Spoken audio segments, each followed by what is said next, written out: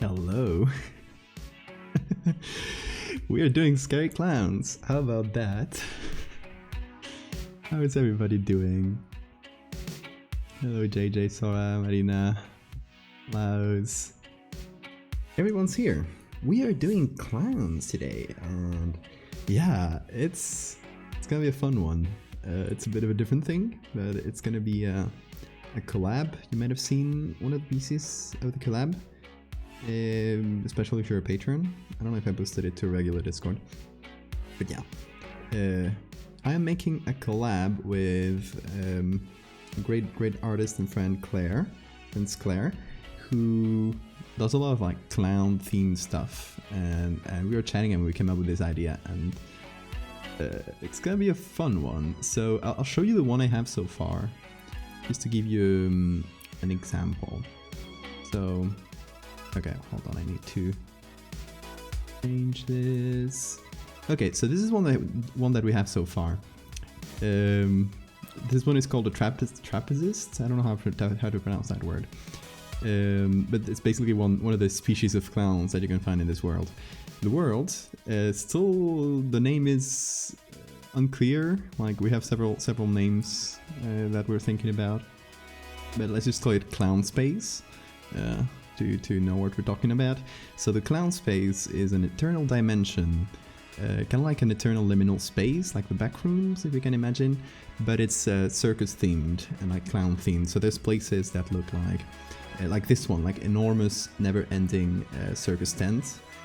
There's some that look like just oceans of ball pits. There are like huge labyrinths of mirrors. You know, places like that, and they're inhabited by different species of clowns that kind of imitate our human forms in very grotesque ways. And if you get lost in the clown dimension, they will probably eat you. So yes, clown creatures. So what do you think about this? Fractal clown bugs? Not yet, but we didn't get to that point yet. But yeah, carnivores, I like that. So this is the one of the ones we did. I got another few unfinished ones, and this is what we're going to be using as a base today. Let me show you some other ones. Okay, so this is like an unfinished version, because I'll make it into a landscape picture instead of a vertical one like this. But this is another one of the spaces in the clown zone, which is like a fractal carousel. Like you're in like you see carousels in front of you, but you are inside a huge, enormous carousel, which is inside an enormous carousel, and so on. So here you can see the legs of the next carousel popping up on the sky. So yeah, residents of the non-Euclidean ball pit, exactly. Teach me a word in Spanish. So clown is payaso. It's a great word. You can call someone payaso, and it's a great insult as well. Clown werewolf? No, not that either. No relation to any other series or anything we've done. This is just its own little world. What medical facts? Oh, I turned those off because I ran out of medical facts. I need to like sit down and write some more, but since I can't come up with them like off the top of my head, come up with like interesting stuff. I can come up with boring stuff, but I wanna, like, I gotta sit down and write them down, and I didn't really get around to doing that. So for now it's off. No relation yet. Okay, so what are we doing today? By the way, I'm waiting for Claire, who is watching apparently, or is gonna be watching. So Claire is the other artist I'm doing this with, who drew the clown you just saw on screen. So they drew this, and they draw a lot of very good carnival themed or clown themed stuff. So I'm gonna link Twitter account. You might have seen. I also participated in the werewolf series. So yeah, check their art out. I said clown werewolf. Oh, that clown werewolf. That is true. That is the only other clown thing I've ever done. The one Good Day just linked. Yeah, Claire is amazing. Extremely talented.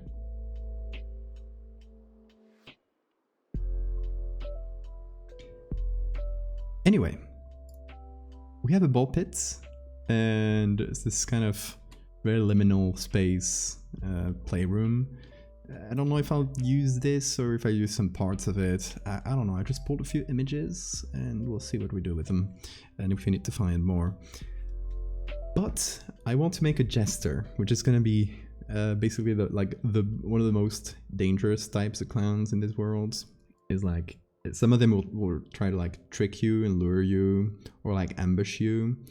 This one, the jester, is like a straight up predator. Like you want to be running away as fast as you can, and if you hear little bells from their hats, it means like you're done for already. Like they're too close to you and you're fucked. So yeah, jesters, very dangerous creatures. They have nests that they make out of balls, of ball pits, and they had their eggs in them. So we're going to be making, I think, I don't know if 1 or 2 pictures. We might do a close-up of one of the nests and do like some eggs hidden in them, like some very colorful eggs hidden in the middle of the ball pit. So yes, clown eggs, that's what we're doing today. Moonpie, thank you for that follow. Did you know that blood? I did know that. Thank you for teaching chat. Hello, Insurgent. Jingle jangle gonna mangle. I love that. Very good one. So yeah, we got a few pictures. I really like this one to kind of build the ball pit nest. We got a lady here. She'll be taken care of. Goodbye. But yeah, I got some extra ball pit images, and this one I really like, and I've been meaning to or thinking about using it for a while, but I don't know how. It's like some kind of yarn construction. Like I think it was some art exhibits / playground because there's kids playing with it. So I don't know exactly the point or what it is, but it's cool, and it gave me like nest vibes. So could be used in some way. Could maybe be part of the jester's nest. I love saying these words. I love just saying could be part of the jester's nest, and everyone understands what I say.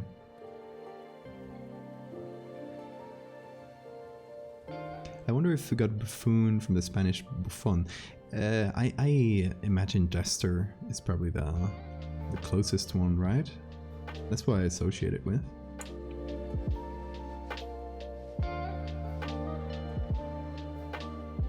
So, I think let's start building a background, and then, I mean, this is like not a creature I can just take an image from Google and paste it somewhere.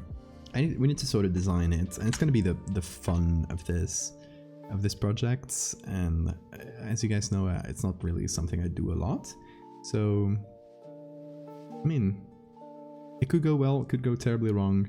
We might call for Claire's help at some point, but I'll try it. Also, Edge Say, I don't know if I said it, but thank you for that follow.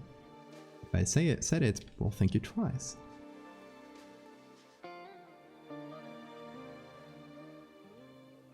So,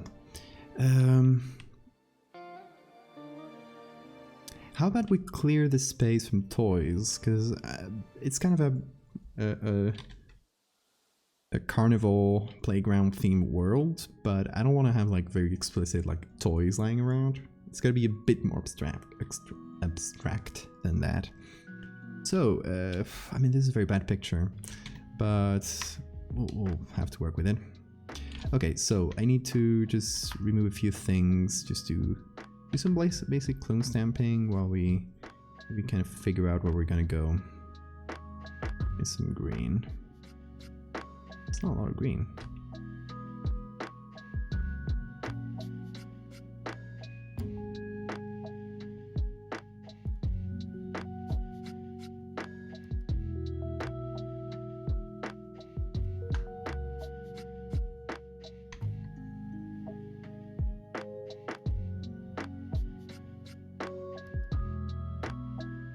It comes from a French word that came from an Italian word that came from a Latin word. All languages. Why do you do this to us?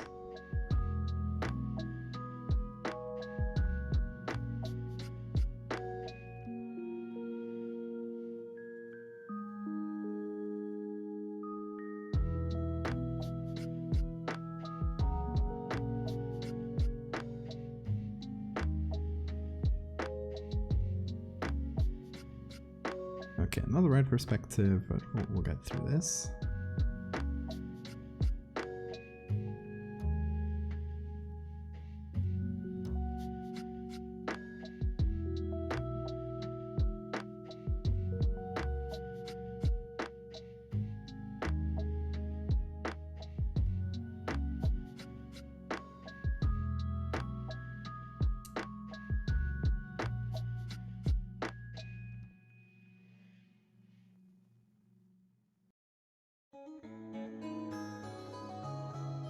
That's typical chat from this channel.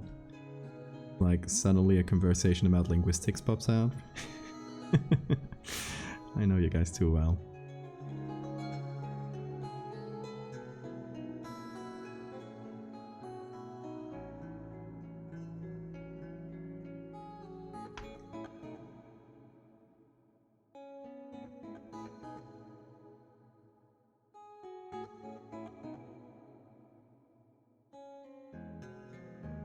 Goodbye, monkey. Yes, we're getting rid of the monkey. I am extremely sorry. I mean, some of these things I might not need to remove if we're gonna do a big ball pit covering a whole side of the screen, actually. Yeah, why not? Let's build the ball pit first, maybe. That would probably be wisest. Because then I might like clone stamp whole areas that I then won't be like able to use, or like that won't be like visible anyway, so it would be wasted work. What are you planning to do on this piece? Yeah, so for people who are jumping in, we are I'm doing a collab with this other artist called Claire, who we both came up with this kind of weird universe, and we call it the clown space, but we still haven't settled on the name.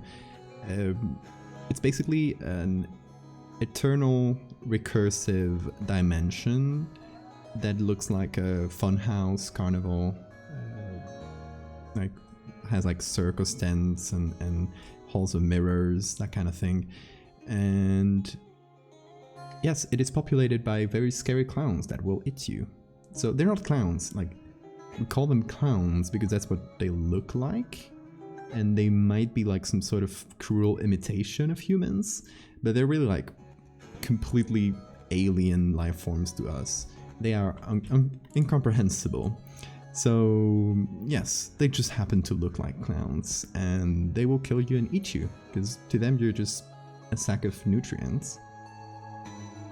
So yes, we are creating the clown space, and it's going to be a collab. There's going to be a few pieces, kind of like the werewolf one I did, where we're going to like jump from one to the other.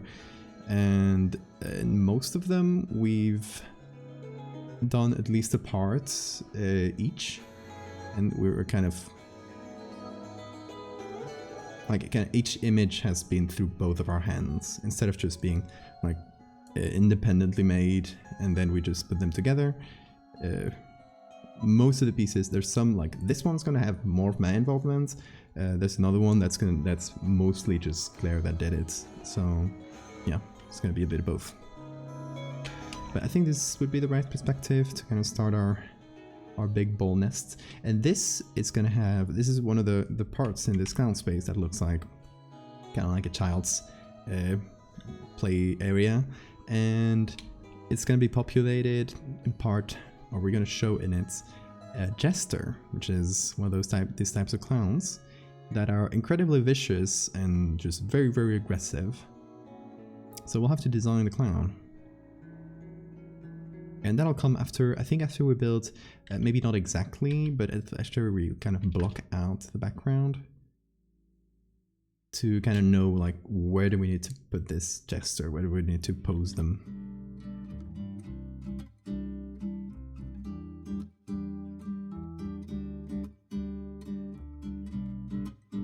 What do they think of trained human clowns? Who knows, they might be based on them, or the human clowns might be based on these clowns. We don't know which way it went. There's deep lore to this.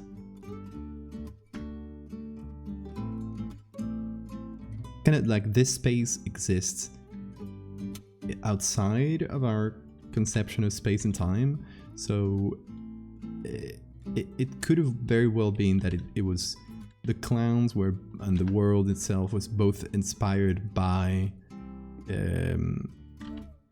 the carnival aesthetics, and at the same time the aesthetics were inspired by someone that went to this world.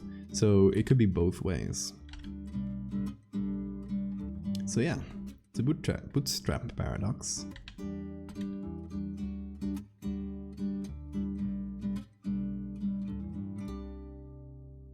So yeah, it's basically, we're doing scary clowns, but we're doing them right. We're not doing like, you know, oh, it's just a clown, but it has like a bloody face and it lives in the sewers and it'll kill you. Boring. No, we're doing extra dimensional beings. And yeah, yes, that was some shade on it. I don't think it's a very good killer clown story.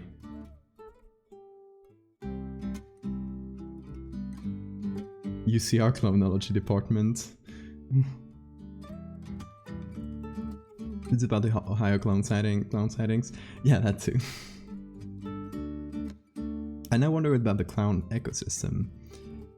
Exactly. So yeah, there's a bit of that. One of the pieces is going to be like clowns eating each other. So you're gonna be seeing a bit about the clown ecosystem.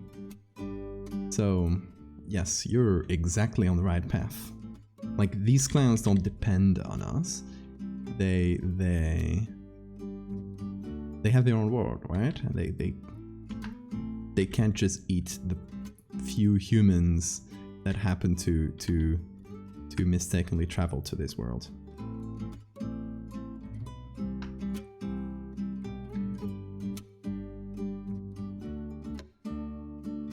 So there'll be hints of that, of the whole ecosystem thing throughout the series, but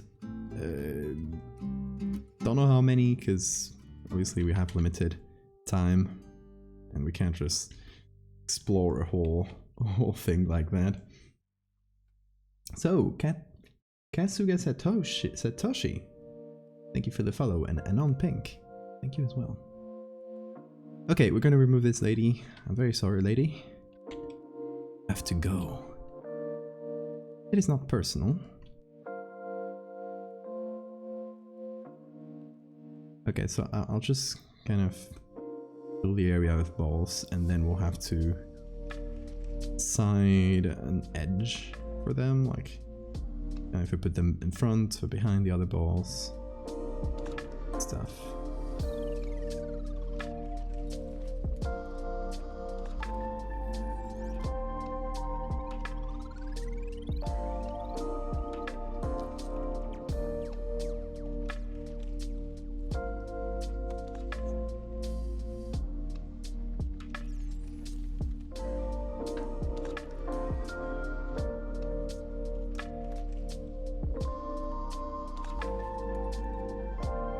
Okay, I just need another one, I think.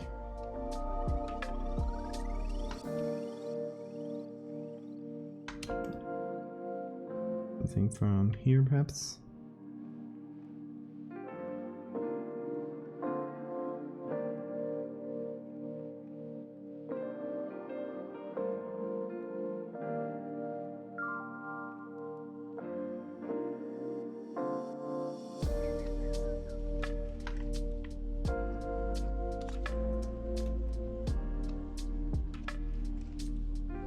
Alright, I've covered the lady.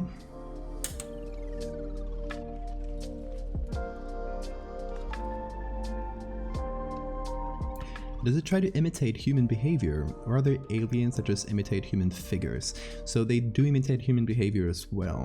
And some of them might try to trick you into like gaining confidence and like talking to them, and maybe actually be luring you to their lairs.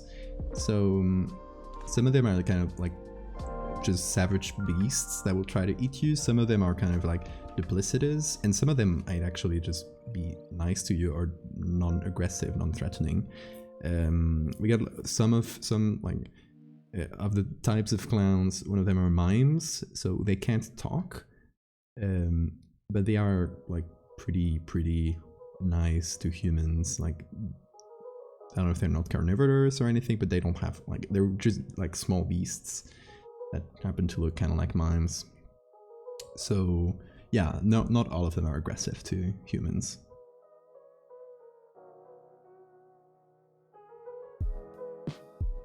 Yes, good day, exactly. That part is completely horrible. Redacted per Twitch guidelines. Exactly. Are jesters, mimes, and all other clown-like professions part of this clown alien species? No, not the ones we see in like the human world, but some of them might actually be these clowns that have like gone into the human world and are trying to pass off as human to like consume them. So there might be some stragglers that have passed into the human world, which might explain all those scary clown stories.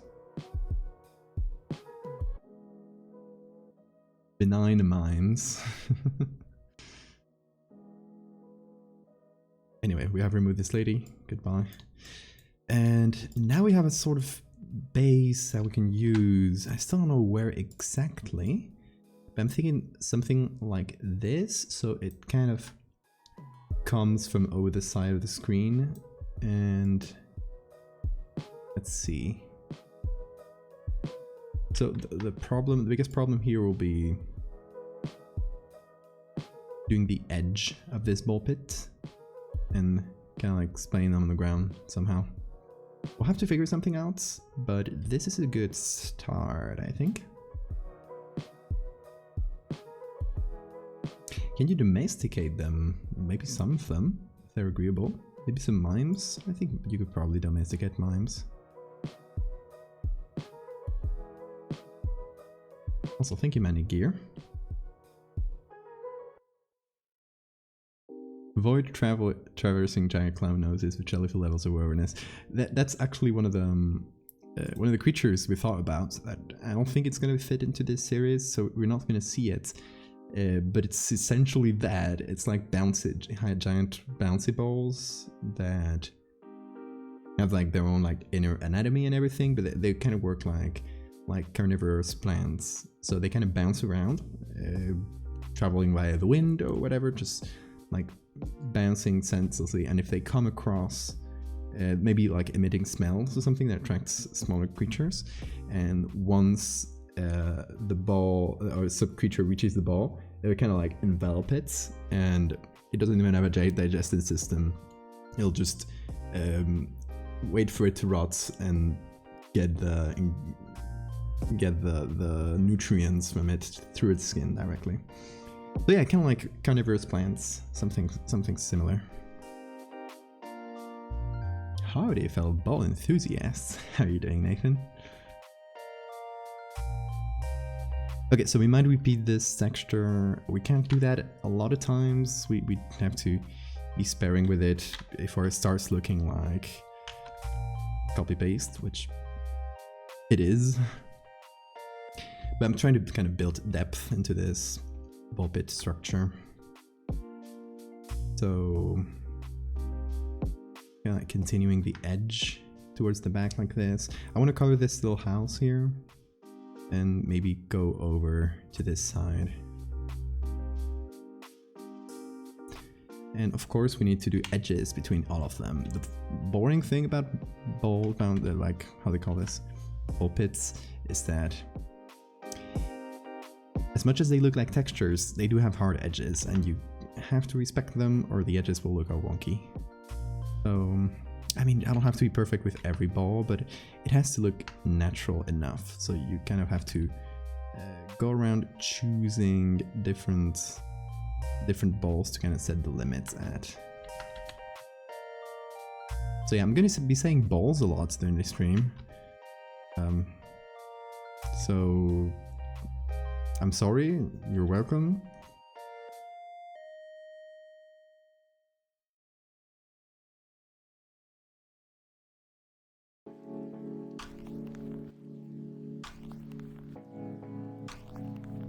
Can anyone recommend other Photoshop artists that stream? I'm afraid there's not a lot. There's Fantoni, like I'm gonna write it in chat. But he hasn't streamed in a long time, I think. And he does like more surreal stuff. A really great guy. I don't know. It's like simply not a lot.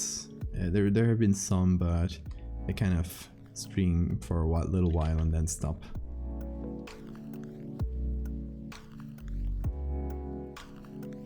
But yeah, there's this guy Valdevia that I've heard is good. I've never caught his streams.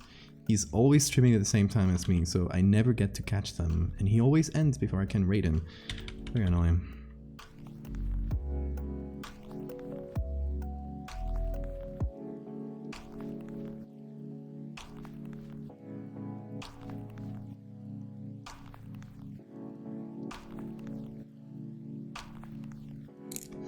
Did this universe rise recently? Or did they evolve alongside popular? So, it's impossible to know because this universe, this dimension exists outside of space and time. So, like, it formed an eternity ago, or right now, or in the future. Who knows? All at once.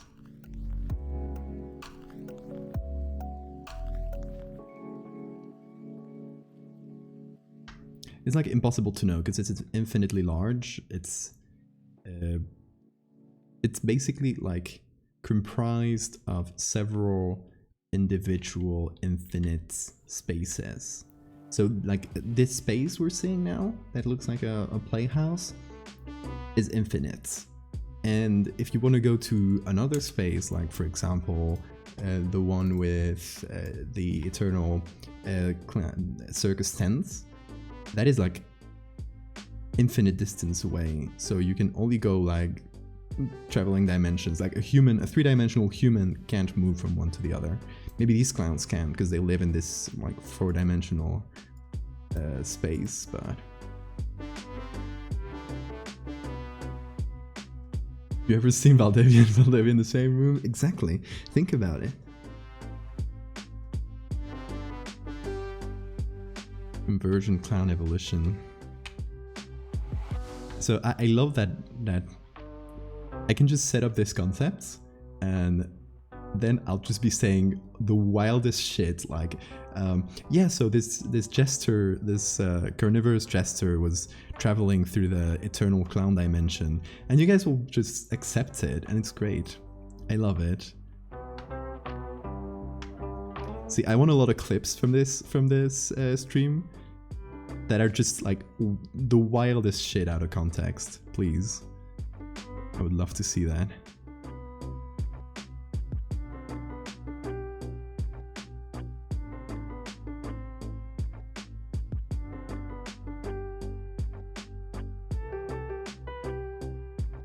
Okay, so we reached the end here. We'll have to make more of these ball edges.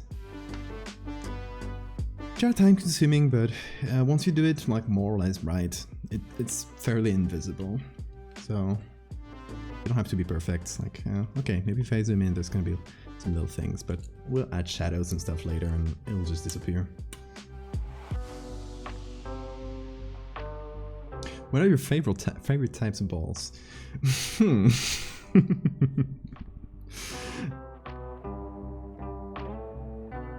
Man-made horrors beyond my comprehension. Exactly. Or are they man-made? Nobody knows.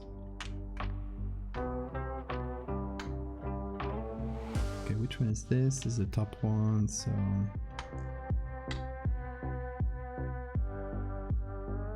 Sentences that probably have never been said in history. Exactly.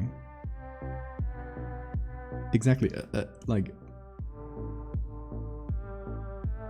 A big chunk of my streams is just me saying wild shit. That has probably never been said before. So you guys are seeing history, if you think about it. Okay, how about this? Like, it kind of goes... Yeah, I like this. Okay. So it covers pretty much half the screen, and what we'll have to come up with is this edge here. So, and see the covering the monkey here was probably not a good idea because it'll give you covered in the ball pit anyway, but doesn't matter much. I think I can put it up a little bit so it covers the whole little house there. Is the top of it.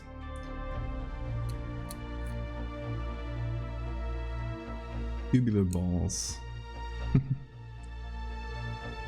What are the nests? What if their nests had those balls? And we're like sand traps. I like that. So the concept behind the nests is that they kind of, or the idea I had initially, right, is that they make these ball pit nests so they can camouflage their eggs. Because they're the type of species that will just leave their eggs and go hunt or do whatever and hope that they're there when they come back. And little species of clown will... Well, Claire is taking screen caps. Claire, come in Twitch chat. Come on.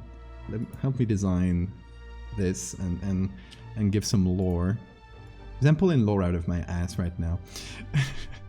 And if you don't stop me, it'll become a thing.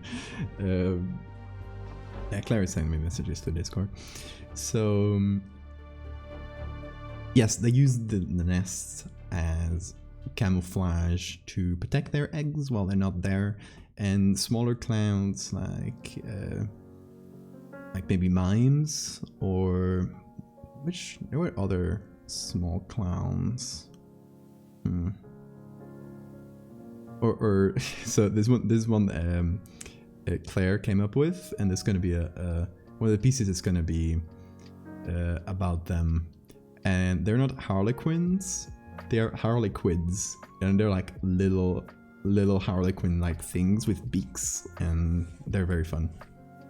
They're kind of like scavengers, so probably the harlequids would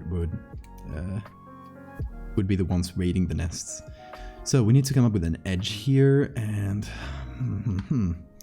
okay, perhaps one of these like meshes would work to kind of like hold them in place, at least part of them. So I could maybe make a mesh with this or this.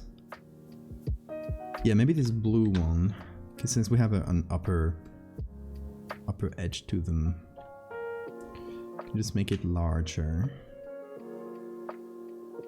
And the base picture I'm using is very low quality, you might have noticed. I don't usually use this kind of pictures, but my hand was kind of forced with this because surprisingly there's not a lot of like this specific type of space. There's not a lot of free pictures or public domain pictures of them on the internet. I guess it does make sense in the way that they're mostly just like privately owned businesses, and they wouldn't just upload pictures of their places to the internet for free, right? So it makes certain sense.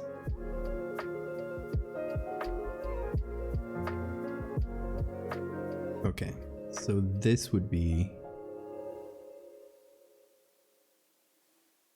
This is what I was imagining. This red part doesn't make sense. It would be behind the balls.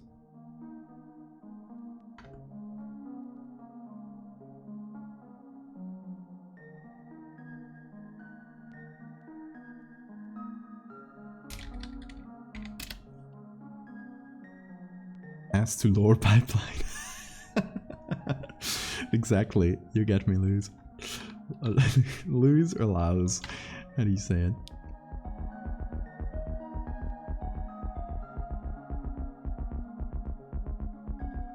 Not good at that English thing.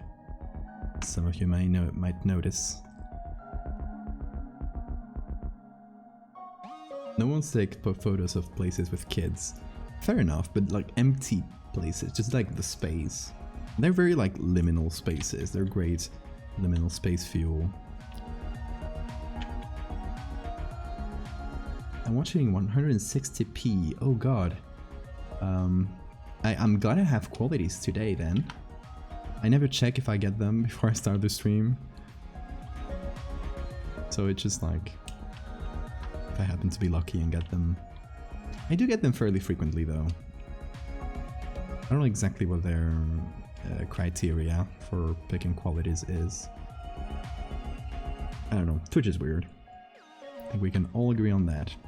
Okay, so I'm just continuing this mesh below like this until it like touches the ground.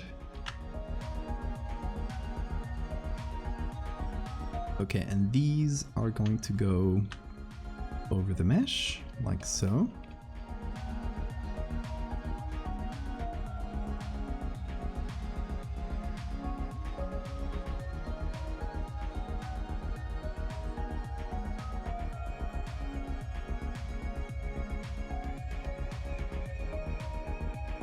And then I'll have to, oh god, I'll have to cut around the mesh. Oh, wish me luck. Okay, so first things first, just right behind the mesh, we're gonna pick this layer, we're gonna copy it, and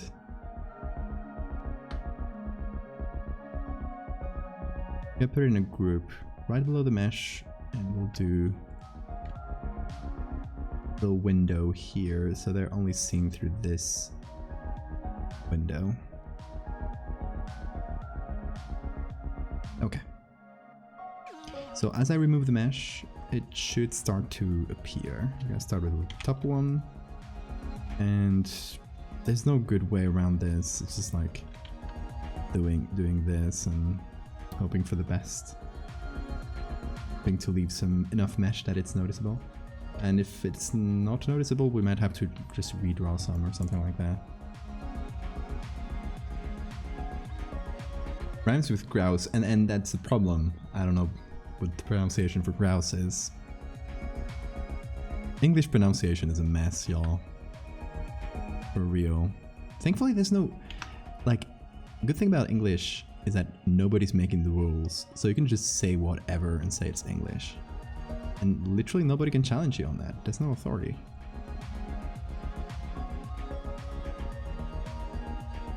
So yeah.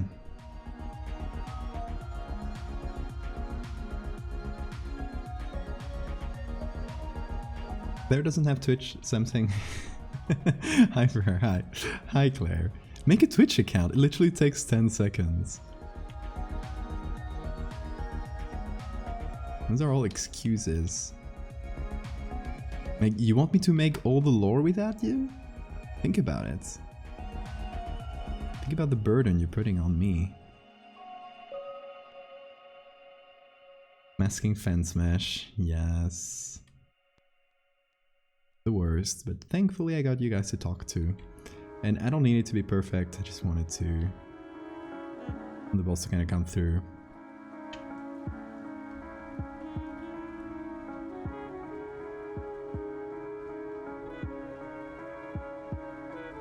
And, you know, they might not be like too visible right now, but I can do Control L and adjust it as needed. So we'll be doing that later once I have the whole thing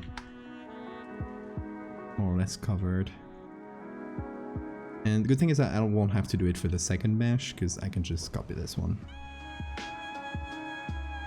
So I'll just cover as much as possible here and good.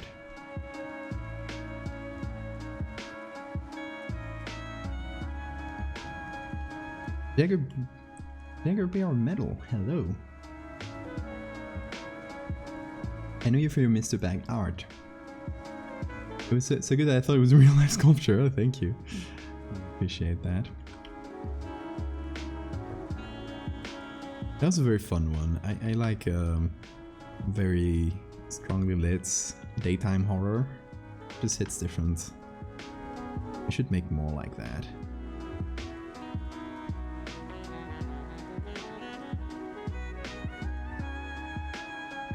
There's no authority. Yeah, I mean, I love that there not being authority, but the Spanish like language authority is laughable.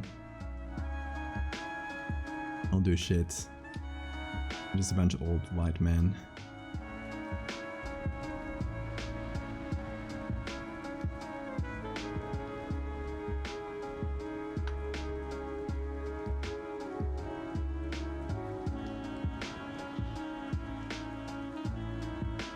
This picture sucks, and we're gonna have to add a lot of grain, hide a lot in shadows to make up for the loss in quality, but what we got. She didn't said multiply. It won't work though, because yeah, the mesh is not like strong enough. Just like this is the easiest way to do it. If the mesh was very clear against its background, and the picture was higher quality, obviously, I would be able to do this automatically with channels. It's a great way of masking things. There's like any clear limits between them. Right now I'm literally making up the mesh. Like I know there's a mesh behind this, but I can't just see like little bars, so I just make it up as I go along.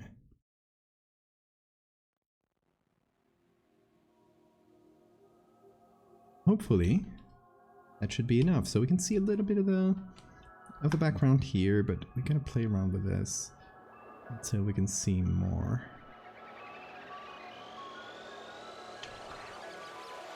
So we can do it like this, we can do it this way. So add contrast, shift the edge and the contrast a bit.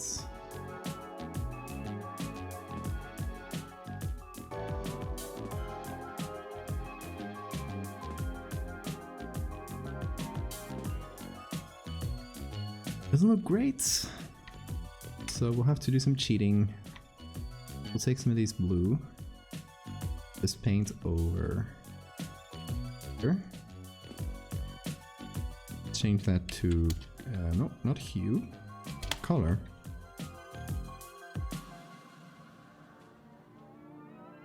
We got something that could be defined as a mesh, I guess. So we'll go to blur tool and blend it together a little. You'll have to do, I think. It's going to be less noticeable once we like zoom out and start adding things. Is Mr. Bag the Big Duke made of bin bags? Exactly, it's a Trevor Henderson creature, and I did some fan art of him. He's a good bean that keeps the local neighborhood clean. I mean, you can think about it like that. Yeah, exactly. It's what Nathan said.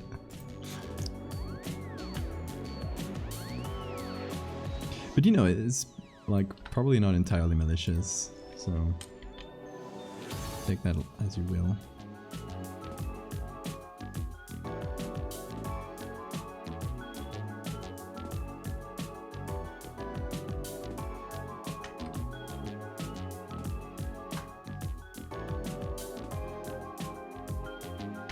Okay.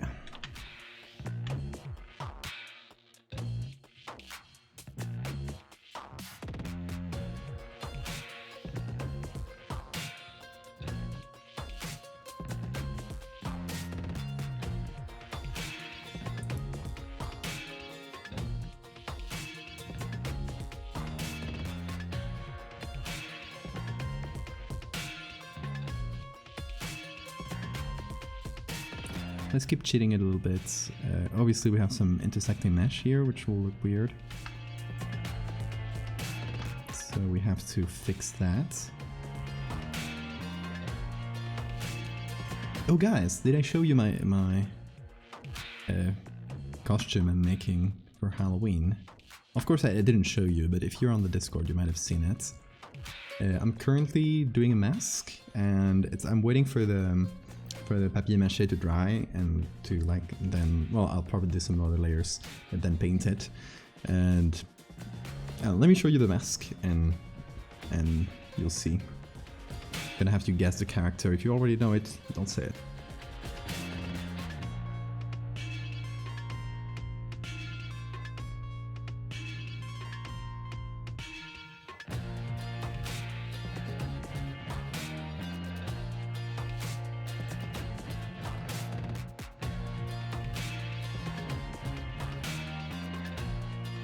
Okay.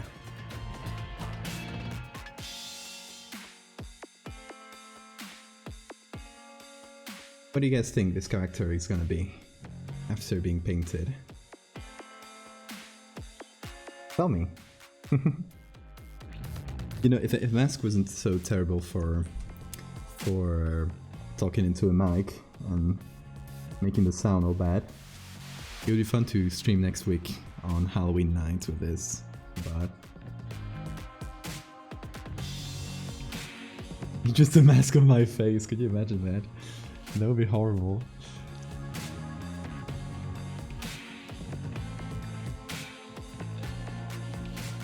Do clowns have sexes, or are they asexual species? We haven't even figured that one out. I don't know. They're interdimensional beings. I don't know how they multiply. They probably just divide in two at some point in their lives. But yeah, Nathan's got it right. It's a devil child from a movie. Which movie? Yes! You got it, Nathan.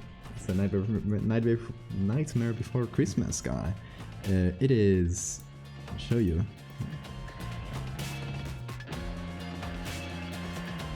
It's still drying, so I can't manipulate it too much.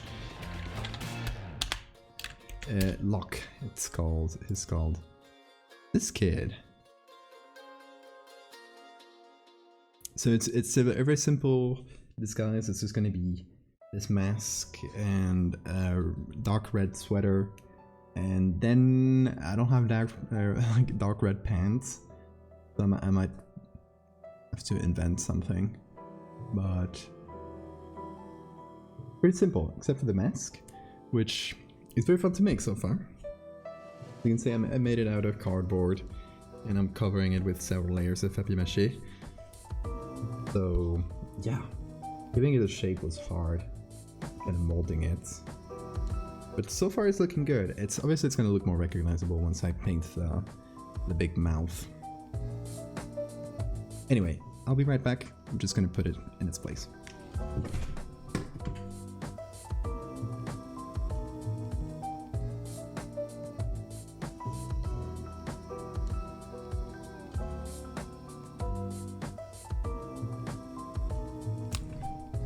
There it is. My favorite nightmare child. I'm gonna abduct Santa Claus. You dress up as me for Halloween? That would be a very boring costume. Whoop, that's the wrong one. I'm here.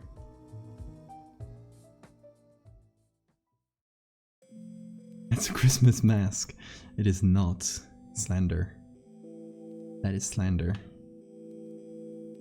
Okay, so this is gonna be like a retaining wall, I'm gonna call.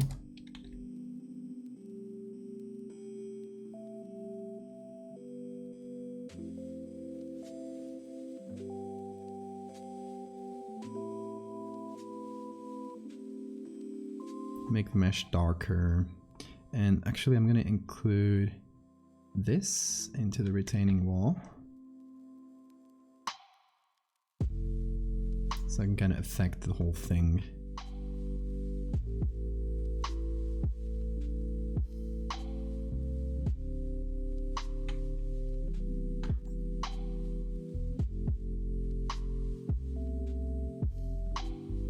Okay, we need some sort of top for this.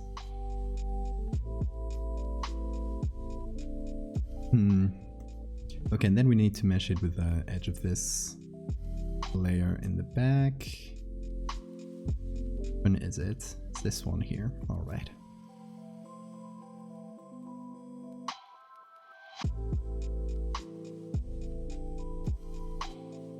So it's gonna have to go right behind this ball. We're good.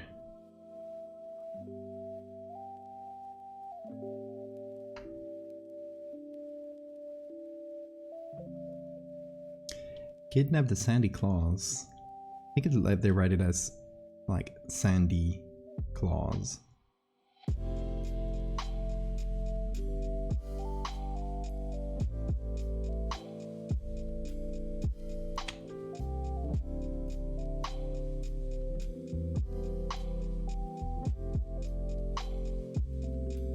Okay, something here.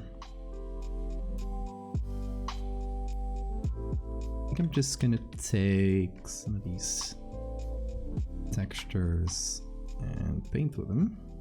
No, that's the wrong tool.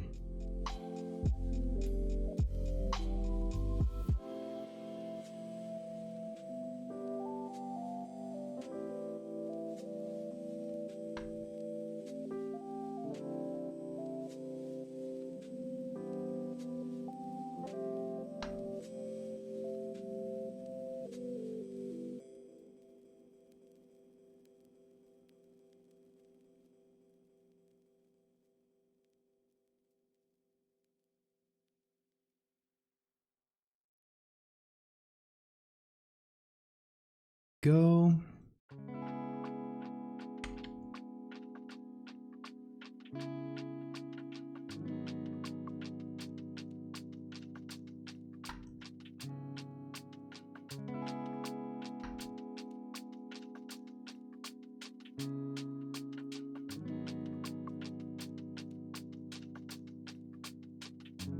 Okay.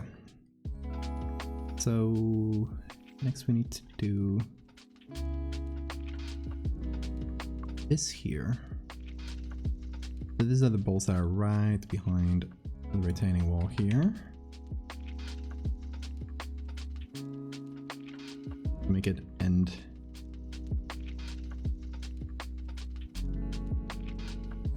Big old shadow.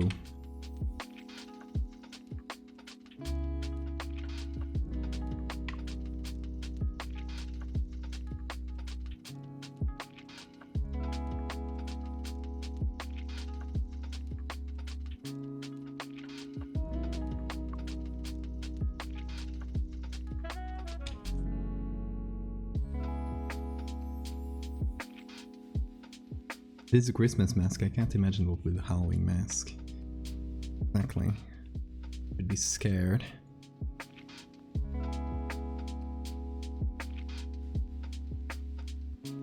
Okay, so we have covered the whole side of this in balls like this.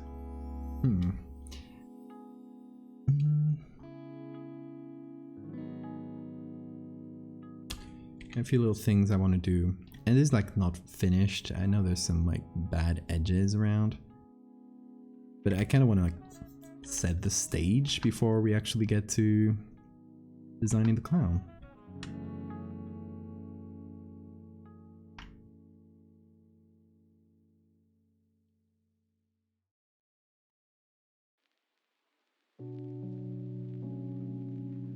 Okay, let's see.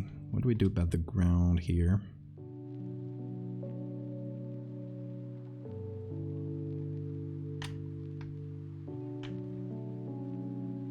I think we could potentially move it around in such a way.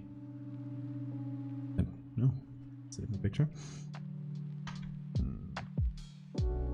Yeah, in a way that we can pick different areas of the ground like this. Be an idea. Maybe copy this. Try to find a matching floor texture. So, for example, this red. So, okay, they go in diagonals like this. So, what I want to do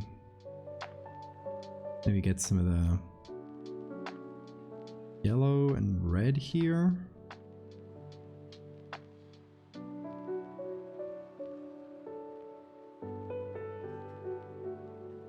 And change the perspective so it matches what we need here.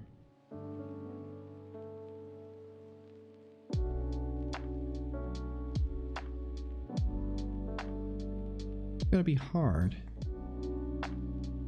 I have to do a lot of trickery, I think.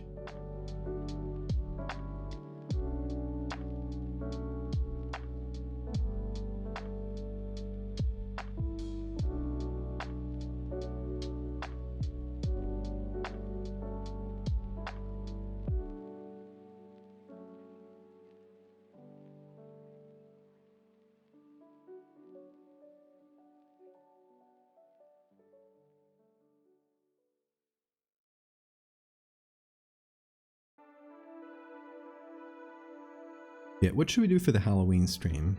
If I get to stream on the Halloween day, which I don't know if I'll be able, I might have to do it on Saturday instead of Sunday. What could we do? Make it fun. I'll edit this part. Okay.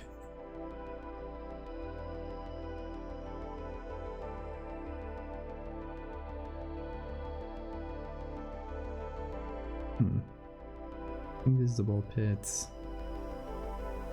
Yeah.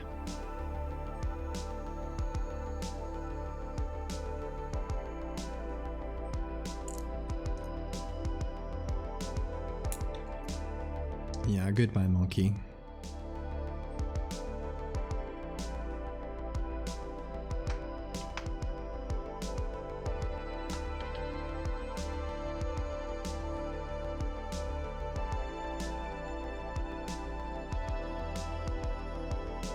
So the fun thing is the tiles don't line up perfectly, because the perspective is never going to be... When does it do that? What? Oh god, we got another transform glitch. That's very annoying. Apparently the transform box is up here and it changes the whole thing. Because of course it does. I love Photoshop. Thank you, Adobe.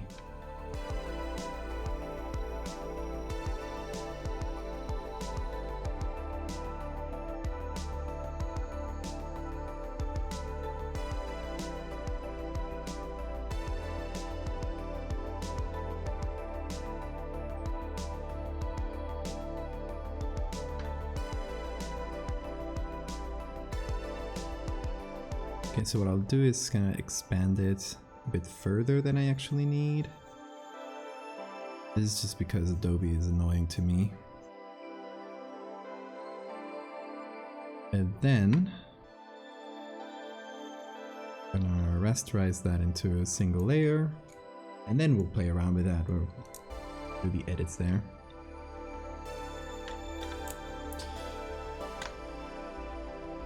There we go. It's easier to play with. So, I need to make this fit all these edges, which is complicated. Be a bit larger.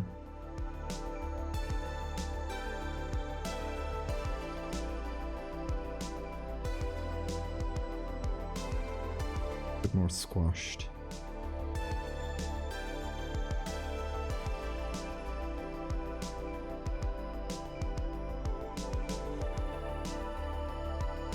And that could do it. At least for now.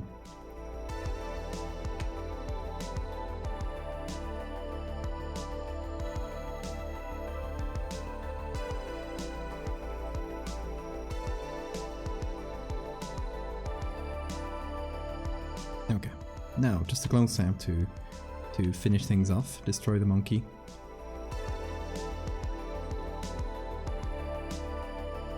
Destroy the monkey once and for all.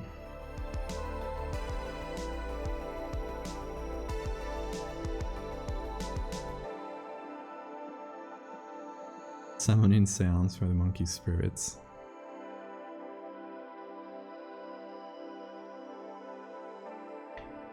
Oh, we could do something, I don't know, something different that doesn't involve photo editing. So we could do like a special Photoshop Halloween thing. I do have a special Halloween edits coming out, which I can't show you because right now it's just a super secret Patreon thing. And it's gonna be fun. It's a little Halloween slasher concept I came up with, and you guys will enjoy it.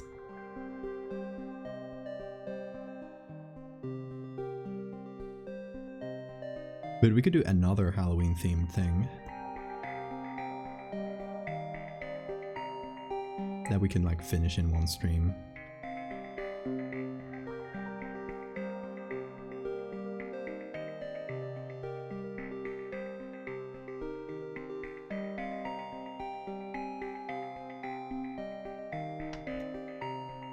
You know what? I'm stupid with the wire mesh.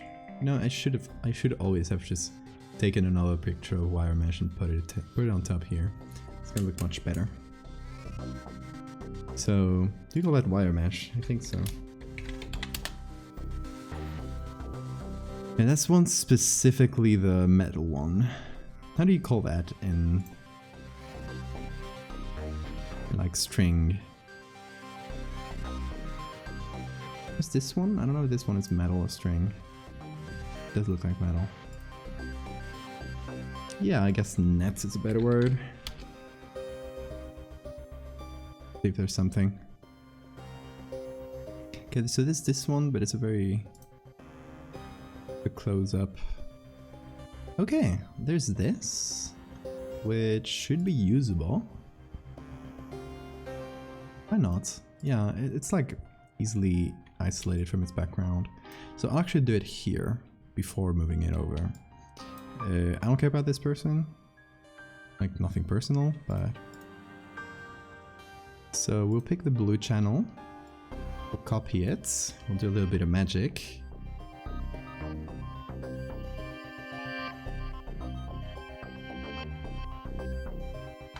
Easy peasy. Now it's selection, and there we go. See, that's why I told you mesh is usually very easily cuttable if it is on a good background. So we can put this on the retaining wall. We can do this. Just remove the whole thing. Goodbye, bad wire mesh. Bad nets, or whatever you called.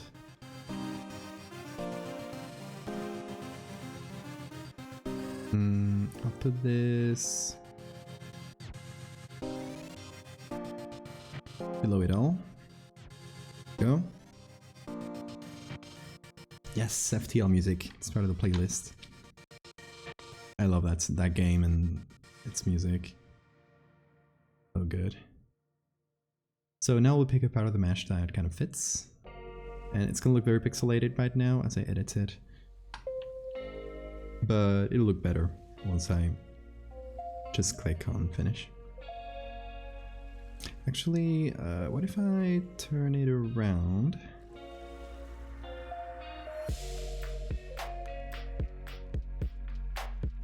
Just so like this bottom line here just happens to be the floor.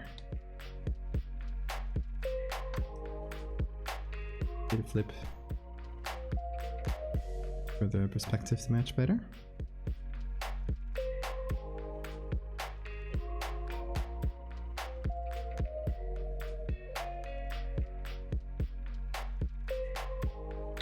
A little bit of a perspective change still. Yeah, we lost a lot of time on that, I think. That's fine. On a timer.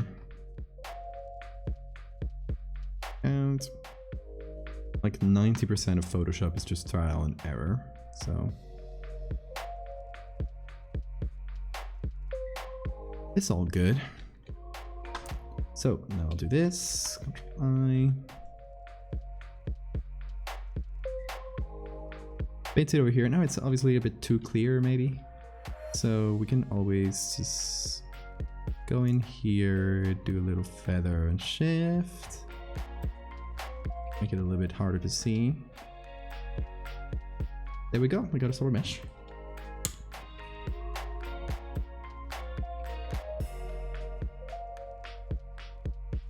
Yeah, spam print is great.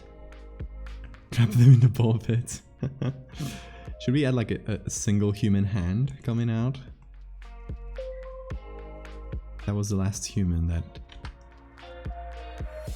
fell prey to Jester. God, I can't imagine what people are thinking if they just jump into the stream right now. Hello everybody. Hope you're doing well. We're doing clown dimension. It's a whole thing.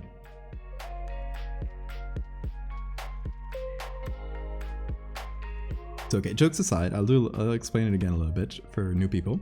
So this is a collaboration I'm doing with another artist named Claire. It's fantastic, extremely talented, and we came up with this sort of clown dimension concept, which essentially means it's an infinite space that exists like outside of our regular concepts of space and time, and it's Playhouse themed, so it's like made out of circus tents and halls of mirrors and carousels and that those kinds of places, and of course like ball pits, and it's populated by very, very dangerous clowns. Not all of them are dangerous, but many are, and they will eat you. Because to them you're just a sack of nutrients. They're not clowns in the human sense of the way, but it's the best way to explain them.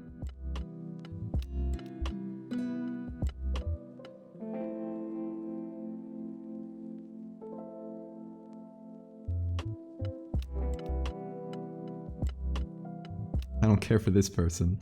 And you go to the ball pit. Exactly. The ball pit is the worst punishment this world has.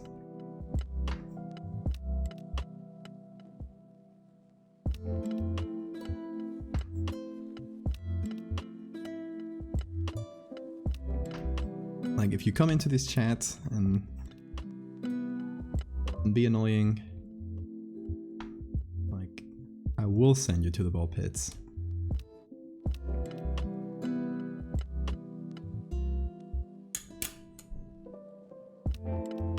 Okay, so we have this sort of little retaining wall, and we got a background. I think there's still some stuff to iron out, of course, but we got a sort of background. The tiles don't match exactly, but since we're going for a very strange space, that might actually be a feature and not a bug.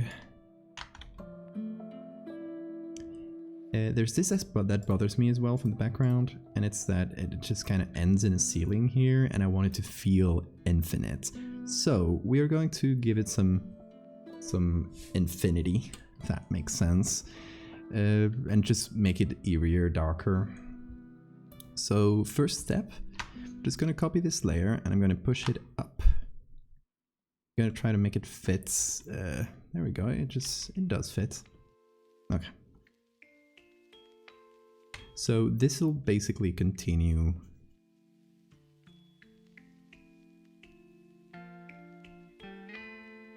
all these spaces and cover this ceiling thing.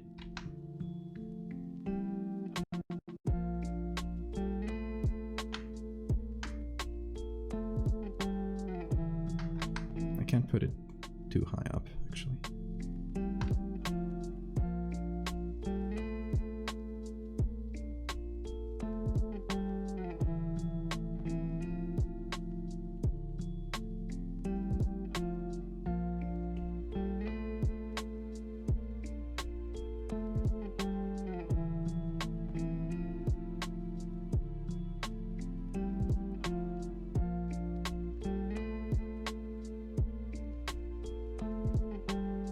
The meat clown.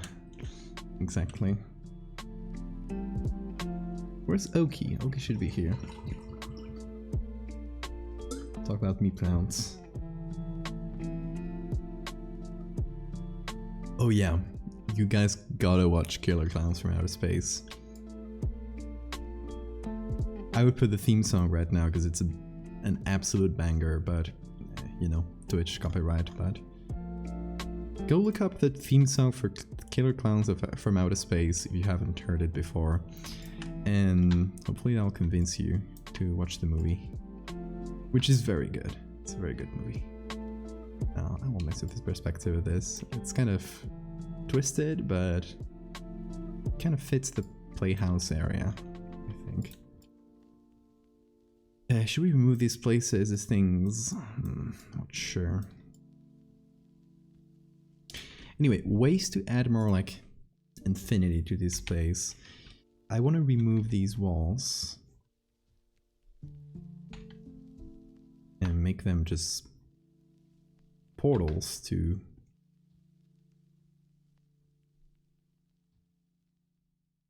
even deeper places.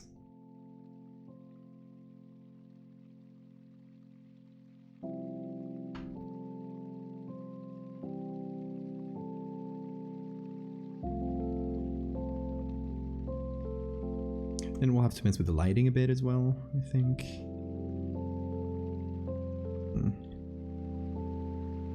Do the same here.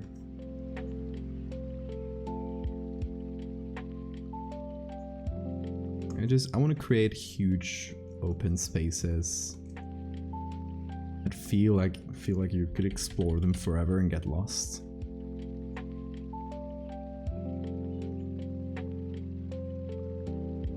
That's a feeling I think this series will give, or that we're attempting to give. It's like being lost in this extremely large space that you probably will never get out from.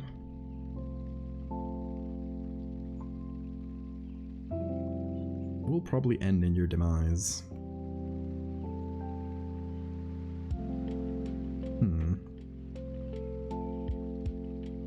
Something here. I'll try something at least. This space, I'm gonna separate it.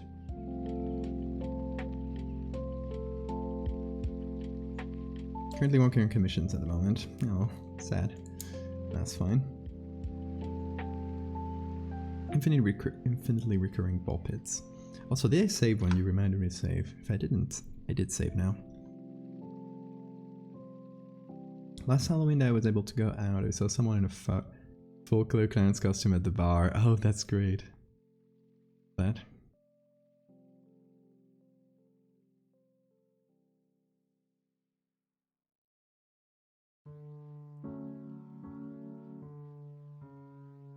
I'm doing this so the mesh doesn't disappear, but it still gives this empty space feel behind it. So it works.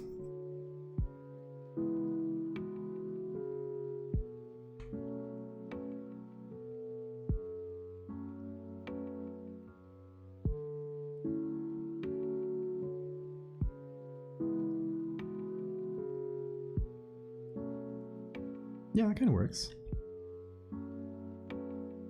What about here? Okay. Low pressure.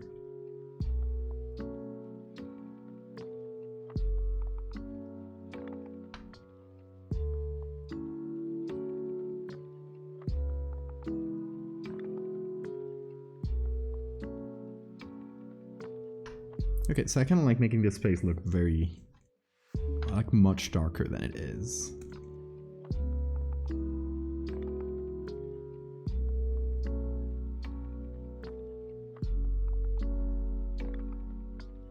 So using this layer style, which will allow me to paint the mesh out of it, or vice versa in this case, but it's still fine.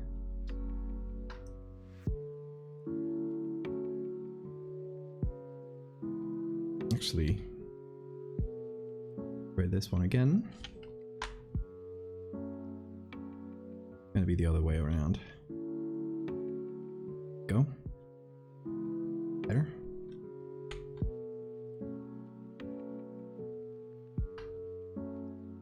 Yes, exactly. After I'm kind of... we've kind of blocked out the main background. The idea is to make a creature creeping somewhere. I don't know how much of it is going to be visible, how much is going to... or like lurking behind a corner or something, but that is the general idea.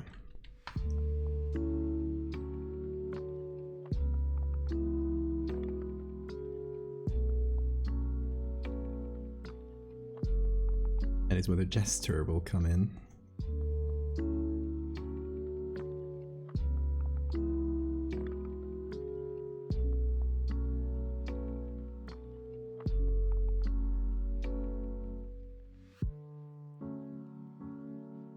I still haven't like entirely thought through the jester's design, because I kind of want to come up with it as we go.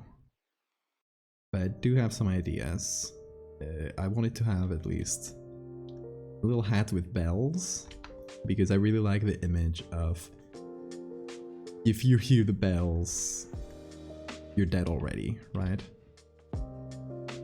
Like that. Okay, we're going to our clone stamp layer. We are expanding this ball pit because we like ball pits here. It is the vibe of the place. It's gonna look a bit weird, but it's a background thing, so I'm not going to put as much effort into it in the edges as I did for the main ball pit.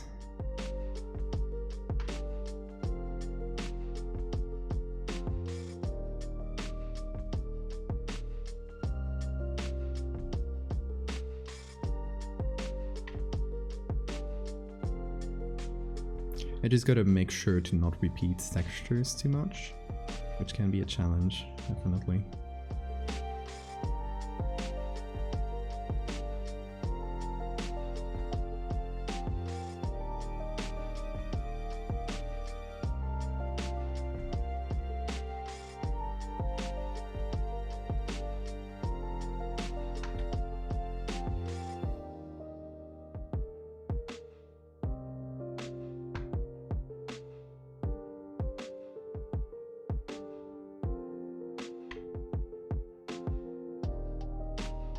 Okay. Covers a little area there. The jester will be a clown from Krampus. I don't know which you mean there.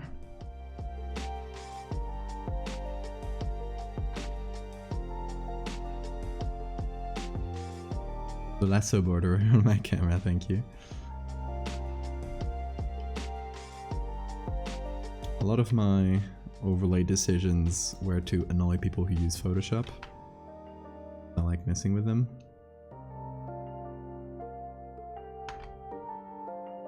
So the selection camera is definitely part of that.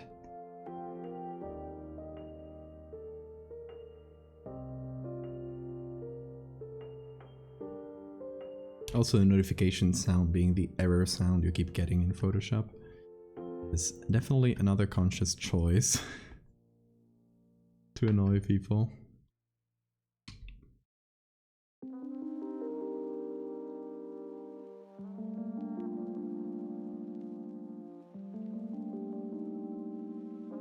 Do these Control J and flip it around because I don't have good textures to pick from.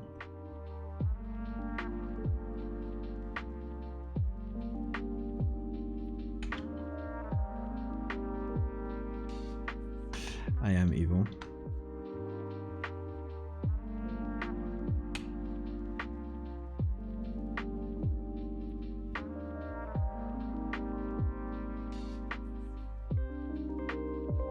I mean, you guys should have known what you were getting into. Coming into my stream, come on. What did you expect?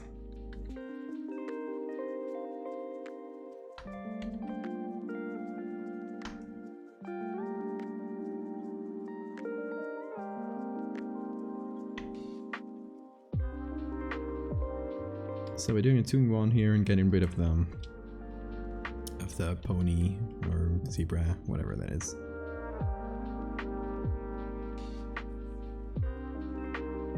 Or as much of it as we can.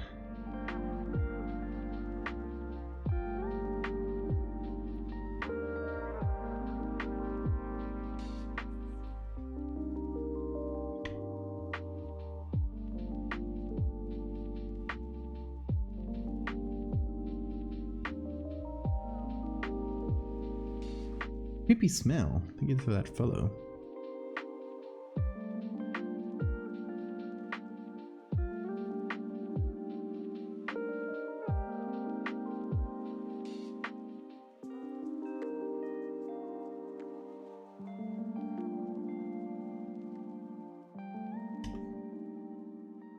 Alright, slowly getting a better background. It's hopefully looking creepier now.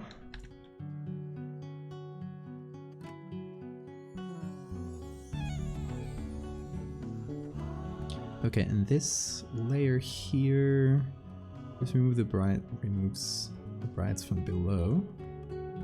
So what I might do is create an overlay layer and bathe with some brights in areas like this to recover a little bit of mesh texture.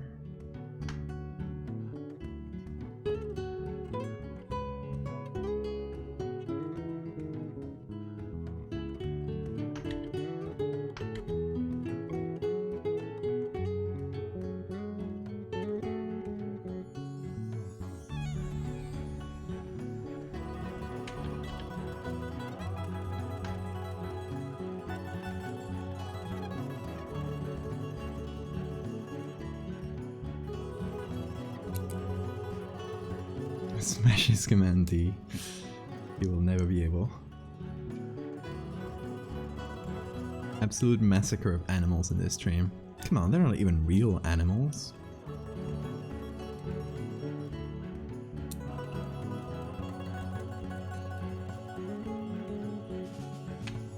Okay, so hopefully this gives a little bit more sense of depth. Yeah, I might even... Yes, okay. So we got this whole thing cut out. What I could do is copy this main layer. Oh wait, is that... Yeah, that's fine. I'll copy this main layer and clip it on top. Then just make a smaller version. I can...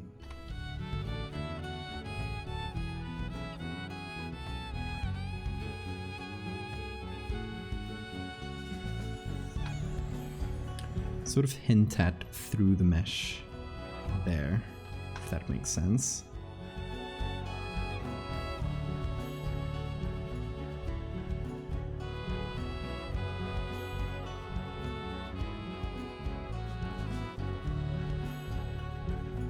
Kinda like if you look closely, there's more. Like it just keeps going, right? That's the idea. Could even like do weird things like flip it.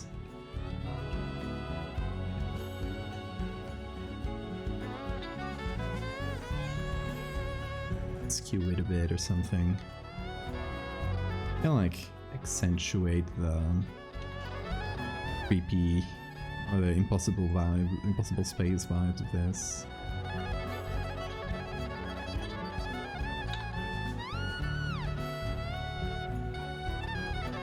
Typically want this area, which without getting the ball pit.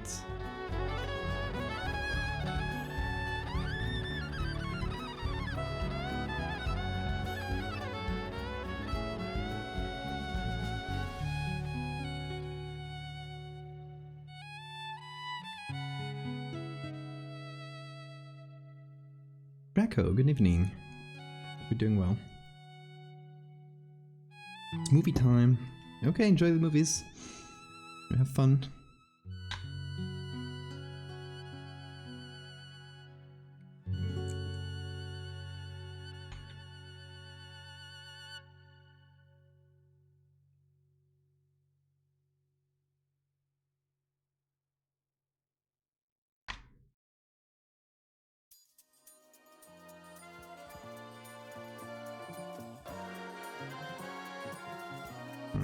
was thinking of creating even more.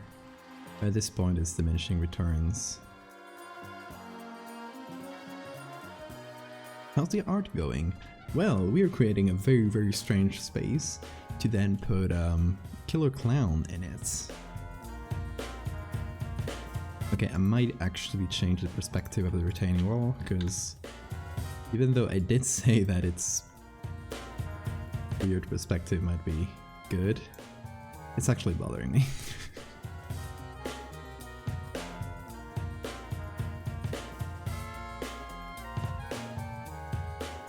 Oh, I'll have to change the balls there. Side. That's fine. I'll do that in a sec.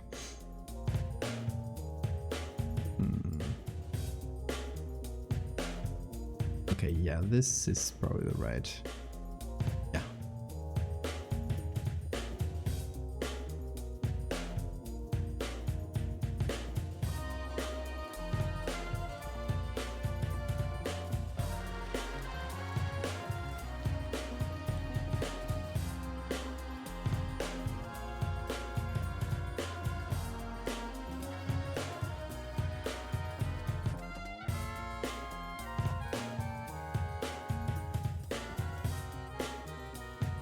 Trying to figure out the perspective of this. It's gonna should look like. I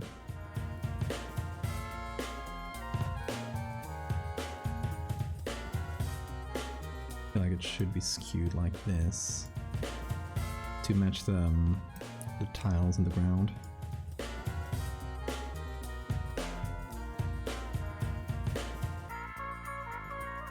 But it's bothersome to work with such large boxes. It's just because there's a lot of large layers inside. So yeah, you just gotta work zoomed out like this, because that's what we got.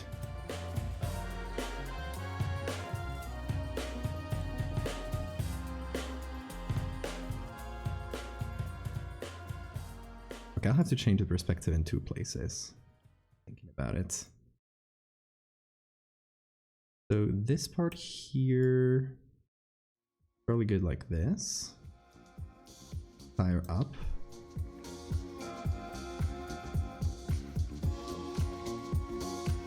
But then the lower part is gonna have to be skewed a different way.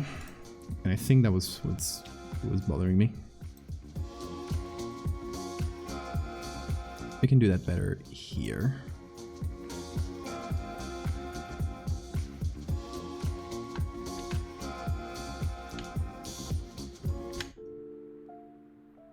Killer Clowns. It's classic, but this is it's a very different take on Killer Clowns. Do pies smash things into faces in this reality? Maybe there could be like some sort of pie-like animal, pie-like creature that just smashes into people's faces. It's like it's defense mechanism. You could say that. Oh, that is the wrong layer. That should work. Okay.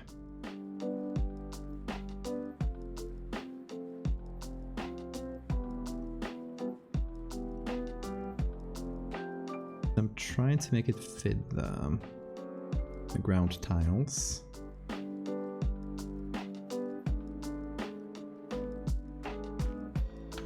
That should do. For some reason it's cut there. You can always bring that back. That's fine. And we'll have to remove some ball pits from here. Oh yeah, that's right. Okay, I'm gonna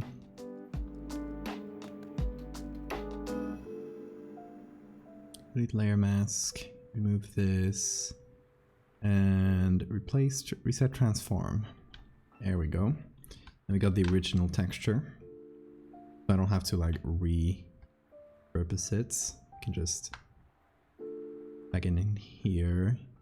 Make the size of the balls more or less the same one as here. And there we go. Get a shadow. Continue it this way.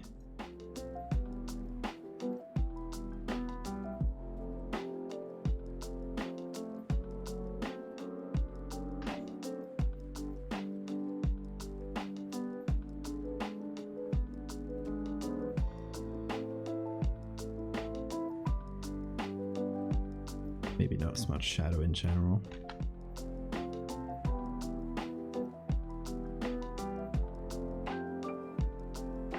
By what method do the clowns kill? Sharp teeth? Mauling? I don't know. Depends on the clown, I guess. Some of them have very sharp claws. Let's see. This one I showed you before. The trapezist would probably just choke you. Or it builds nests made out of rope. So like in between the rafters of the eternal circus tents. So it would probably, like a spider, like tie you in and just choke you out or something. You don't want to know. It's probably more brutal than you imagine.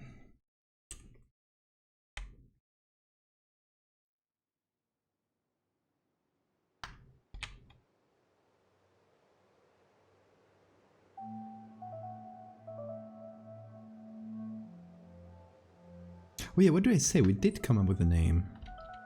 I forgot already. So the official name we're going with is Silhouette. Just like kind of... It sounds French and fancy, and it's like a silhouette of our world, in a way. We just thought it sounded cool, to be honest.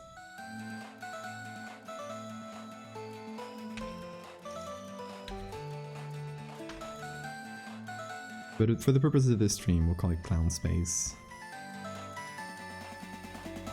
Or the Upside Clown. An homage to Stranger Things.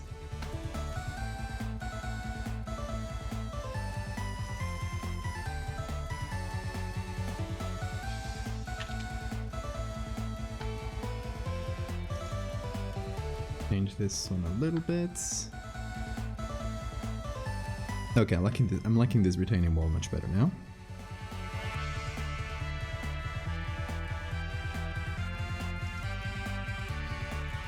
So this, for people who join in now, is the nest of a jester, which is a type of clown that lives in this clown dimension.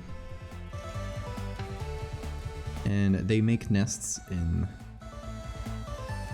ball pits to hide their eggs that are very powerful. So when they're not hunting, they're hanging out around here,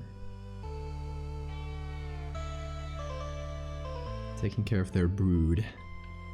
And in this picture, you'll be happening to intrude on one of these jesters, who's gonna have to protect their eggs. AKA, you're pretty much fucked. Like,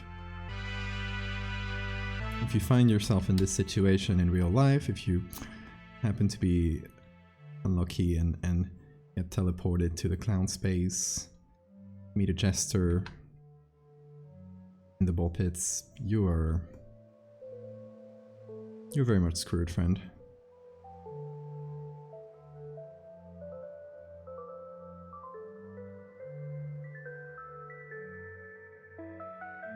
So we're just darkening the whole thing a bit.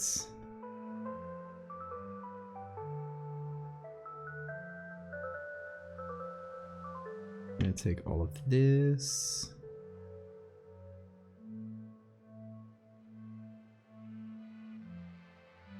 That's gonna be the ball pits.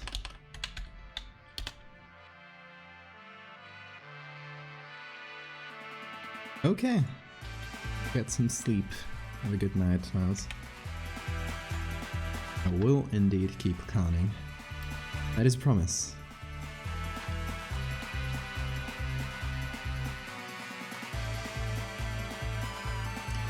So, okay, for our creature, I'm thinking either here in the corner or in the ball pits, like on top, kind of crawling on top of it. What do you guys think? Also, we're just gonna come up with the color palettes because that'll be easier for our eyes and just easier to just conceptualize what we're gonna do. So I'm just putting everything into a single layer and doing one of these. So we have like big primary colors here, red, green, blue, and yellow.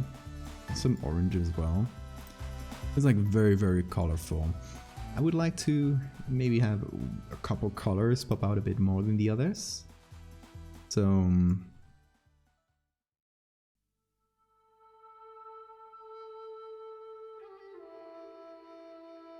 mean, like, I like blue and pink a lot, but we did that already with this clown. Right, we did big blue and pink. It's kind of reddish pink, but close enough.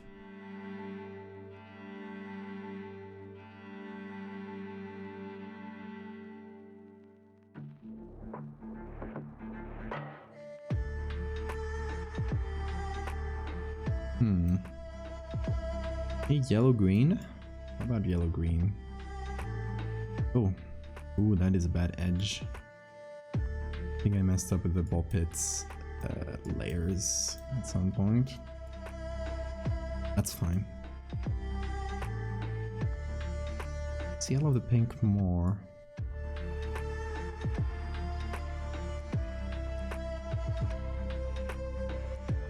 We are going to increase the vibrance and the saturation.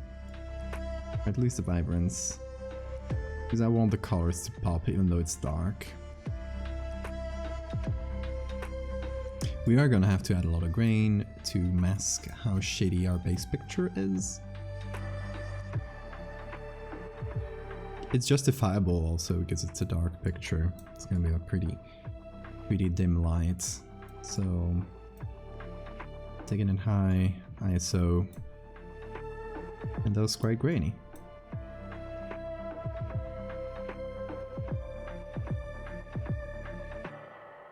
Hey, welcome back, Sona. What are your favorite creatures? That's a very hard question. I don't know, all of them. I wish I could answer that.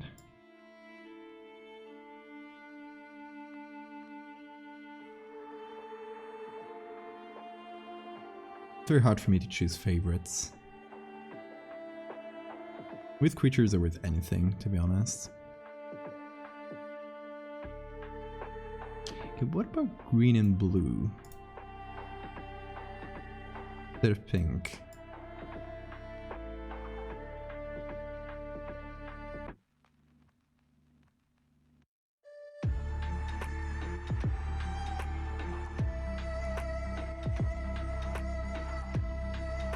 I guess green and pink are complementary.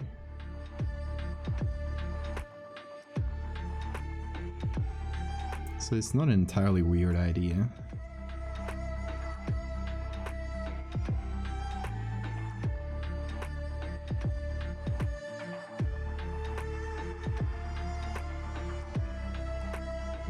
We have some purple, some more reddish.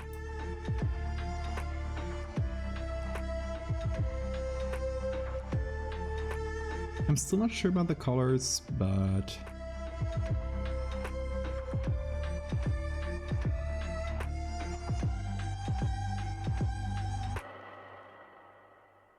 it's something to start from. We'll be messing with them way more, so it's not a huge concern. Just wanted to sort of test out where this could go.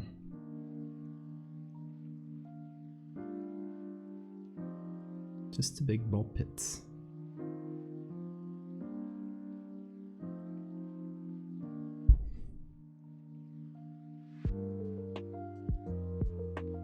Okay, now it's time to design our clown, and it's a scary part for me because it is something I'm definitely not used to. Feature design or character design. What's going on here, by the way?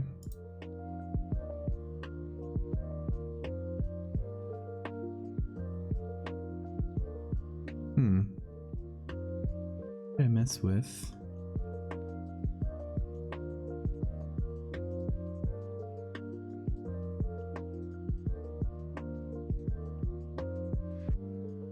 Okay, so it's a layer inside the ball pit thing.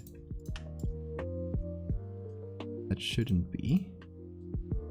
There we go. Yeah, I guess because since I moved the whole thing, it just generated some bad edges.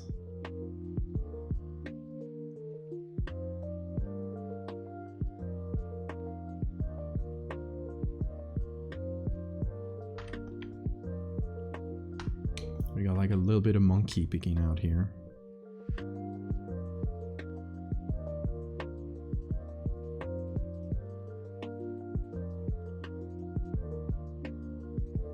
Nap for over an hour. Damn, that's a good nap.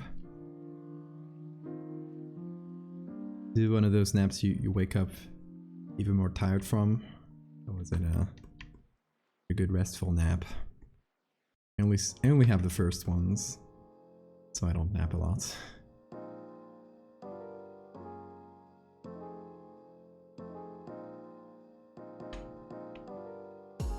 Also, my sleep schedule is fucked up as it is, so napping might make it worse.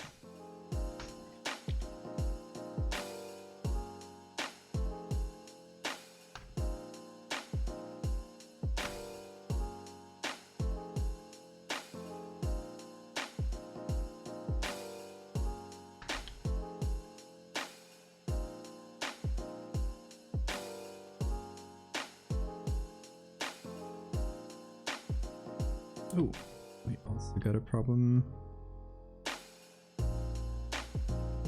somewhere here. Okay, there we go.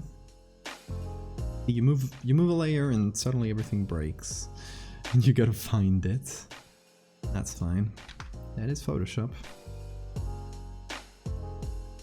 But that's one of the reasons why it's very good to work non-destructively. AKA, always leave a copy of what you do and try not to destroy any pixels, because it's very easy to mess something up and have to go back to the beginning or to the source layer and find out you can't.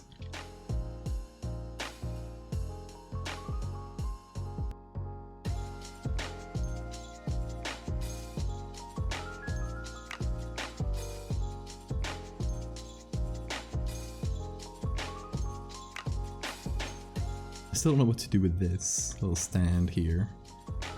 I kind of left it as is, but it is kind of weird.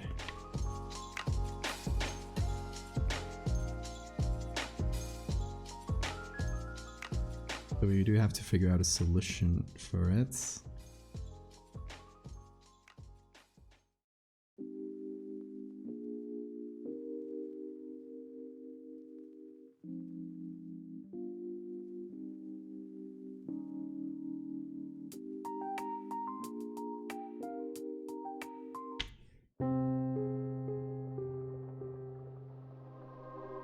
You can just leave it as a weird shape on the ground, for example. Doesn't have to make sense.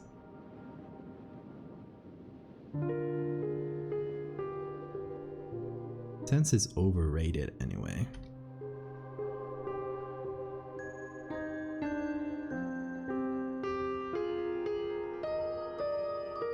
Okay, ball pit creature. Jester guy.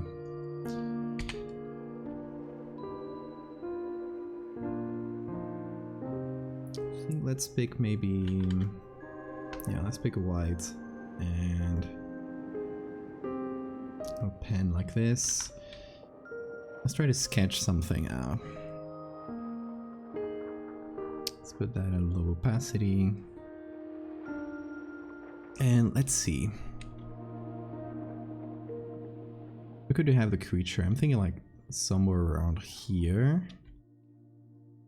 I don't know how large I should make it. I guess there's not a lot of size reference, so the size doesn't matter like too much. So we could have it kind of like creeping on top here. And I want it to feel like sort of animal-like, like walking on all fours, and like still human in general shape. But since this one is supposed to be like a hunter, like a beast of sorts, I guess it would make sense if it was a bit more animal-like in shape.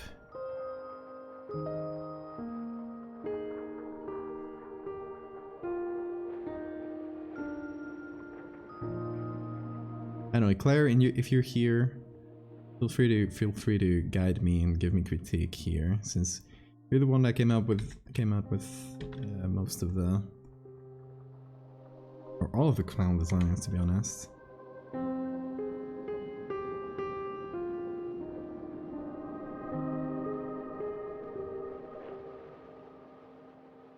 At least it's not long Furby. It can be long Furby. I don't like this hand. He can be bigger, definitely. You are right.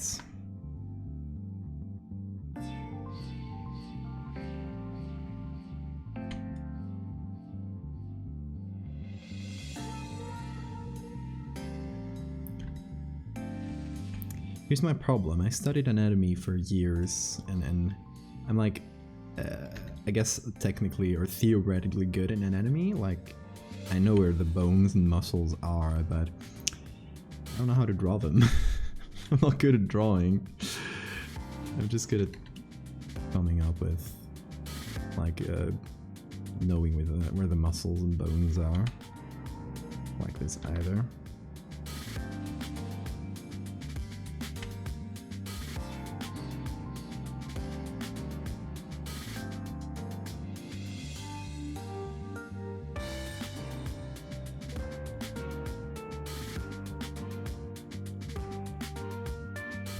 Not Furby. It's very creepy. Moran improved immediately.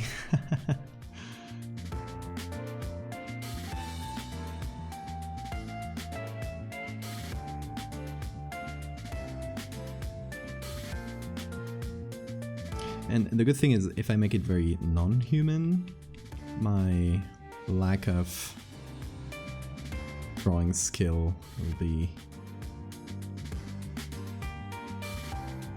less visible.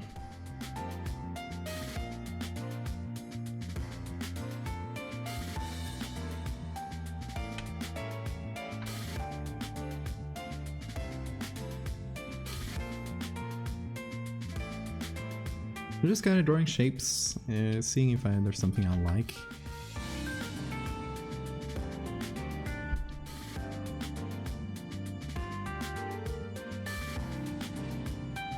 Twins play egg. Thank you for that follow.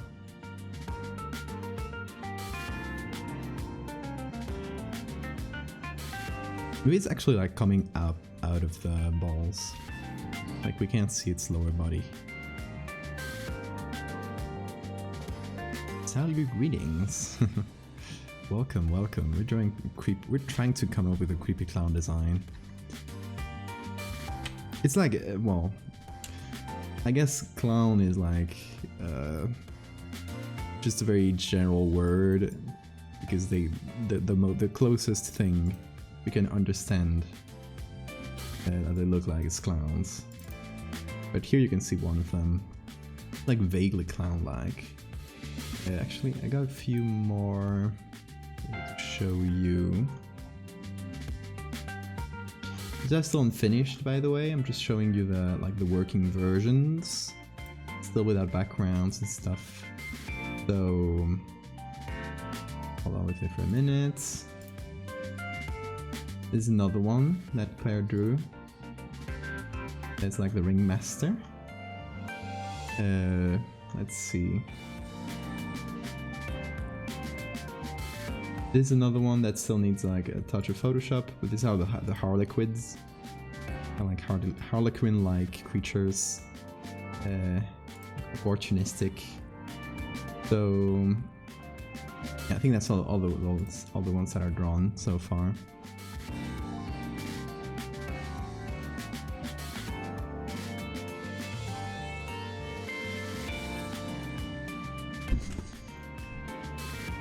Game monsters, indeed. Totally uncanny proportions that'll...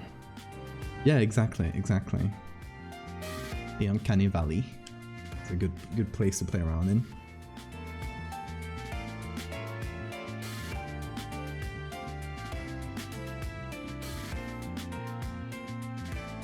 So we were trying to come up with some sort of monster design.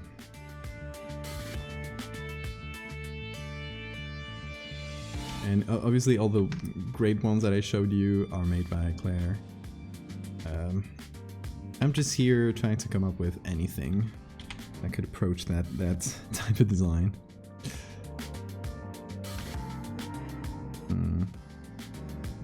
This up here comes down now.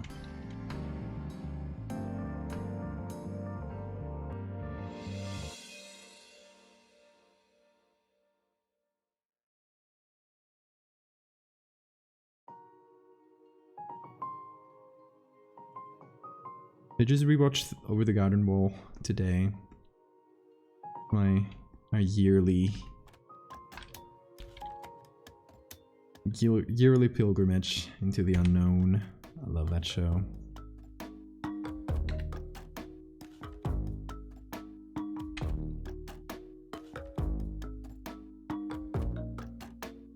don't like that too much.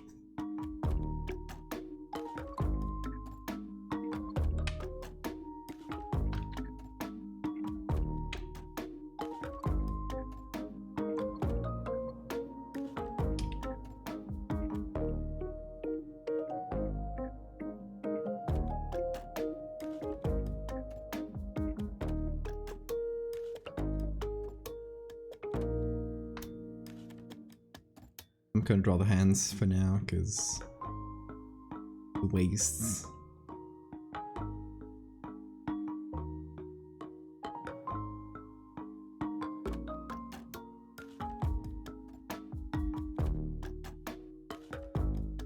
The old Twilight Zone.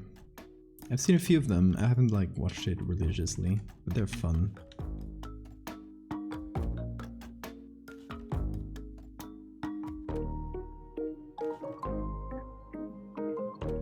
I don't know if I should make the creature come out of the ball pit. It was hidden in there. Or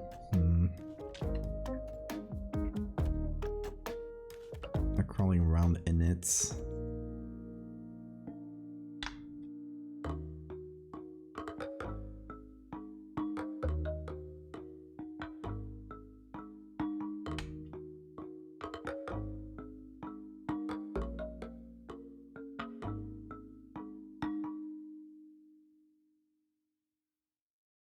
Obviously this is a jester, so it is gonna have a little hat with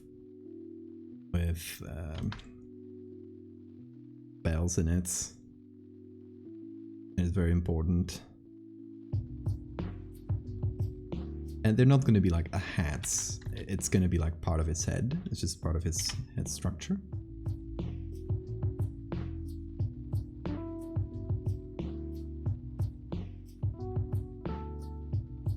One that comes out this side.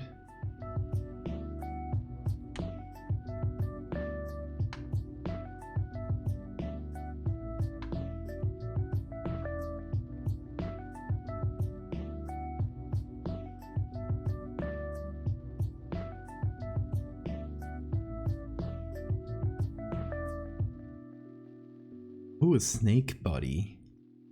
Like a snake body. Yeah, kind of like a very long body that gets hidden in the in here, and we just see a tail come out, and we don't know if it has hind legs or a tail. Kind of like obscure a little part of the design, keep people guessing. That's fun.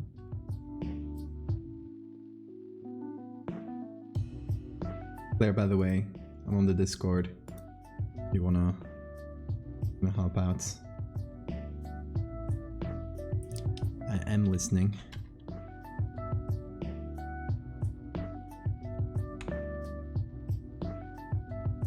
Broking, hello. We're doing creepy clowns. Classic, but I guess you could call it a different take on a classic. Not really clowns in this regular sense of the word. Oh, accordion body. Oh, that is genius. Twins. That is a genius idea. Accordion body.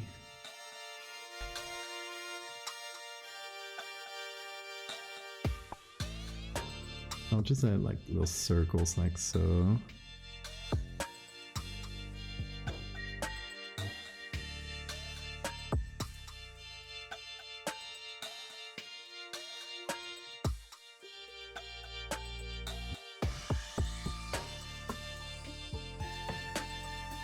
Sketching for now, they don't have to be perfect.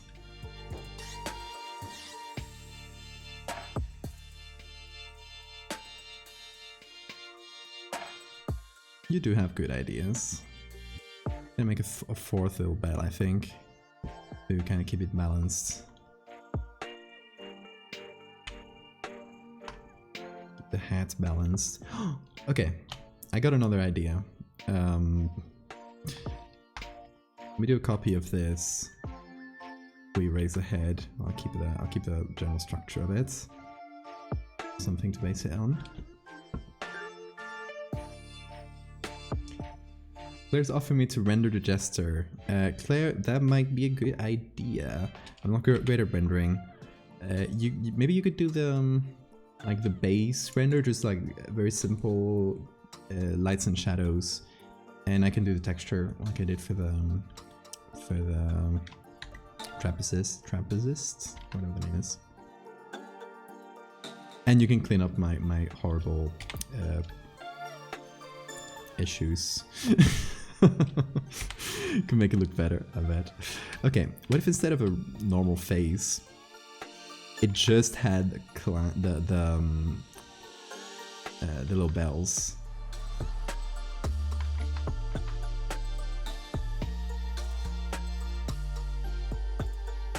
Right, so kind of like the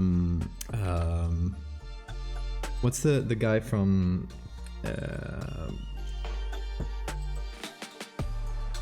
Stranger Things, you know? The monster from there, which has like a face that opens like that? Something in that vein. That makes sense.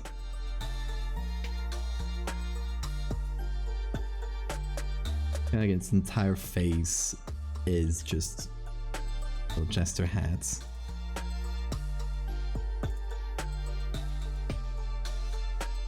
It's my fourth one. This doesn't look perfect, but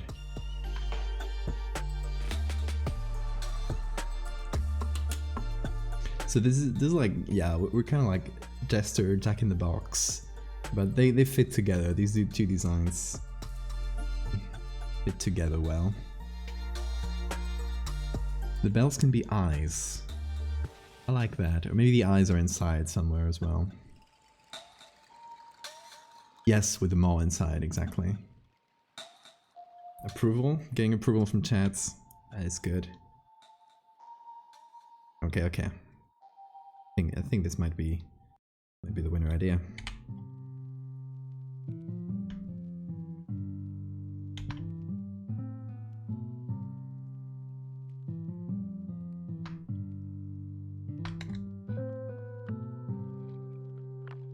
Need to do this bells, or this. Let's render this better.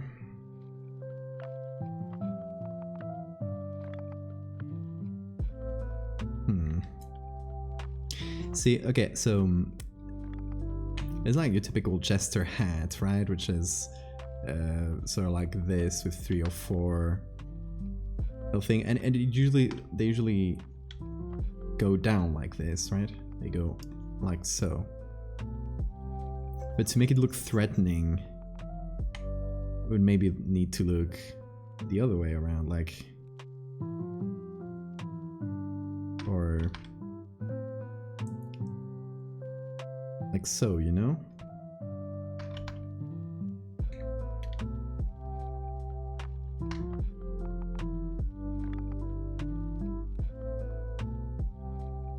And like tentacles of sorts. But then we may lose the gesture-ness of it, right? We might lose that recognizability. So use a lifeless mask. Like that. I mean, yeah, they would definitely be moving like tentacles, but just like how we represent them here for clearness sake, to kind of show that it is a gesture hat, like clearly recognizably, without us having to spell it at all.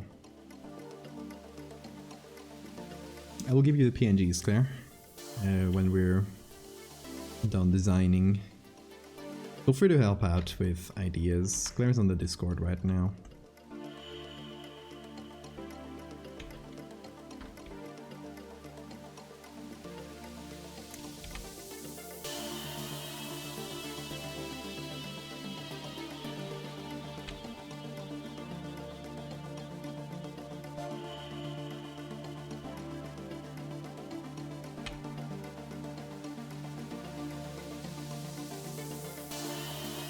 Yeah, it's a little bit squid-like.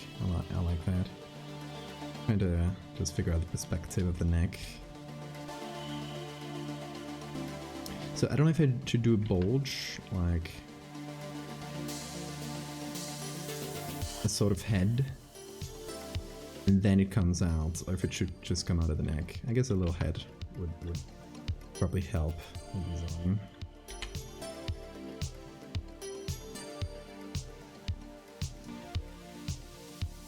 How many bells do jester hats have? Is that a standardized thing?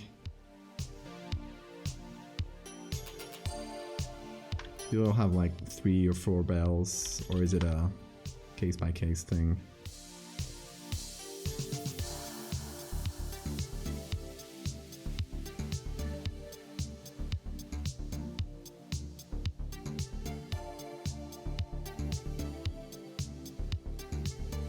This would be a bit of a side view, which I don't love.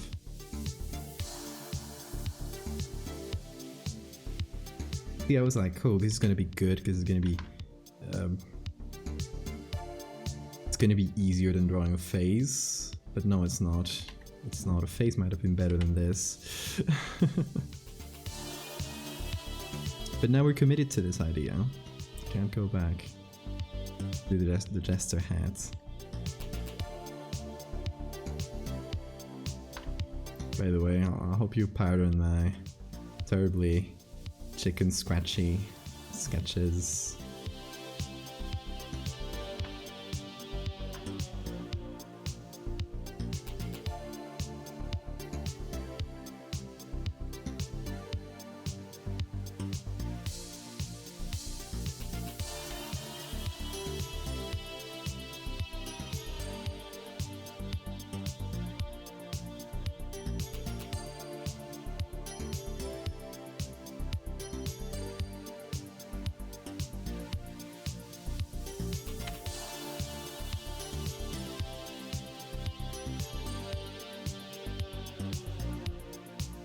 Okay, how about something like this?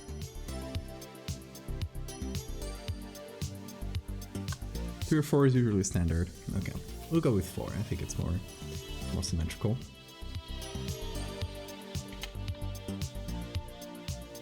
An absurd amount of bells.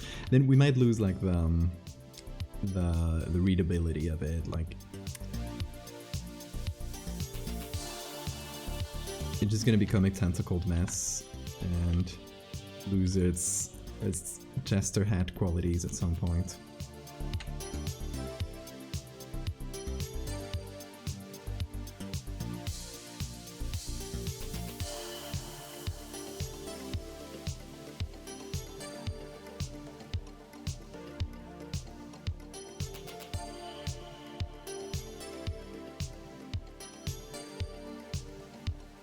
You go a bit lower, a bit more slender with the arms, with the frame as well. Because all of Claire's creatures are like very slender things. So yeah, we should go for that design.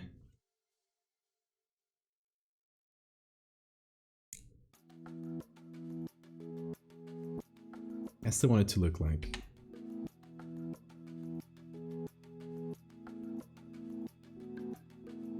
disproportionate, but a little bit thinner. Arms are the worst. I hate drawing arms. Don't even get me started about hands. Maybe it doesn't have arms. Maybe it doesn't have arms at all. Like, since we're going with the worm... That's another point where we might divert the design a bit. But what if it was, like, made of the accordion stuff?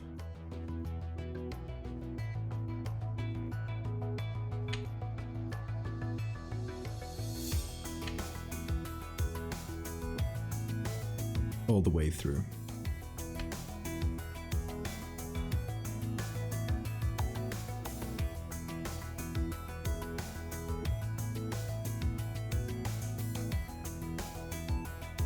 And we make them like extra spiky here to make them look like a rib cage.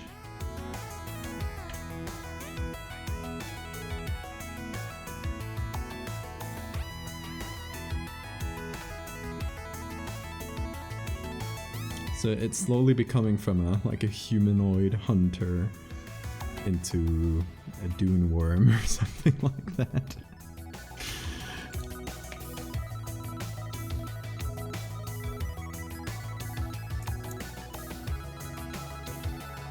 Oh, they can be retractable arms. I like that as well.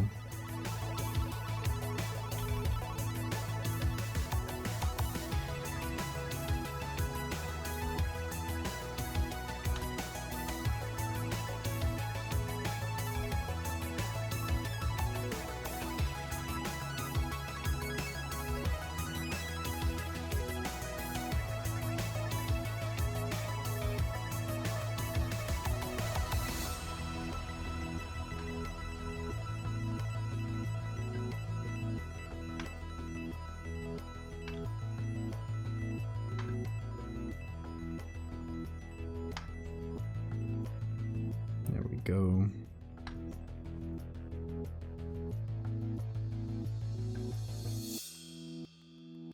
Have I ever seen bobbit worms? Yes! And that is a very fair comparison.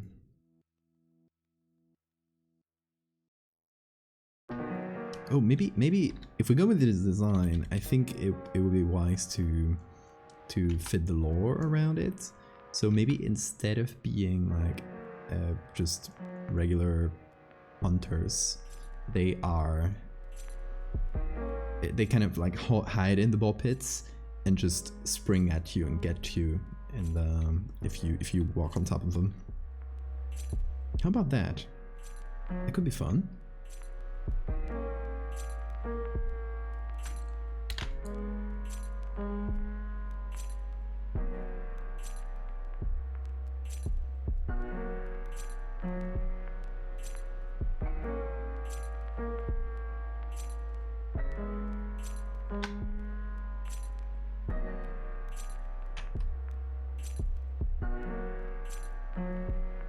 Okay, what do you think? Should we go humanoid? Should we go bobbit worm? By the way, if you haven't seen bobbit worms, look them up, they're terrifying. Actually, let's show them. Let's show them to people who don't know what bobbit worms are. What do you feel about this one, Claire? But the design so far. You prefer humanoid, Claire? So if you've never seen a bobbit worm, it's a horrifying creature of the deep. They're not actually that big, but let's see if we can find one that has some comparison. So they burrow, here they are. They're still pretty big, but they burrow under the sand with just the head popping up, and if something comes below it, it'll just snap and get it. So here's what they do. And they just, if a fish happens to go through, just grab it. Free metal. Yeah, Claire likes bobbit worm. Yeah. Hell yeah.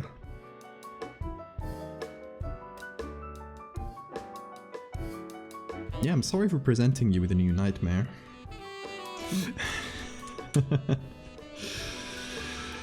Oh, bobbit worms, I love them.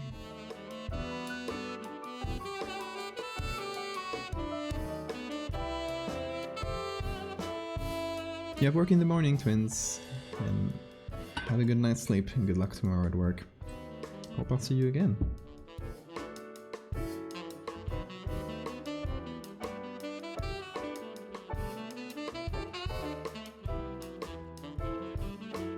Yeah, they do get fish, which is fun.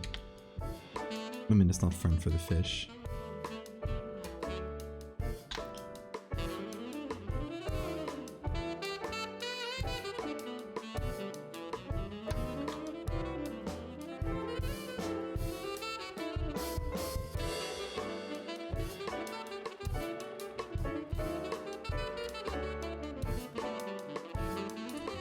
I'm sorry you have to see me draw, guys. Not a pleasing experience for most.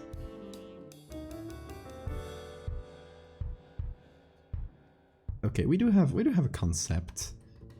I think we might be able to do. Maybe here we can do like some more popping up. Maybe just like the ridge of it, if that makes sense. Larger size.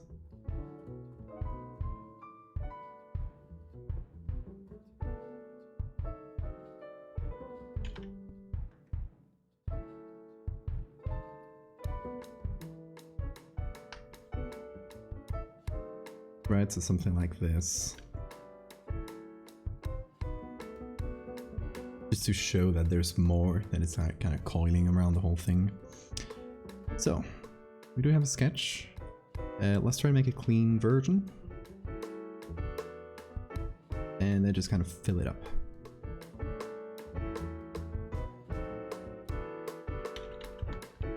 Let me get the opacity up.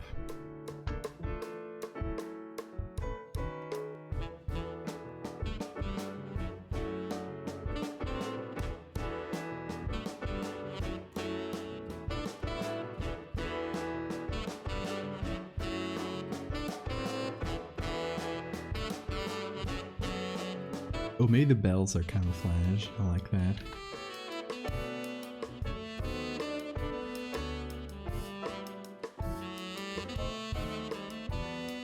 I still would like them to be bells though, because I still want the sound of bells to be part of the lore. Like, if you hear the sound of bells and you're near a ball pit, it's about to get you, right? Like right before the moment it strikes, it suddenly moves and opens its maw. You can hear the little tingle of bells right before you're consumed.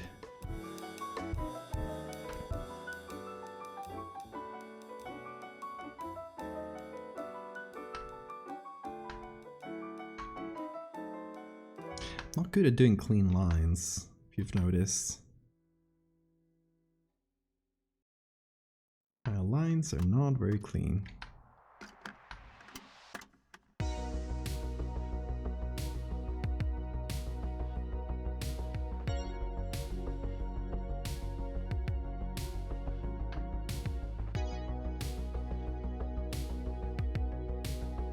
Welcome back, Marina.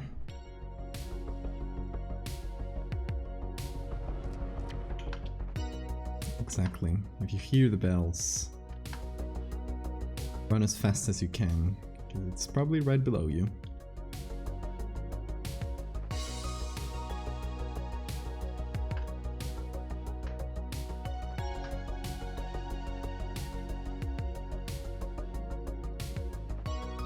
No, it's the other way around actually. There.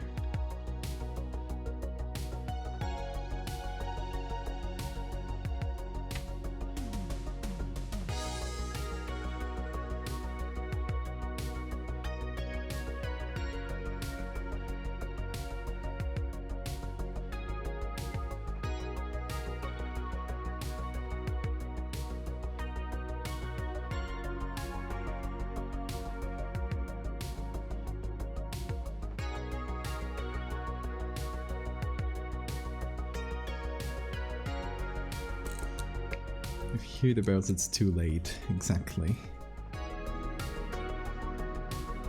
Like it's usually, it doesn't move. It just stays there.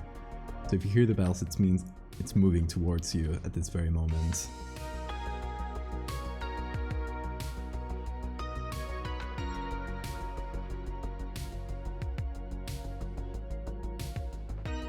That's why even though it looks impractical, it looks like it would warn prey. It doesn't matter much, so it's not evolutionarily bad for them necessarily.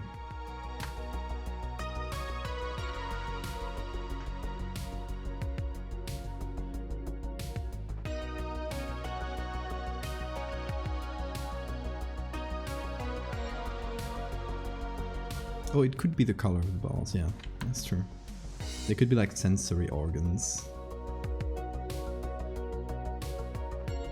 Or maybe when you step on one of the bells, it's when it's alerted.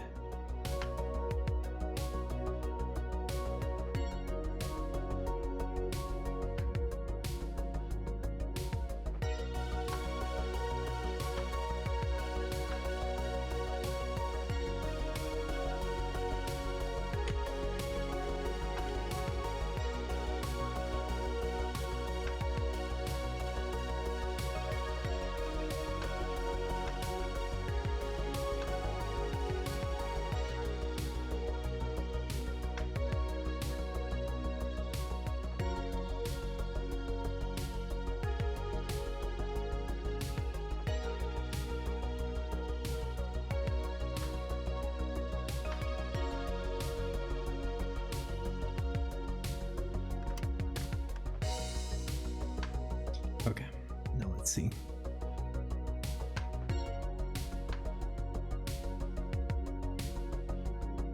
Oh, it's gonna be lots of these accordion things to do, right? That's not the best idea.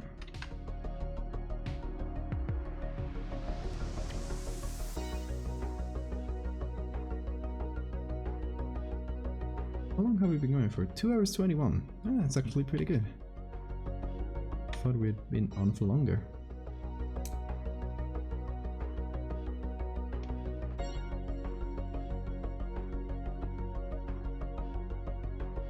You could only jump straight forward. I like that. Yeah, it would make sense to have some strategy.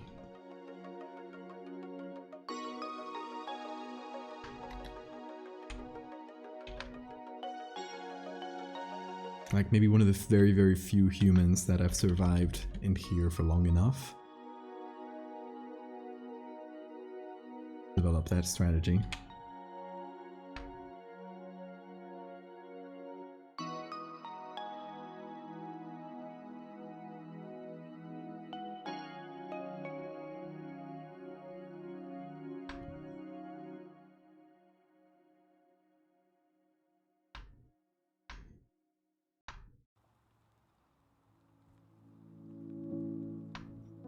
Claire, where do we want to pick it up? Do you want it... Do you want a sketch? Do you want me to block out the shape a bit as well? Like, just doing a cleaner version of the sketch that doesn't look horrible. I can like fill in the space, maybe do some basic shadows, I don't know. It will be okay? Okay. Yeah, you can fix up things from the sketch. Because you're better than me.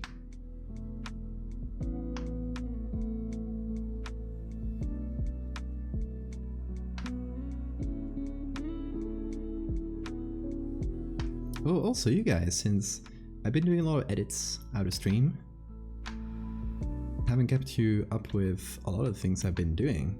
So this project among them. I've also been doing more for the werewolf series, which is like very, very far along with the next part. So we basically just need some writing and to finish. So here's how it's gonna go. If you've seen my werewolf series, or our werewolf series, that was done as a collaboration. We're doing the next part of it very soon, and at the same time we're going to be releasing a magazine, actually, like a little fake magazine, and it's going to be looking like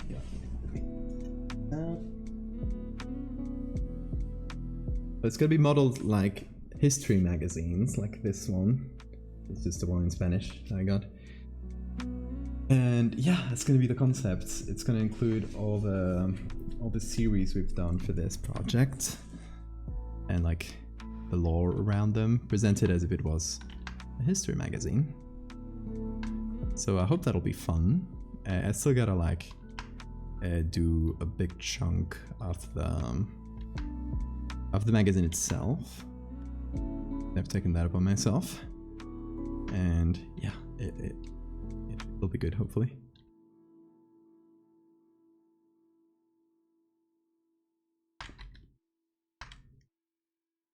Wait, I'm going completely off sketch here. Actually, wasn't seeing that part.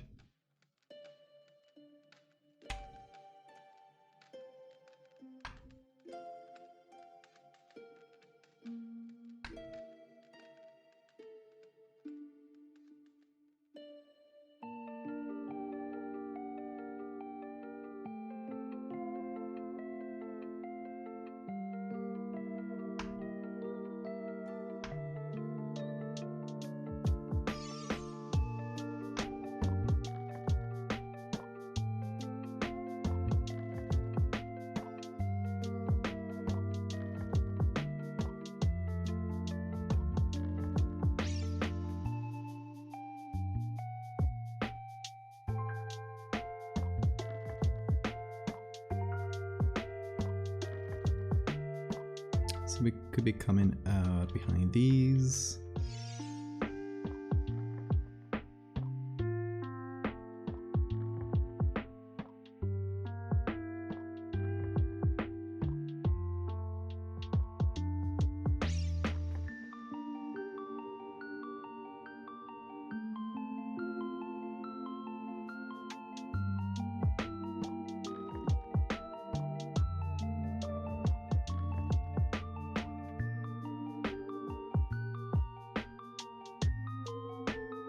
Oh, thanks for the save reminder.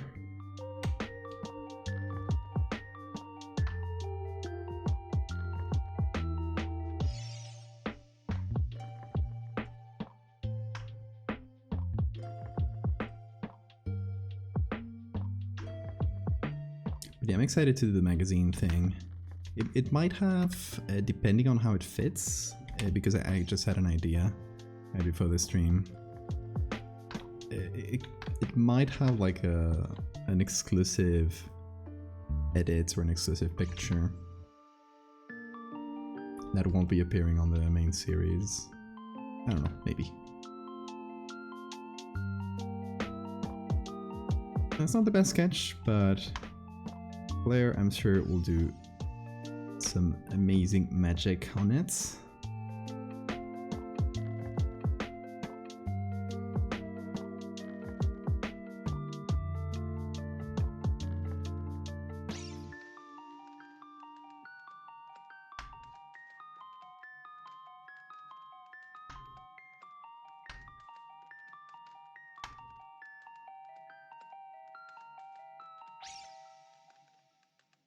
Okay, I will be exporting these as PNGs and sending them all to you, Claire. First I'll be doing the background, which will have this temporary smart filters, just to get an idea of how it's gonna look. How dark it's going to be. Oh, I'm dumb. Hit this. There we go.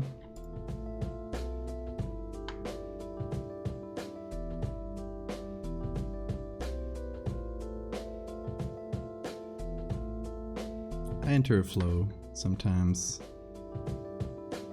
It's been known to happen.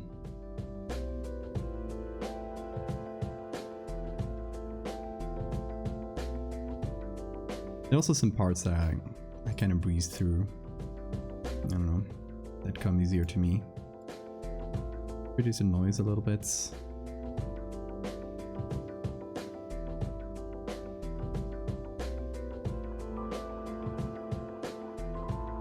Okay, so export as PNG, layer 24.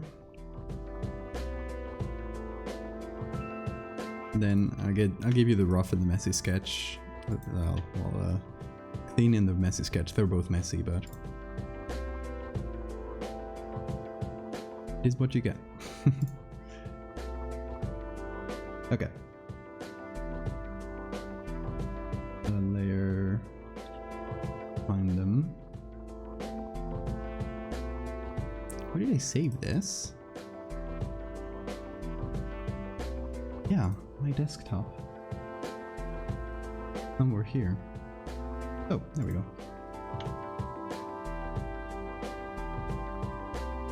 Oh, they are too large. Don't tell me that.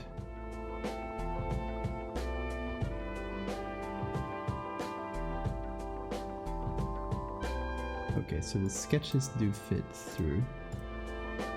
And the other one is too large, so hold on a sec. I'll just save this gesture JPEG, make sure it's less than 8 megabytes, and send it to you.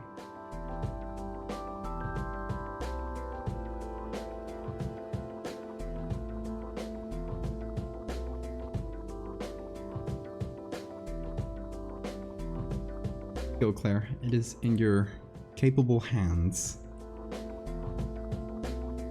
Ball pit worm, indeed. Oh.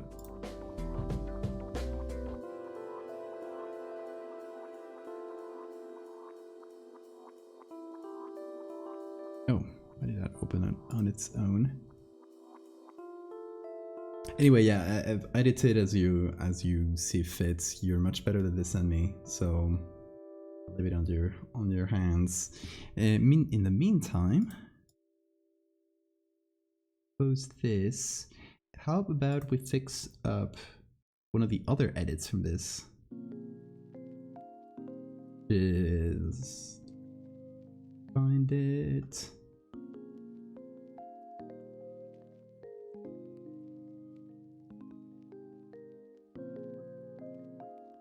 It's gone too.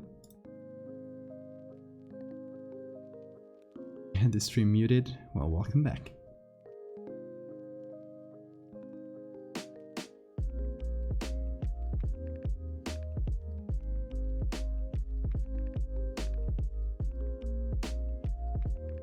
Okay, give it a sec to read the PSB.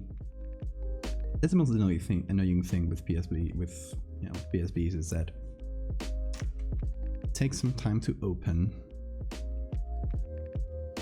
but that is fine. Got all the time in the world. It needs it, apparently.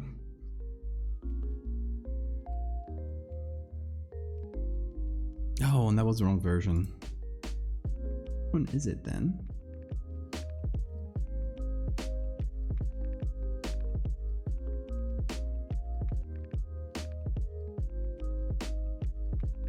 I don't know where I would save that. Master is the one now.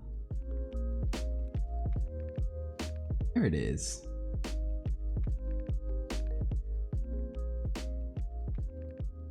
What'll be his name? The big worm? well, just gonna be the Jester. Or it could be the Jack in the Box. That's a good name as well. Since it's like a spring trap of sorts. I guess Jack in the Box could work better.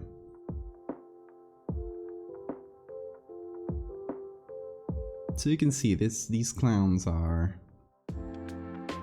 well, clowns.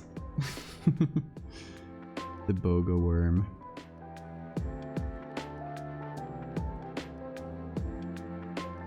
Jack of the Pit.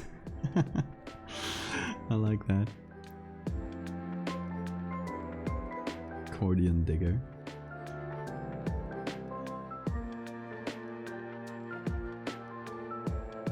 God, this one is taking an ages to open.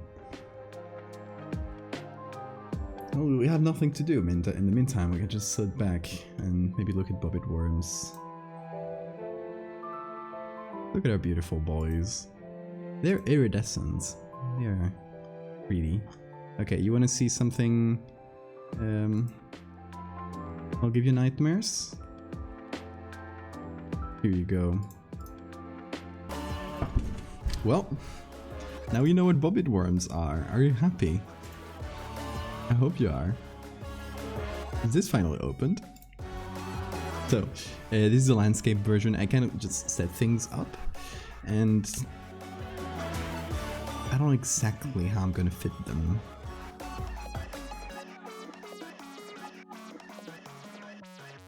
So the reflections are rendered, so I can just render new reflections for these, which I think I should do, yeah. So this is just a background there. We're gonna leave it as is for now. We just have the huge legs floating up there. Something about them later. Okay, so this is one of the reflections. And where's the other one? Okay, so that's one. That's another. And that's what that is.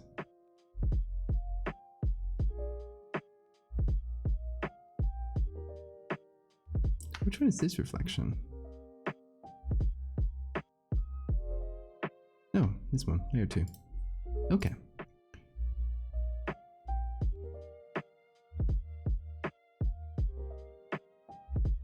So I think this, considering the angle we're seeing this at, like from pretty much from ground level, and considering the horizon level here, this probably should be like no higher than this. And we could expand it a little bit. Oh, there we go.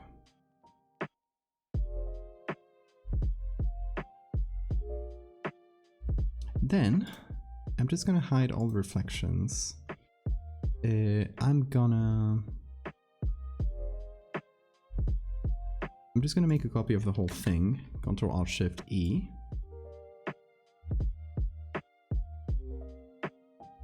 I'm gonna put it somewhere here. We're gonna do plugins, no, filter, flood.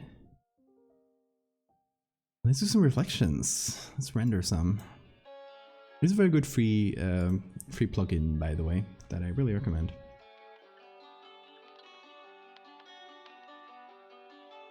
So this, I guess I explained it before, but this is another space in this clown dimension. That's basically just like eternal carousels that just repeat eternally. So you're in a carousel, like you can see this carousels in front of you. You're inside of Giant's carousel, which is the parts of the horse we can see there. These are parts of the larger carousel. And that one is inside another one, and so on. So it just never ends. So let's reduce the complexity.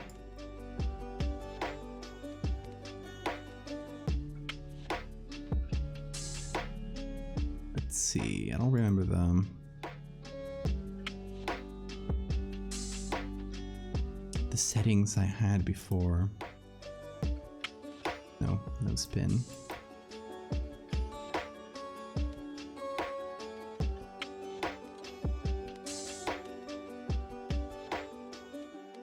They have some really clear reflections. I don't remember if the waviness was just low. Oh, this blur.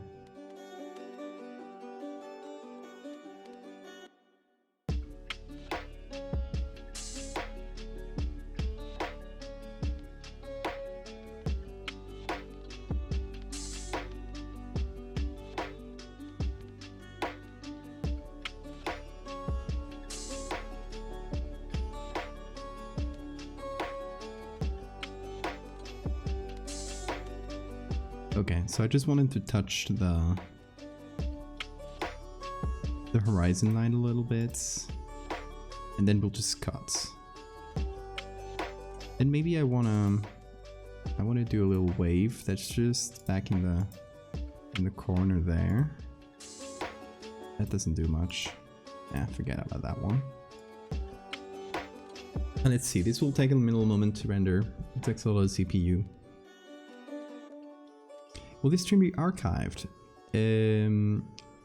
Yeah, it'll be, once it's over, the VOD of the whole stream gets archived for a couple weeks.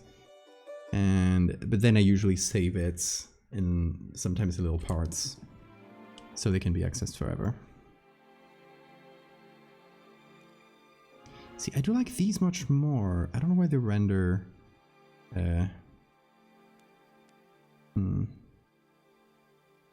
Why it looks so simple?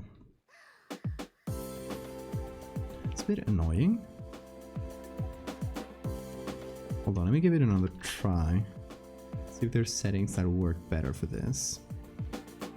So again, we're going to flood 2. It's just going to save, remember, our previous settings.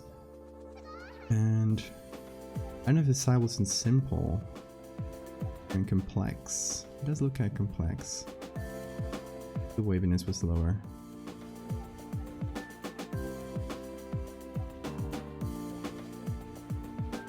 This does look better. I love how the clown dimension has different biomes. Exactly, yeah. It has... We could call them biomes. Each of them is infinite in its own. Like, if you, as a three-dimensional human, fall into one of these biomes, you won't be, like, able to traverse from one to the other, because they're all infinite in their own way. But maybe through like spatial gateways and stuff you can move around them. But it wouldn't be like naturally, right? That's the point.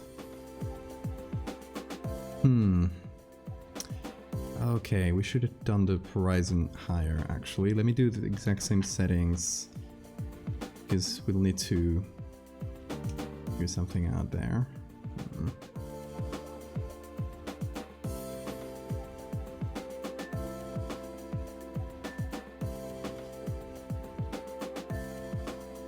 Things coming out of the mouth are more gestical than tentacles.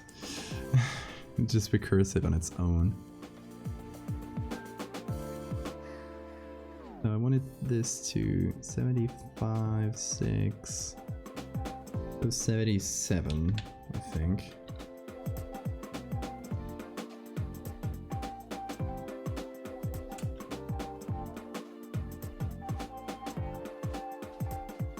Hell Circus. But now we're calling the whole thing silhouette, or the silhouette.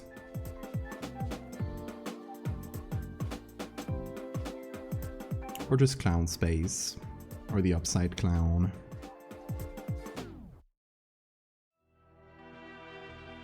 There's many names. Okay, so now we are putting this on screen, and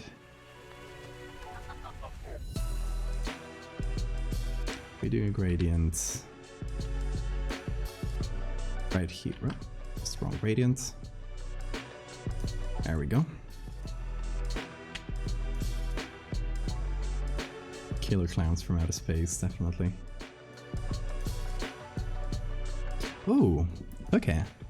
I kind of like this. It was by accident, but I kind of like how the reflections, how there's no like pedestal. It just, the water goes directly into the carousel, if that makes sense. Yes. That could be an idea. So let me actually get this carousel, the second one, and pull it. Nope, that's the wrong one. There we go. Pull it down a little bit so it does the same effects. Fine, we can attempt to make that at least.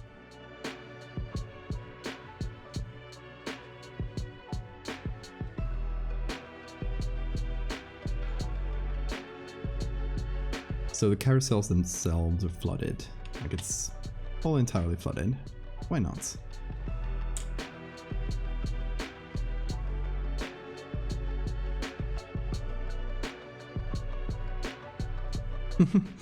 The horse spider thing, I don't think we'll leave it clear as to what it is exactly, but it's implied that that you're inside a bigger carousel that's just like enormous. So you're seeing, this would be one of the horses or several of the horses of the carousel that you'd be seeing from your tiny vantage point. I kind of want to make this larger. Cause it's like seen from the underside, and this one isn't. This one's kind of seen directly from the side, so it feels like this one should be kind of like covering our view a little bit more. We should also cover some dead space, which I like. See, for this one we have like all the elements, and we're just... Oh, that's the wrong key.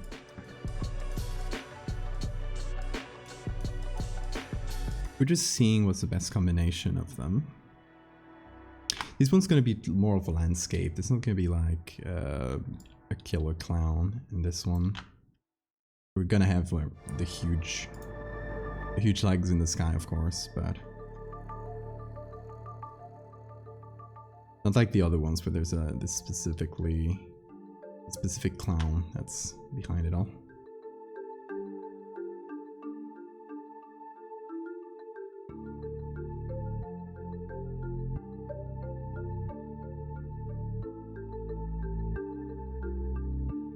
Good day, what the... How did you get that fact? If you had to choose one of the biomes to go, what would you choose? Oh god, I mean, you die in all of them, there's no food. Like, I guess it depends what you're gonna want to get killed by first. Maybe this one looks very pretty. It's probably one of the safer ones.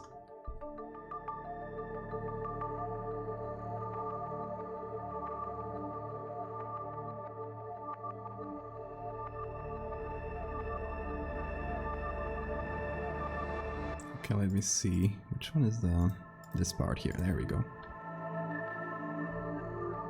I don't know what to do with this bit here.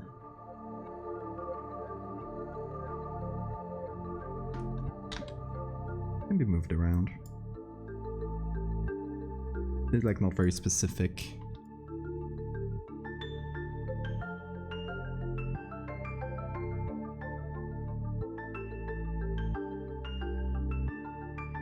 Something like that. We'll see. Now I wanna do the carousel as well. Okay, we need a clear horizon line. This is like pure dark, so it's a bit hard to say. Okay, I would say this would be a nice horizon line. Kind of cuts off the both of them. Yeah, it would make some sense. So we're gonna do a reflection just like the one we did. We're just gonna copy and paste the same attributes. Again, we're gonna do flood 2. I'm just gonna press OK pretty much directly. I might move the horizon.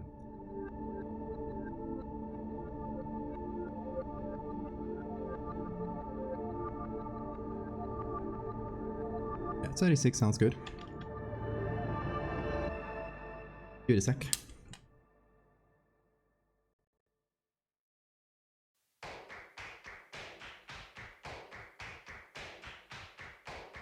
Which is your jester worm biome? I mean, you'd probably feed hungry creatures wherever you died. I don't think that one is a concern.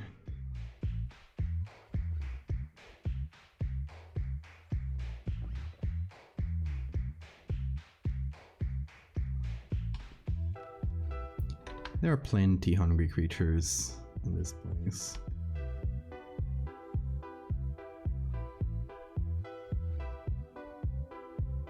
Okay, this part.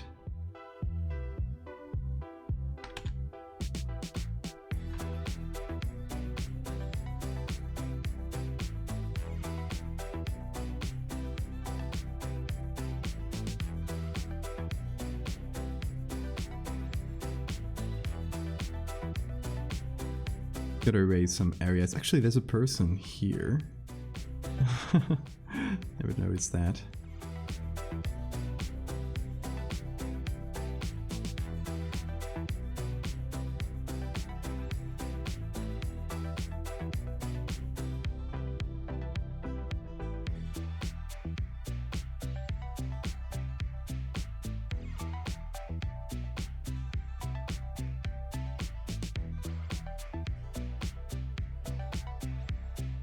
It's nice because I can be fuzzy with lines when it's so like dark and flooded. I have to be very precise with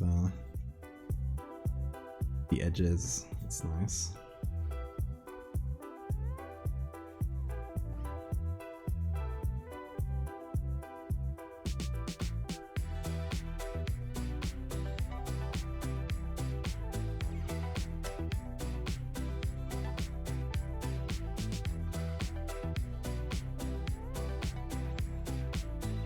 Okay, that's a bit better. So I just noticed this one has some leftover sky. We need to hide.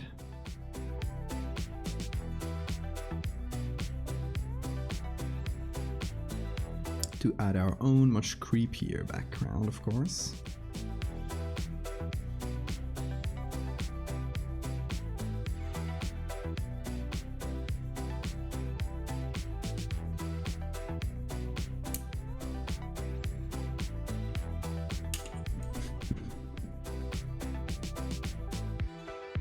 It's just a clown watching.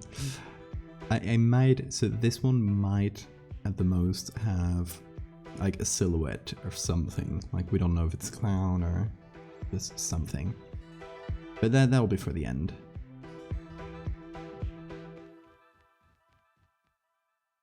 Amazing piece of art? Yeah, of course, share.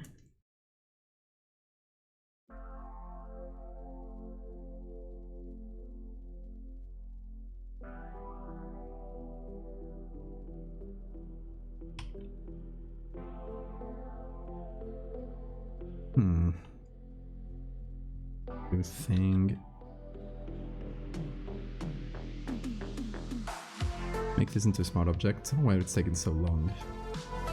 Photoshop, you're slow today. Claire says, I'm wondering if it looks better without the horse legs. I wonder what chat thinks.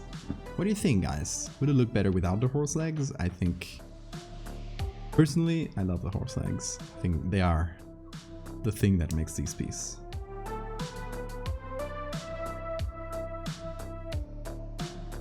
What is going on? Why did I press the wrong key? No, just turn to a smart object. Why would that be so hard?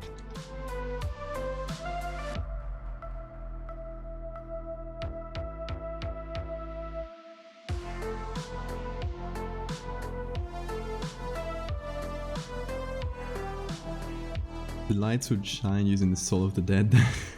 I like it. Yeah, it's true. There's no electricity.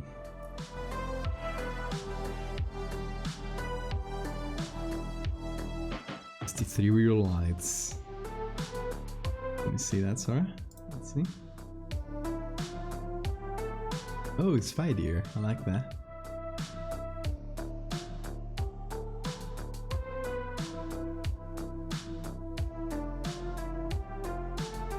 Everyone loves a spider.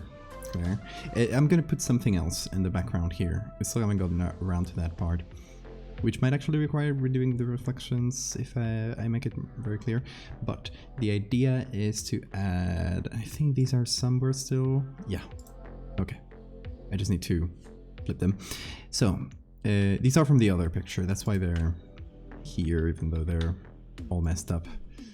So these are from a close-up of another carousel. And that's why the Photoshop was so slow, because these are extremely large layers. So it might take a while to render everything. But the idea is to add these poles like coming down from the sky.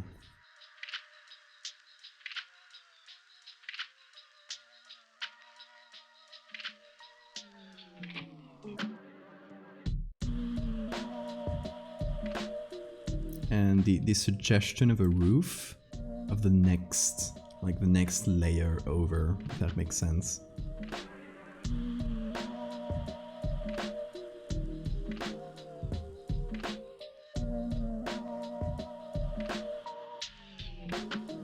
Do a flip.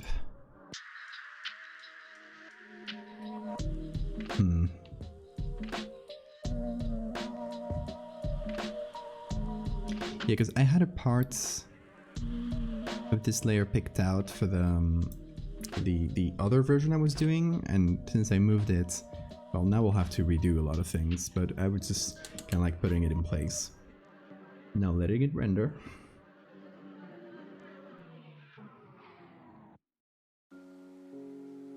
Yeah, of course Photoshop is being slow.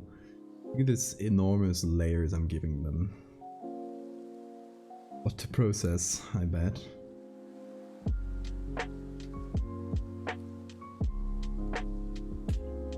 It's gonna render some matte filters for a moment. There's an awful pizza place somewhere. I like that.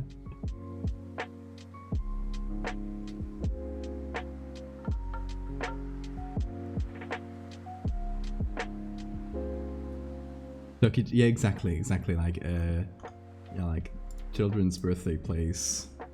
It is served very bad pizza. Okay, this is rendered. It is still slow, but it is rendered. Come on, let me zoom in. There we go. Very slow.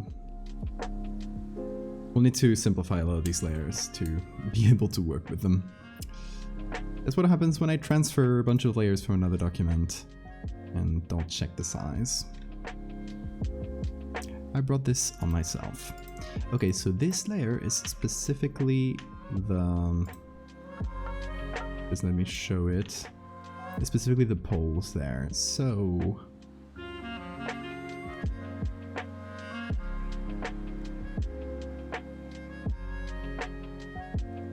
I think we can figure out a good placement for them. I'm thinking something like this, perhaps. I mean, this one doesn't matter much because this carousel is pretty much going to be covering it.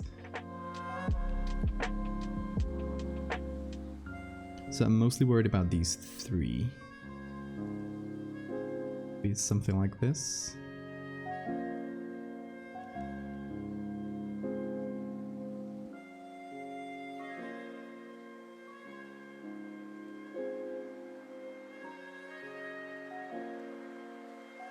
There's a specific story behind the clown zone. So, I mean, yes and no. It's just a dimension that exists somewhere that sometimes humans can get lost in.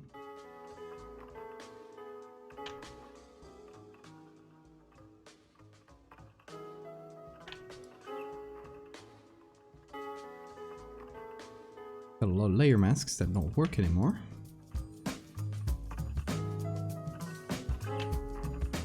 Okay, now we have our poles, and oh, there's even another one. Actually, there's 1, 2, 3, 4, 5. How many should we include in here?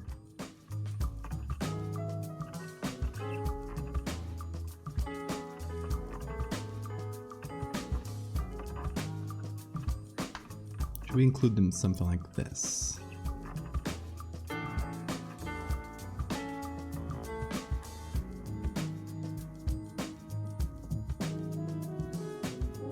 It's like kind of like the back rooms, like the clown back rooms, I guess.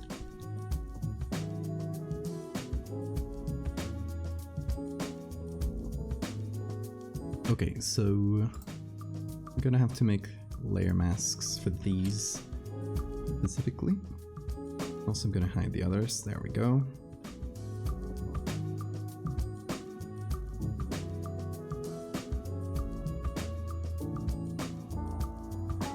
Okay, first, since I'm really a mess, I'm gonna take this whole thing and put it below our main layers, so that'll already fix a lot of things. This is one on the screen. Oh, fair enough.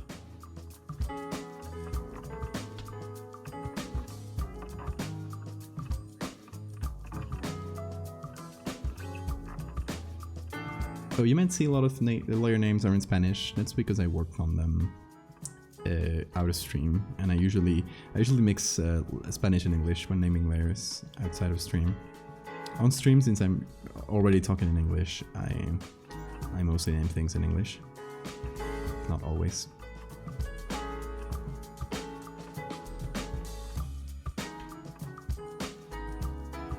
Gotta figure out this edge. There we go.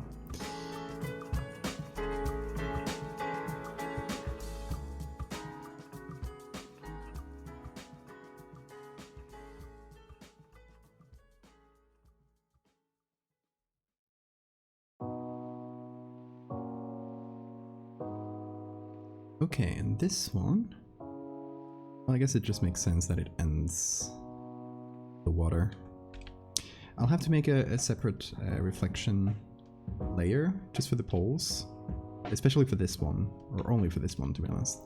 I'll just add it in here once we're done rendering things.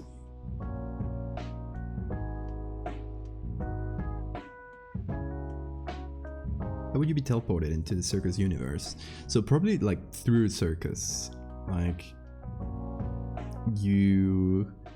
I imagine like a typical kid that goes to the circus and they kind of sneak away from their parents and they go look like behind the tents. So this kid takes a couple wrong turns and boom, they end up in this dimension. That kind of thing, right? Or they find a door and they go through it and they look back, the door isn't there anymore and they're lost.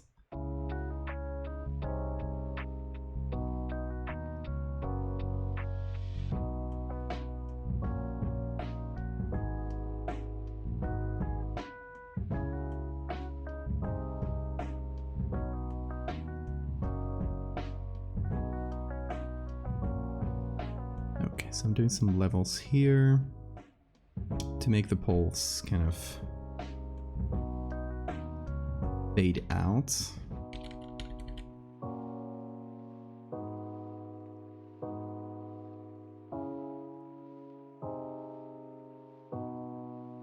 What is this hue saturation?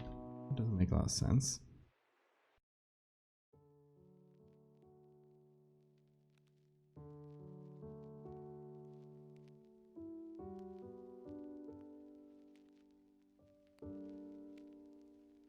When you sneak into the circus without playing, for example, that would be another good reason to end up there.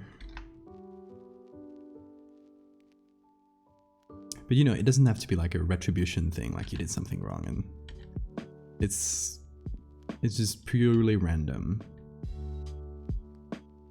There's no like weird deity choosing who goes into the clown zone and who doesn't. It just happens. It's like you slip into another dimension by pure chance, and you just gotta live with it. Okay, so we have this group, and since the legs, by virtue of being a drawing, are not entirely solid, and I also did some cutting and stuff, we have to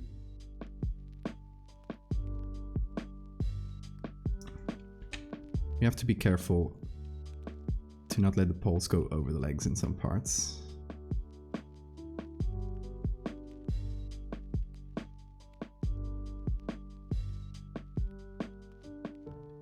Also, what's going on in the colors here for the legs? There's definitely some rogue layer. And again, that is what happens when you do... yeah.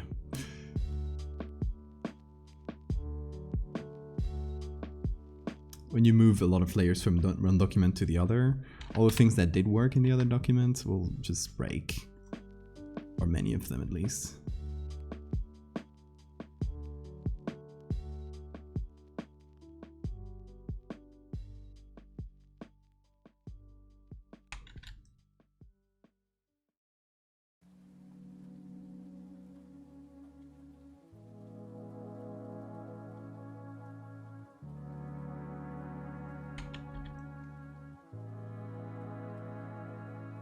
Okay, Jagger.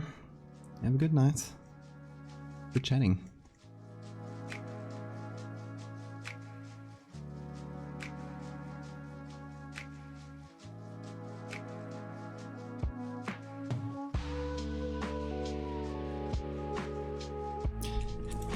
Okay, so I think now it's a bit clear that the implication is that that we are inside a bigger carousel, right? It's getting a bit easier to see that, I hope.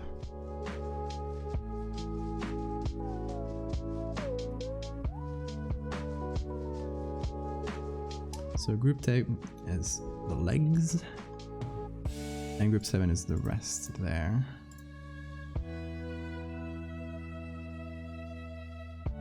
Okay, we had some other layers we hid, and I'm trying to get them back. Which ones there were? These, okay. So I quite like these, because I basically just took this same layer where you can see the lights here, and gave them different levels of motion blur. So the idea is to have a sort of spinning feeling going on. That makes sense. So with these two, I think we can do one for now.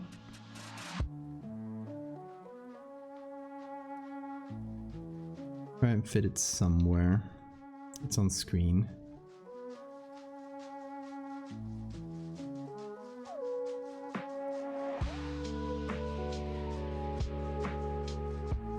And then another one. Okay, and these have layer masks that don't work anymore. It's fine, we can just make new ones.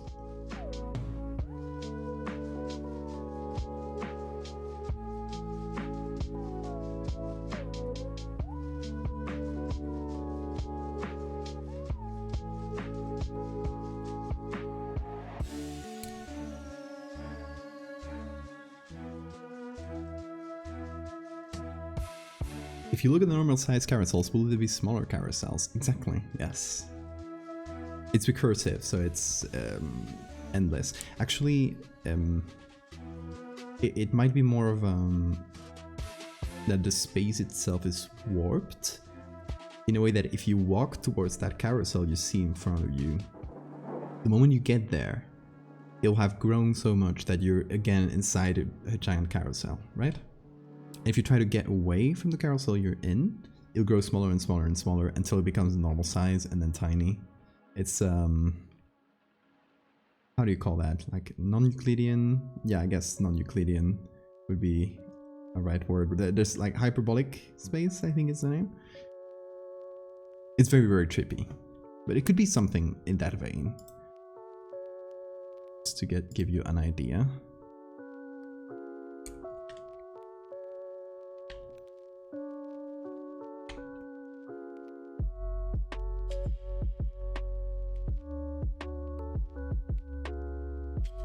If that didn't make any sense, please let me know. I'll try to explain it better. Okay, I'll try to do another reflection, and this time, like, just add it to the one we have. So I'll do the same. Ctrl-Shift-E. We'll do filter flood, and we'll just apply the same thing. I'll just do OK. Give it a sec. Oh, Jester, what a great name to join today. We are doing clown things. So, it's a clown universe. So, great name to join. Welcome, and thank you for the follow. So this piece specifically doesn't have any clowns in it, but it should work either way. So I want to make this a bit darker. There we go. I want to give it this, and I want to make it screen. Actually, no. Let me delete layer mask and just paint the areas we need. That's all we need, I think. Yeah. Yeah, because the other things wouldn't really be visible. This reflection. What's going on back here? There we go.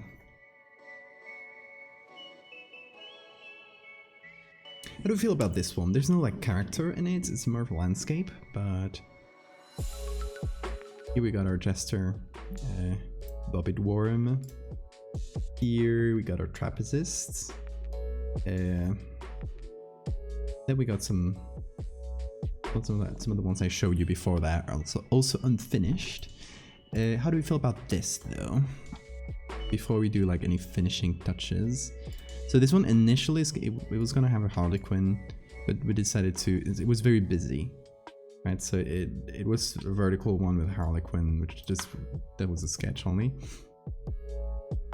And yeah, we decided it might have been like too busy, so we ended up just going for a landscape and using these huge legs there as a focal point of sorts.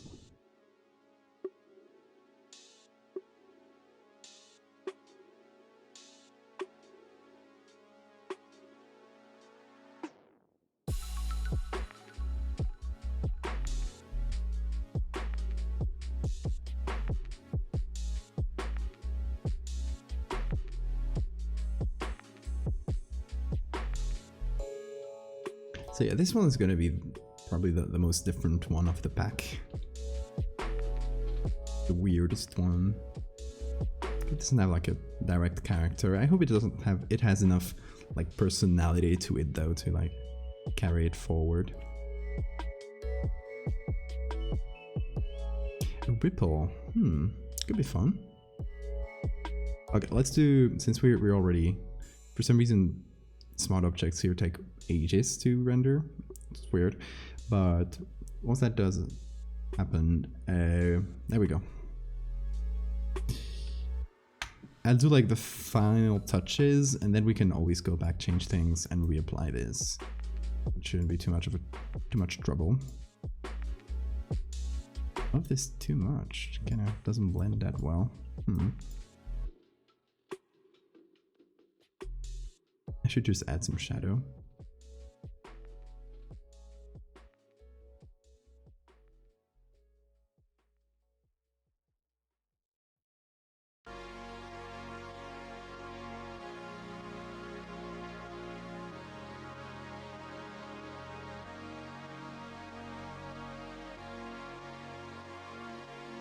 Okay, colors. I think we're gonna like play into the warm colors of this one. We really gotta go for that. For that yellow, orange. Just skip in that slightly monochrome thing and maybe give it a little bit of blue to kind of finish the shadows. So we're gonna go to color grading here. Give the shadows some blue. Some teal. I will give the rest a bit of orange. Like this. Maybe yellow. Warm yellow though.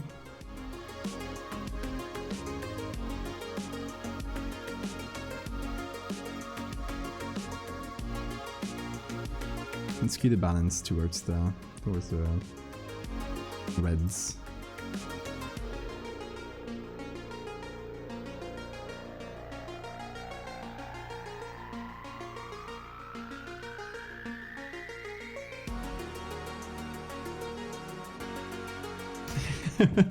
Mr. Jester and the trapeze artist. What do? They eat you. Indeed. So specifically the Jester is kind of a burrowing worm that buries in the under ball pits, and when it senses you above, it'll just come and grab you with its appendages that look like Jester's hats. And the trapezist is kind of a spider-like being that makes webs out of string, and it's kind of an ambush hunter. Like it'll spring at you when you come into its den, and it's just very agile. So it'll just hunt you down and either just add you to their nets, to their webs, or just strangle you. So that's what they do. That is their deal.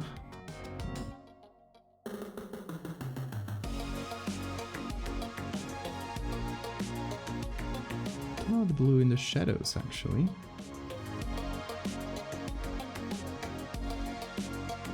What if we did go monochrome? And just expand the... like red shadows, orange midtones, yellow highlights. And just have fun.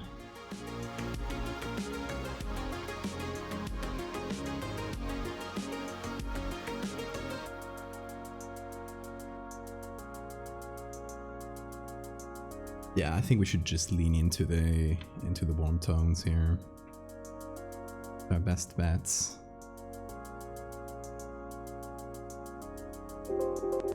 Hey! World peace. No matter world peace. Thank you so much for the sub. Oh! It was... it was Quinn. It was Dapper. Dapper, thank you so much for the gift sub. And world peace, enjoy it. You caught me again. When I wasn't looking. You sneaky guy. How are you doing? You've been well.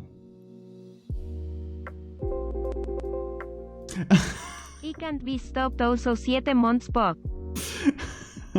Pog. 7 months? Damn, I think that my most, like the biggest badge I got is 6 months, which is the one you got already. I need to make another badge for the next one. I think it might be 9 months or whatever.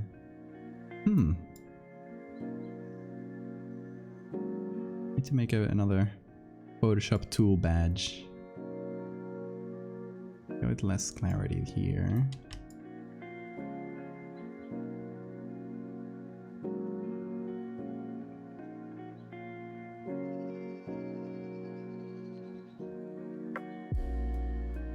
Okay, so I like this, but I need to fix up a few things below it.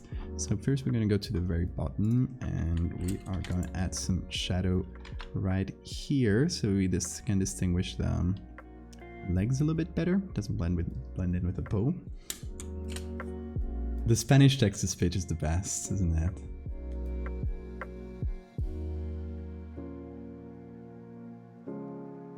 Deserves their own emotes. If I had another emote slot, I don't know how much I need. Like maybe 30 something subs. I don't know. How much is it? I don't know if I can check it out here. Goals? Nah, just for goals. Well, 30 sub goal. It wasn't what I intended to do, but there we go. Why not?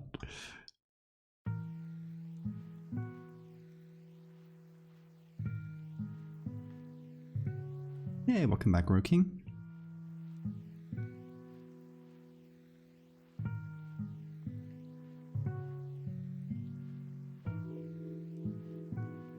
Okay, here's something that bothers me. Feels like this is not in. Yeah. If you look at the poles here, they're very skewed. That makes it feel like it's all out of balance. So it's making me want to do this. So the poles are straight, and I don't know if that breaks everything, actually.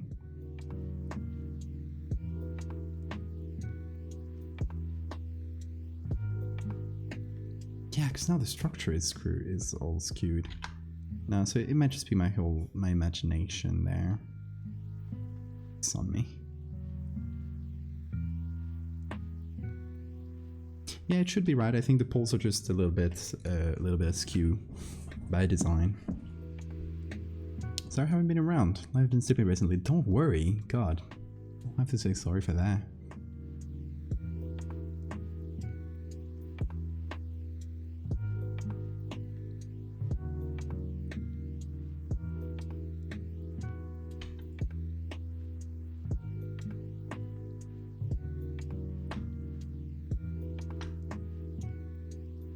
Okay, so I'm just making a little bit of shadow here. Actually gonna put it on top of the reflections.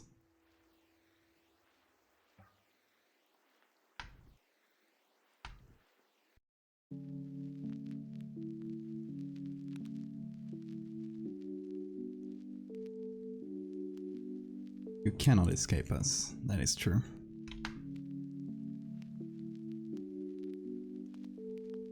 This one seems right.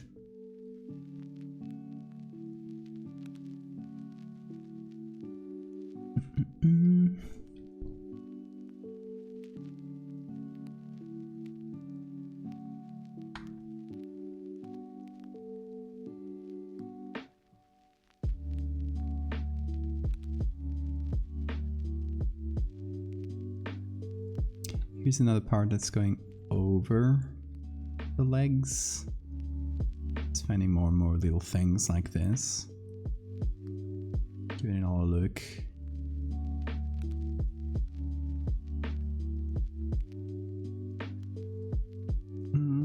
What else? Which suggestion did we get?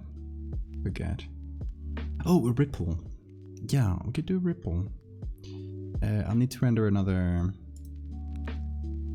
one of these, but since the settings are already done,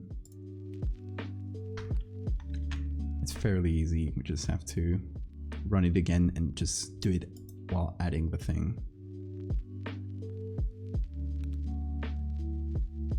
Okay, so same settings here, and here we have a ripple. We just have to click where we want to put it, and then we give it some options like size.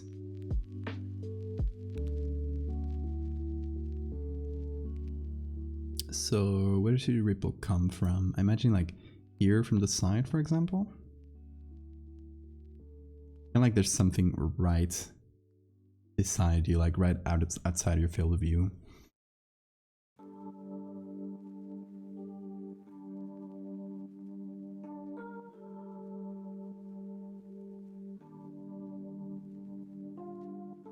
God, that Streamlabs alert. So can you imagine how long ago I set that up? That it says my Instagram before my Twitter. When I set up that Streamlabs alert, I probably had like 10 times as many followers on Instagram than I have on Twitter. Maybe I had like 100 followers on Twitter. Time is weird. Imagine being an artist on Instagram. I cannot, it's the worst.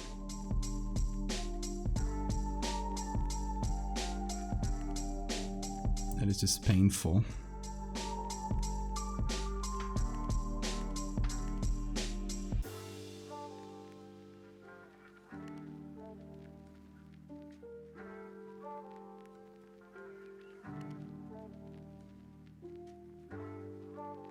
You know, I'm actually leave this not entirely black.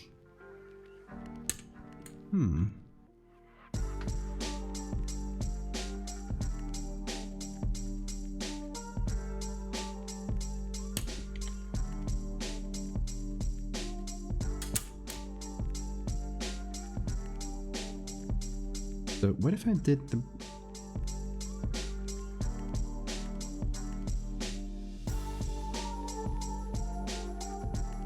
made the background just ever so slightly grey.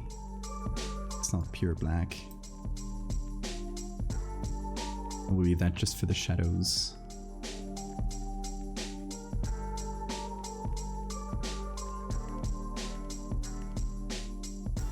Make a living off Instagram. Can you even do that? Seems like such an unstable place. The internet.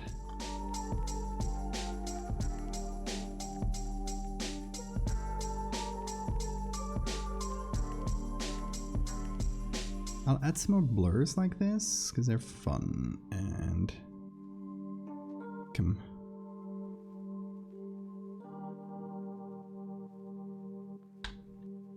I might do a little bit of warp. I think the layer mask. Oh, delete it. I'll do one better.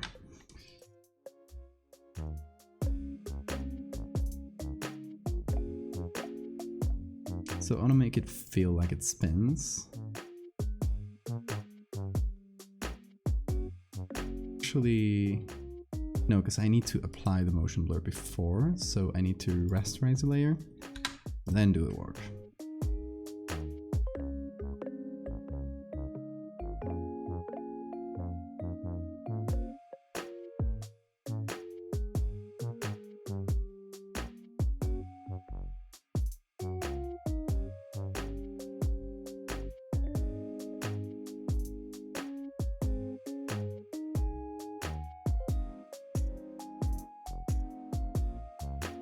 Okay, something like this should do. It is so bad. It is. Instagram is the worst. I'm so glad I got out of there, honestly.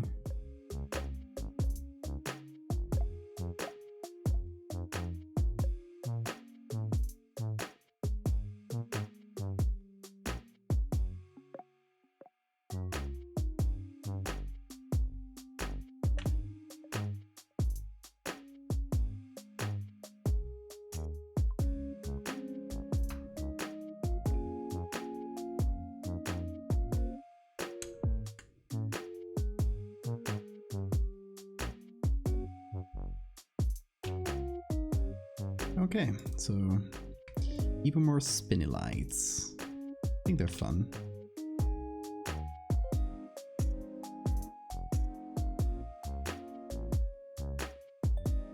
They add a little something to the background.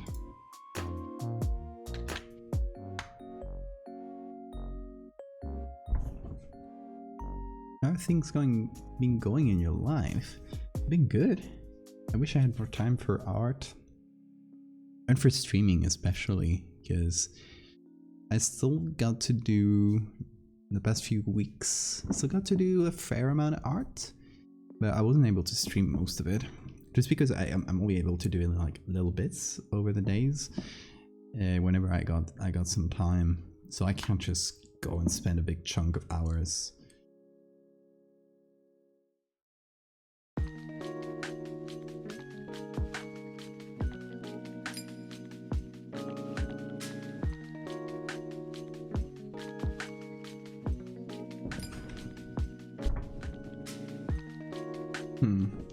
I'll go a little bit lower with the exposure, I think.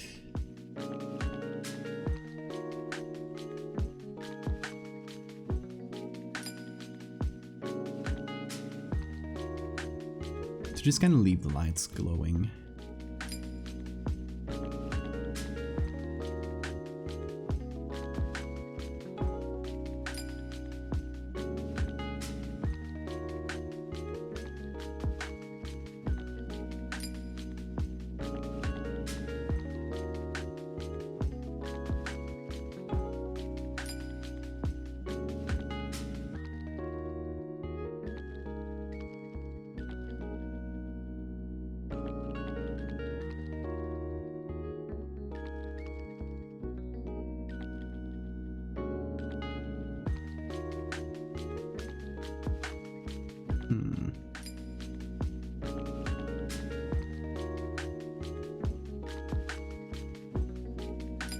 I like the vignettes. It does a lot, I think.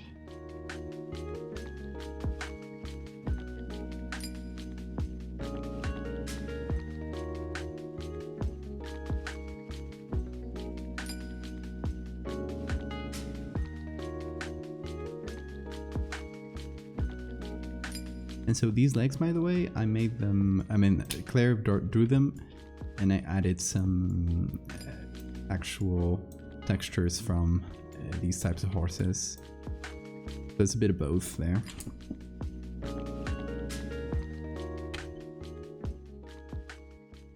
It's what I meant before when I said that in this collab, we're doing like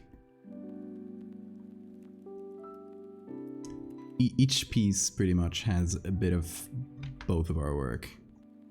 Like for example, with the jester before, I did the background, I did the sketch, and now Claire's gonna render it, then I'm gonna put it in, I'm gonna do some texturing. So it's fun, it's a fun process. We get to do a lot we couldn't do other cases. And here's just a signature that's gonna be way more just like a watermark than what I usually do, but since I had to put like both our names there, I guess it would work better like that. Let's see, maybe we can put it on overlay somewhere. Good places.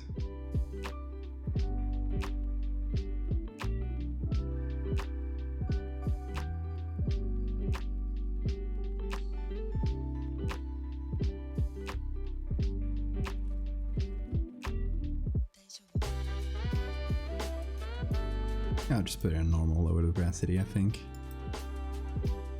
Or overlay with black, maybe?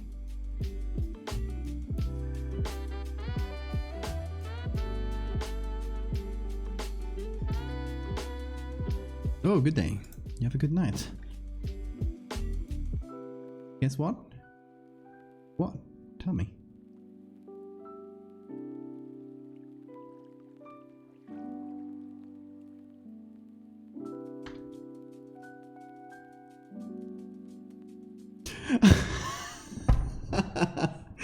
How much were you saving? I forgot VTuber mode was a thing. Oh gosh. Okay, let me set it up. I'll be right back. Well, I'll be talking. I'll just put the intermission screen, which you might have seen. It's updated. All my like starting soon screens and stuff.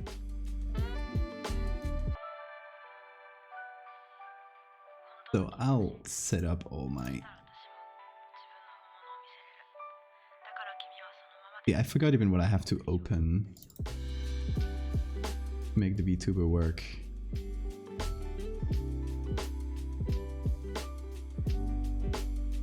You gotta see Tuber Val. If it works, I hope it does. Let's see if it picks me up today. Oh, it's in something. It hasn't picked up. There. It is working. So, hold on.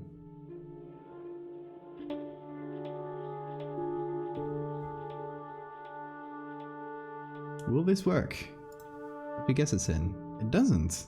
Oh, it does. Hello. It's fantastic as always. VTuber Val is here for the first time in forever. See, now I see other like good professional VTubers, and it's making me wanna have a professionally made VTuber model.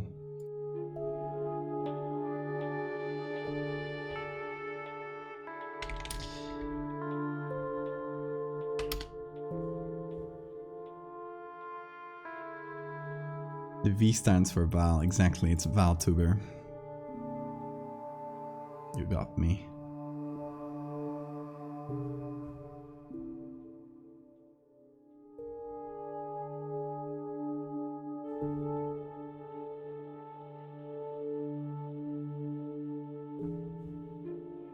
Yeah, there we go. That's a good little signature, I think. I'll put it there where it was. I think it's readable. Good night for real, good day. I always trip when saying good night, good day. I guess that happens often.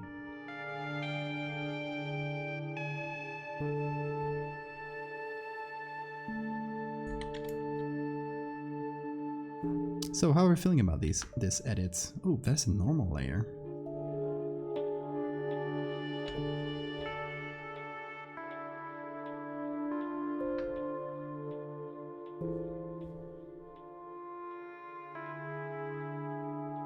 Like, are the sky legs here ominous enough? Do they work well in the composition and everything? You know, I could add some ambient stuff.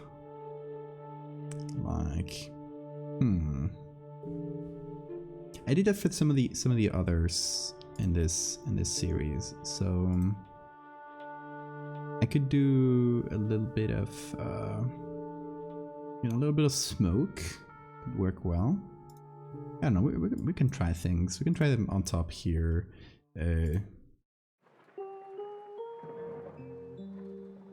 Doesn't do much on top of the whole thing.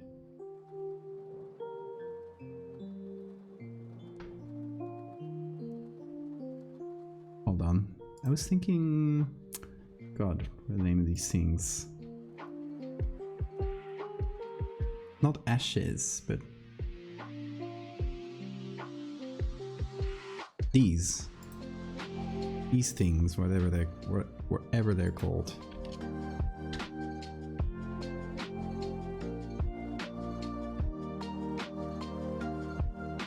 Always a fun ambient stuff to add.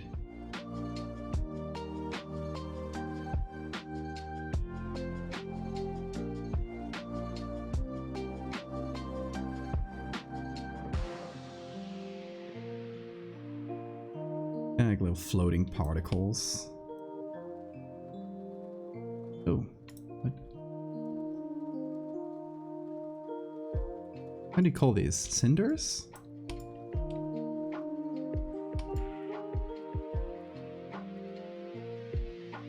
Oh, the fangs.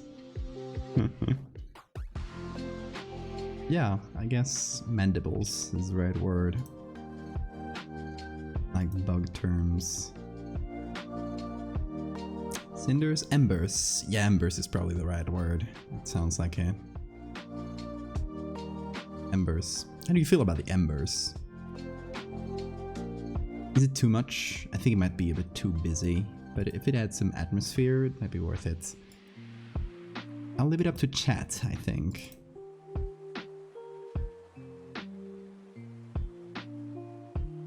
Can always do a little bit of this to reduce them. What do you think, chat? Embers or no?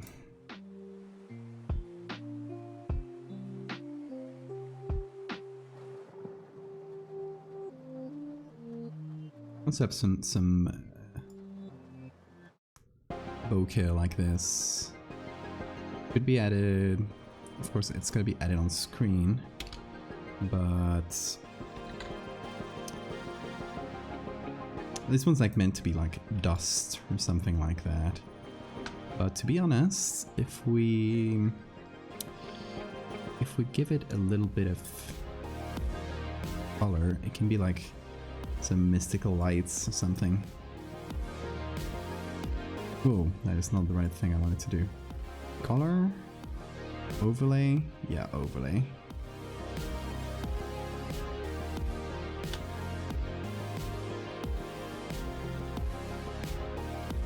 I am a VTuber. It's one of my... Okay, so I made it once for a meme, and I just spent like, I don't know, a couple or an hour or two in this making this VTuber model on a free program, and I added it to the Stream Rewards and to one of those like combined rewards that everyone can like pitch into, and yeah, and then people ended up getting enough and it became a thing. So now it's sitting in the point rewards, and if somebody gets like 9,000 points, I think, I turn into a VTuber for the rest of the stream. It is my blessing and my curse. I should make you a VTuber avatar? I don't know how to make them. I literally use the free program. I would ask Gala maybe from the Discord. Or if you want like a fancy one, Tim Liljeforce, who made the one for Oki. It's super good. Making like horror VTubers.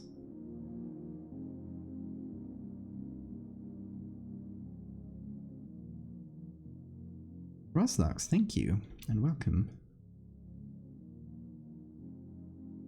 It was Dapper. Dapper had 9k points, exactly. They bullied me to do this.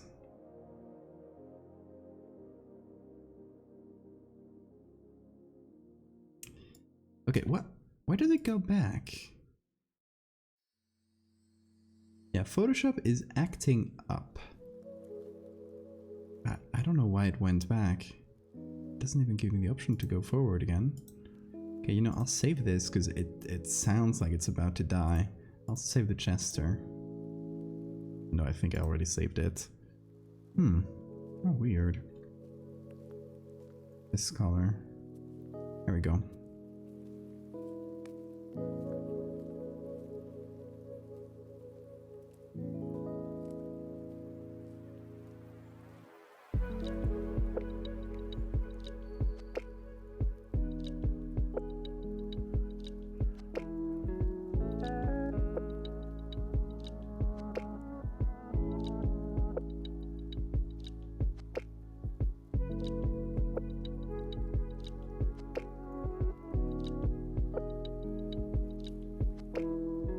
Doing some adjustment to the... Oh, you guys can see it. The signature is right behind me. Hold on. I was just adjusting this a little bit.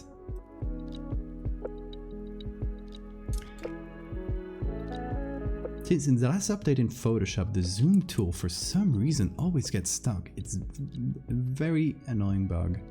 Yeah, it just... See what it did? Gets stuck and all of a sudden it just boom.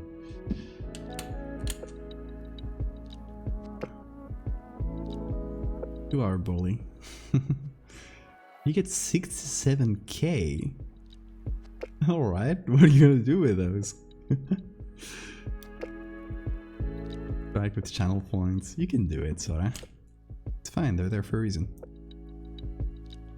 Anyway, these are kind of like zoomed out, or sorry, like out of focus little splotches. I think they're fun.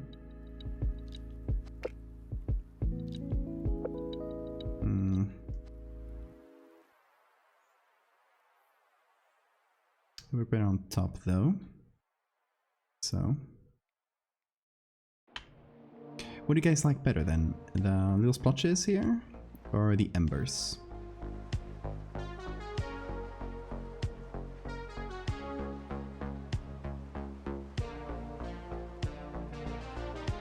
Or none.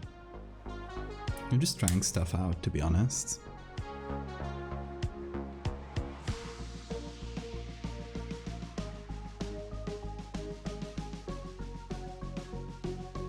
My VTuber doesn't know what to do when I drink water. It doesn't have a hydration button. Yeah? I think embers are the most popular. Let's go with embers. Hell yeah. Okay, so we got this I'd call finished piece. Reminder to save. Well, it's saving at this exact moment. So you got it already. You have 20k on another one. Again, you had 9k here. So you, with the gift subs you give, you can probably get them back in no time. I don't know how many channel points you get for gift subs. I don't know. Anyway, this is taking ages to save. So this would be one of the pieces, just for the people who might be joining right now.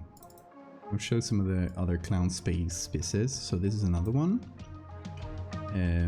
This is the trapezist. This is the eternal carousel. This is gonna be still a sketch, but it's gonna be the jester who waits in the ball pit. And we got a few more actually that I need to work on. So it's been 3 hours 45. Yeah, I think we can still keep going for a little while, but I'll take it like a 5-minute break. I'll leave you with this picture so you can gaze at it. Yeah, just a quick 5-minute break, and then we'll go back and do more clown stuff. How about that? Oh, goddamn the zoom tool. There we go. We do a little BRB here.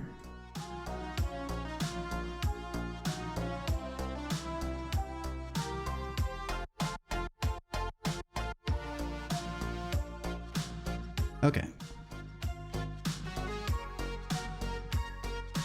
So I'll be right back in 5 minutes, okay? Hope you guys don't miss me. I'll turn off the VTuber so he doesn't freak out. Okay. See you right now.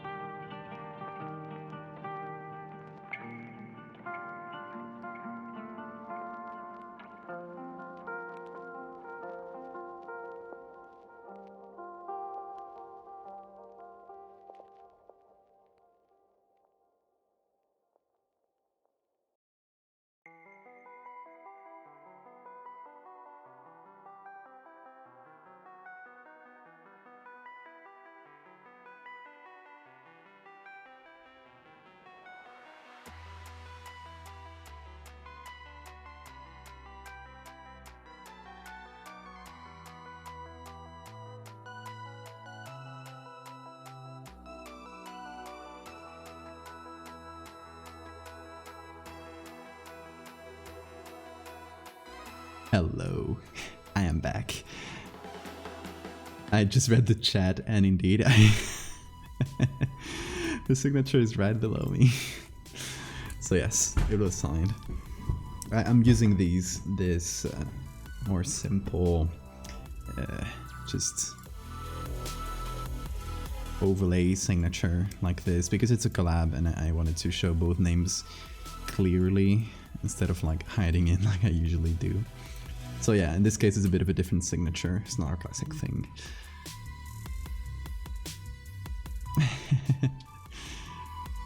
But no worries.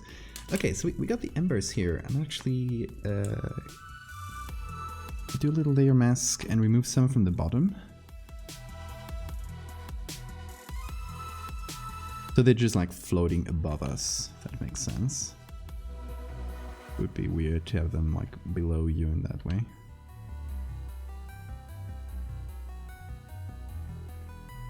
Anyway, yeah, embers. Gonna save that. Gonna get his JPEG and because we got more clown stuff to get through. I mean, let's, right? We can do. Okay, let me find it because I got a lot of things in my desktop, a lot of unfinished projects. They're gonna kill me one day. We can do the Ringmaster. Okay, so this one is still saving, alright. So the Ringmaster, which Claire drew, is kind of this shadowy creature that it's rarely seen and kind of like runs the show, and it's kind of like half beast. It's very cool. It's a very cool design. So I'm thinking we should put this one, like it's very circus themed, right? Like Ringmaster. So I think we should put it behind or in front of a circus tent or something like that. I scared the hell out of you, sorry.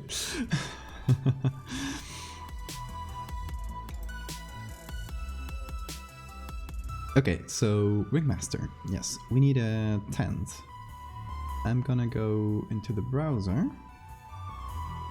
Oh, I guess the browser doesn't have a VTuber. Hold on, or does it? It does, actually. I'm here. And the browser's here. We can watch for more Bobbit Worms if you want. I'm gonna look for circus tent.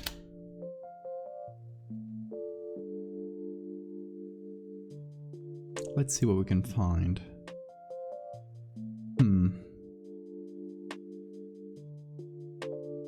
Obviously the angle is going to be a bit weird because we're looking up in this picture.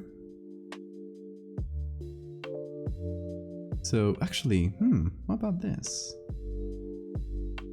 Like just this section here. I like it.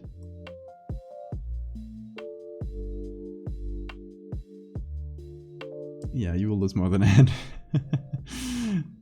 Pretty much.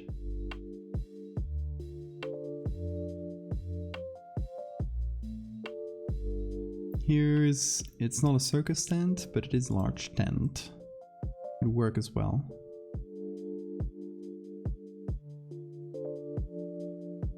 And here, yeah, no more.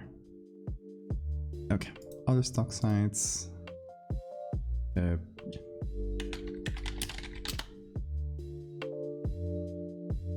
Let's see, this one has a lot of clip art. I was gonna change it to photos. There we go. Not a lot here. Okay. Usually the other way around. Sides.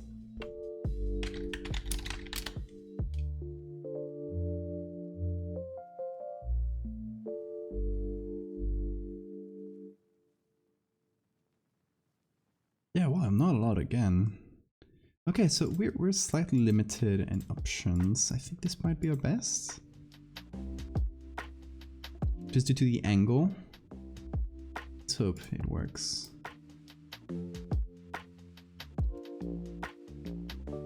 Okay, let's see.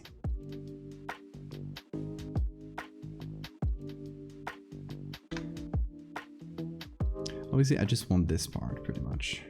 So that's what we're gonna be trying to add. And if we need to expand it, we will.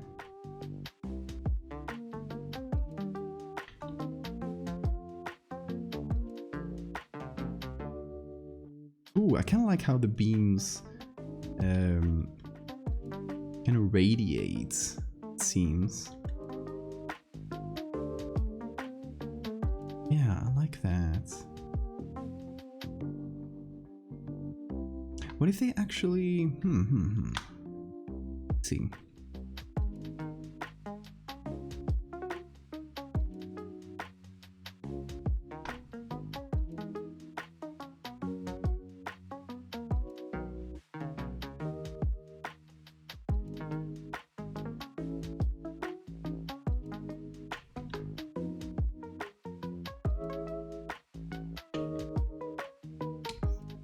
Something like this.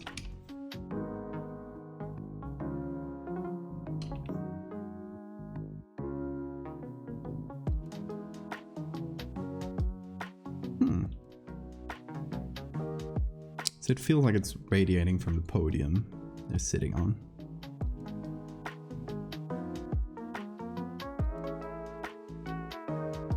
How do we feel about that?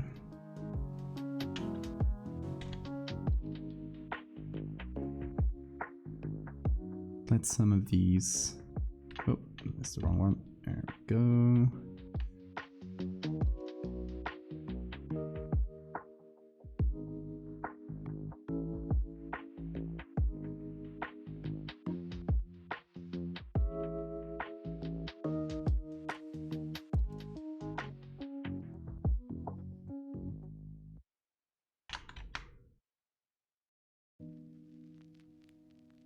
Yeah, I like that. I like having an object that kind of clips in front. I keep making hand gestures, and that's stupid because I'm a VTuber. Kind of objects that clip in front of our subjects is usually a good plan.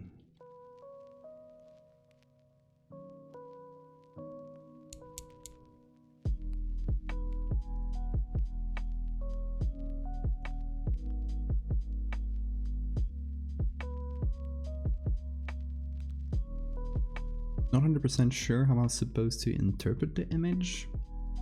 How do you mean that?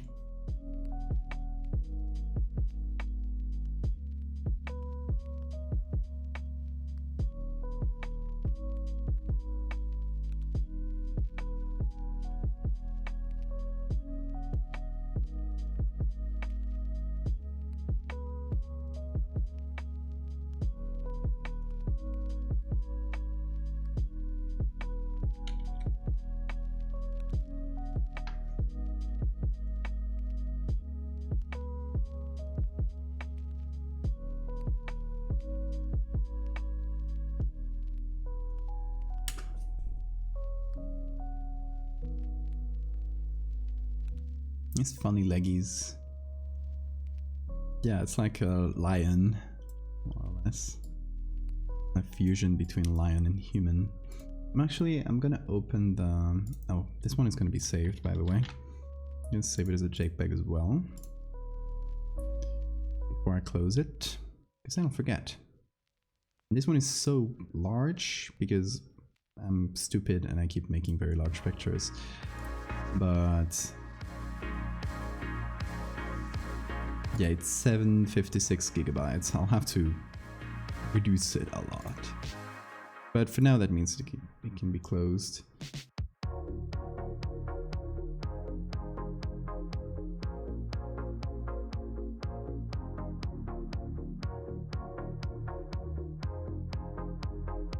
I mean, it's not spaces that make sense, right? It's the spaces are themselves are like kind of nonsensical in a way.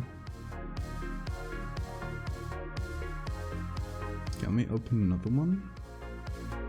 I think it's just called Clown because it was the first one. Yeah.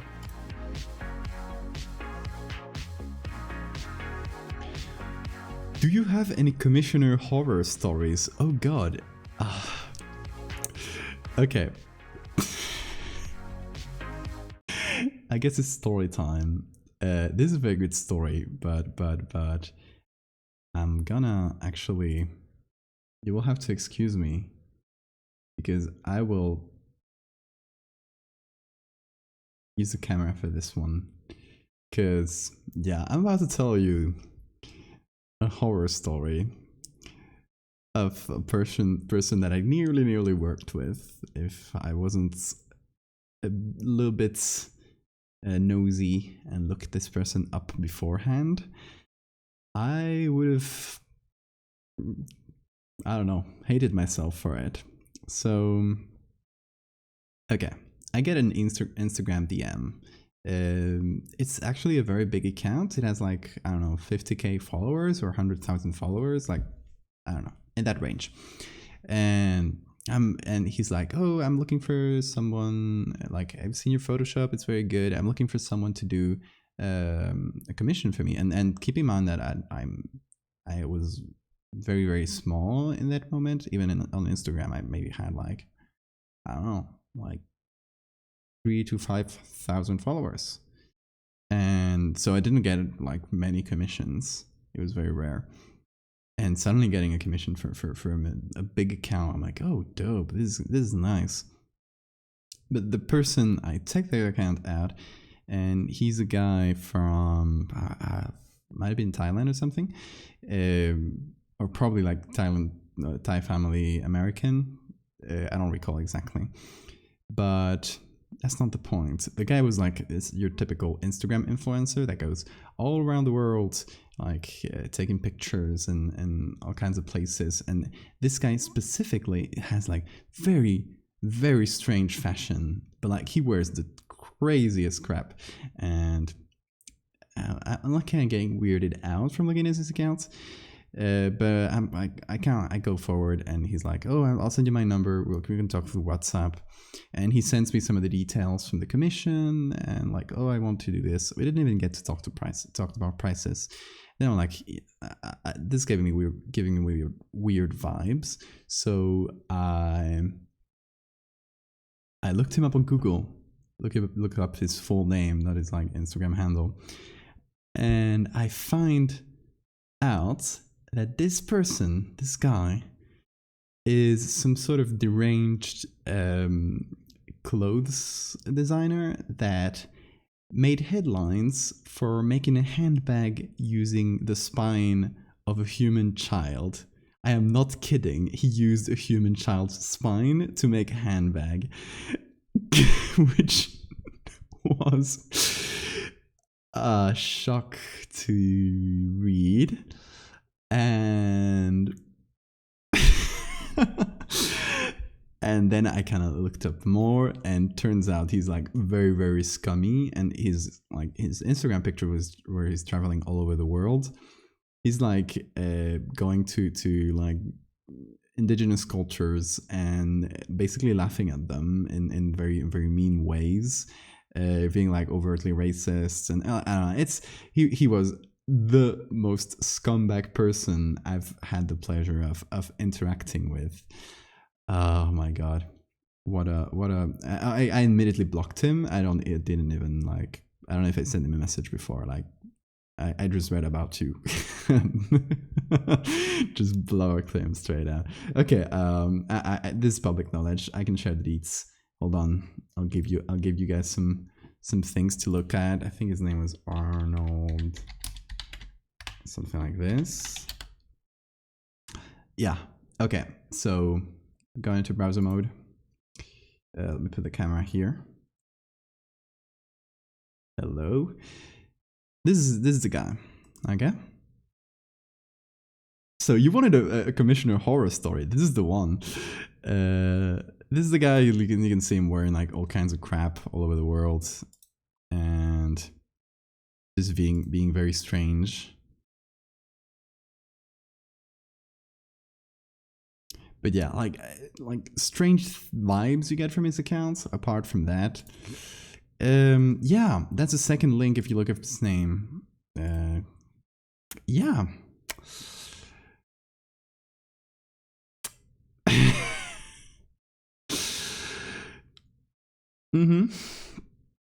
a human child's spine and like crocodile tongues or something like that. It's horrible too. It's like, who would even in the right mind wear this?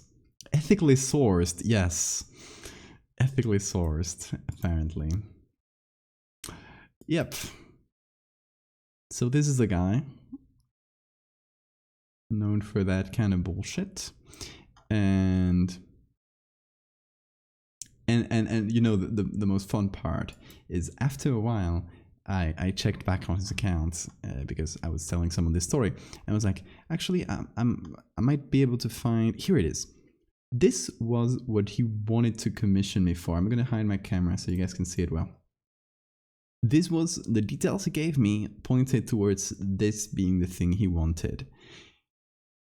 What the hell is this? 2 pictures of Mr. Tumnus from Narnia, first looking at him and then casting a spell or something and turning into a Tumnus, and the title says "Detained and Tumnified."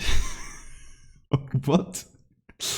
I mean, I'm glad I didn't get to make this, because what the oh my god. Anyway, back to music. Tumnified, yes. New verb. We're learning vocabulary today. What does that mean? I have no idea. But this was what I would have made if I got his commission. So, you know, I'm glad I turned it down, and the child spine thing as well. Oh, yes, this was probably my biggest horror story concerning. Oh my god. So you can see, I guess lesson from today is never take commissions from people who make clothing out of human remains. Okay, here I should be. Hey, I'm back. VTuber is back. VTuber Val. God. That's a tongue twister. Oh my god. Didn't even need to spend channel points to learn a new word today. Oh my god. I need to know about the other one. I mean, there's nothing as bad as this. This was definitely the worst person I've ever interacted with. I had another, and this, like, it's a horror story, but more in the regular way. I've had another bad one, which was another Instagram rich kid, and he was like, oh, this VTuber model is completely skewed. I need to, oh, you can see my settings there. I think I need to reset position. There we go. Hide this now. Anyway, oh, hide it. There we go. Anyway, so it was another Instagram rich kid, which, like, literally never ever take a commission from an Instagram rich kid. They're just the worst people, like, in general. And I took commissions from him for a while, and I mean, at the time I was clearly undercharging, but even, like, not taking that into account, I was like, he was an asshole. Like,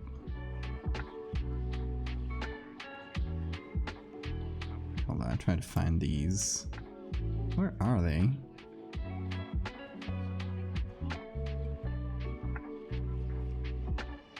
So this is a layer with a bunch of lights somewhere. I just need to find it. Big leisure. Thank you for the follow.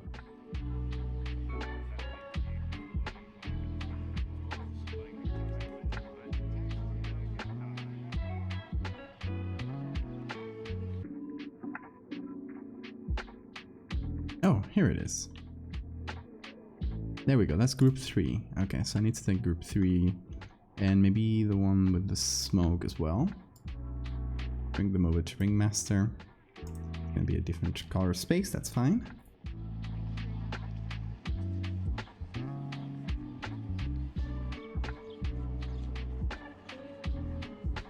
I was expecting something like, oh, they didn't pay me, not human spines.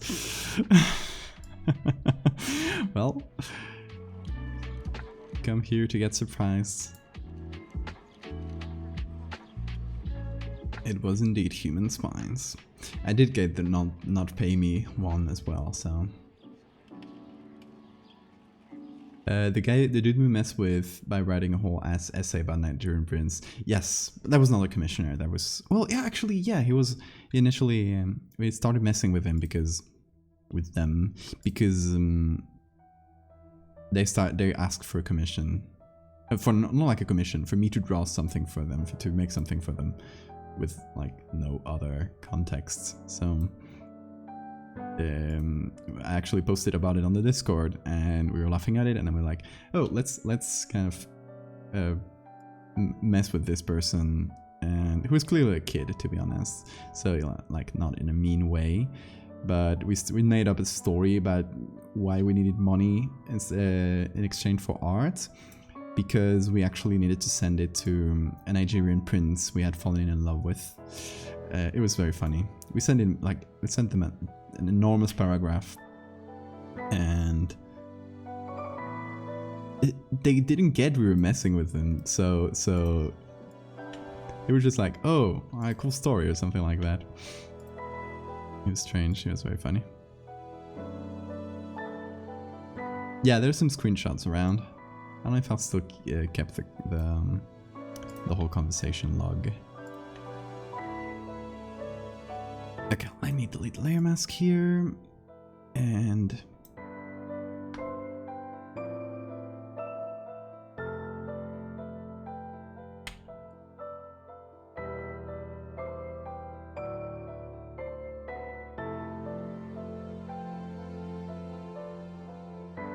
okay, so I just wanted this like smoky lights, which I had made on the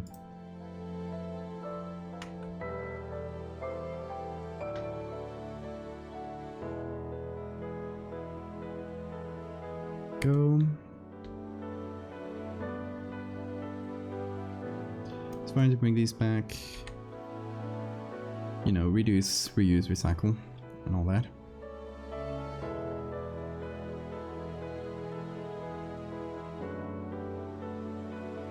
Gonna remove these exit signs.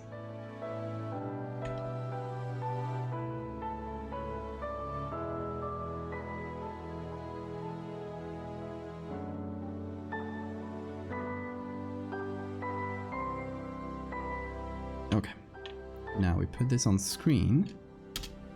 We change the color maybe to a nice blue.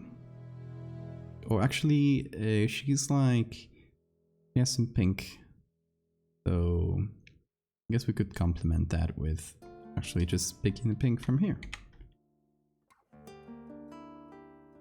And put it on the collar.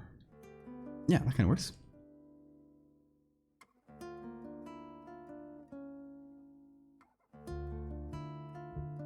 VTuber mode. Yes, a lot was done. We're working on a different piece now.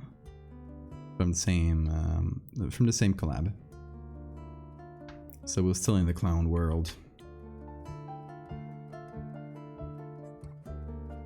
And I'm adding some lights to this Ringmaster character. Actually, I wanted to have a light coming from behind like this. Because that's where all the light is kind of coming from. On the image we have this rim light, so we should have like one light coming from behind, basically.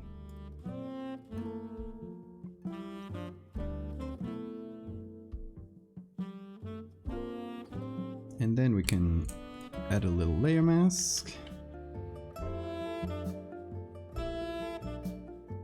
Check the mod chat. Okay, hold on.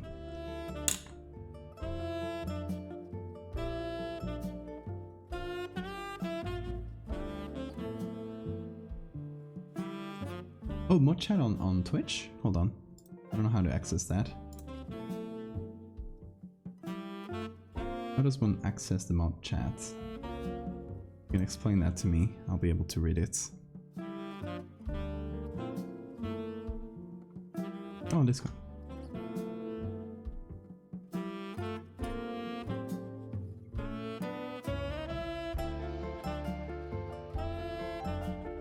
Oh, in general. Okay. Gotcha.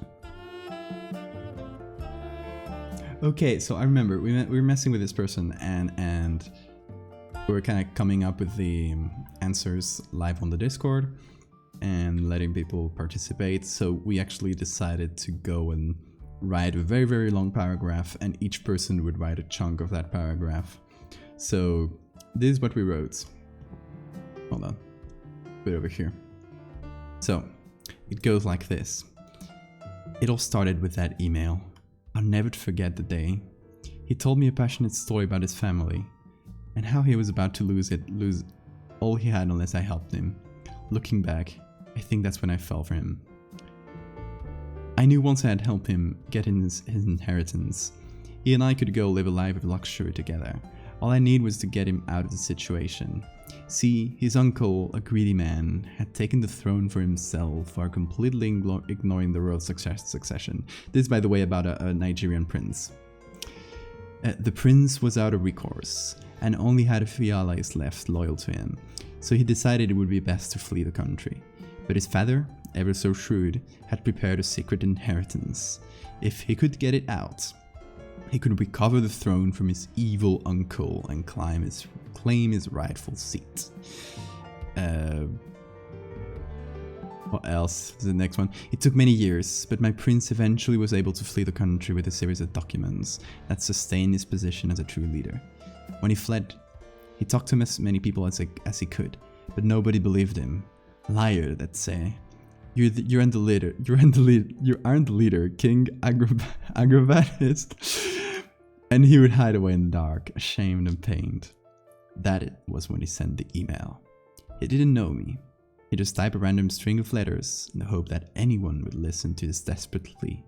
And there he was, still half awake on a Sunday morning, wearing the comfy shorts, and not expecting that my life was about to change forever.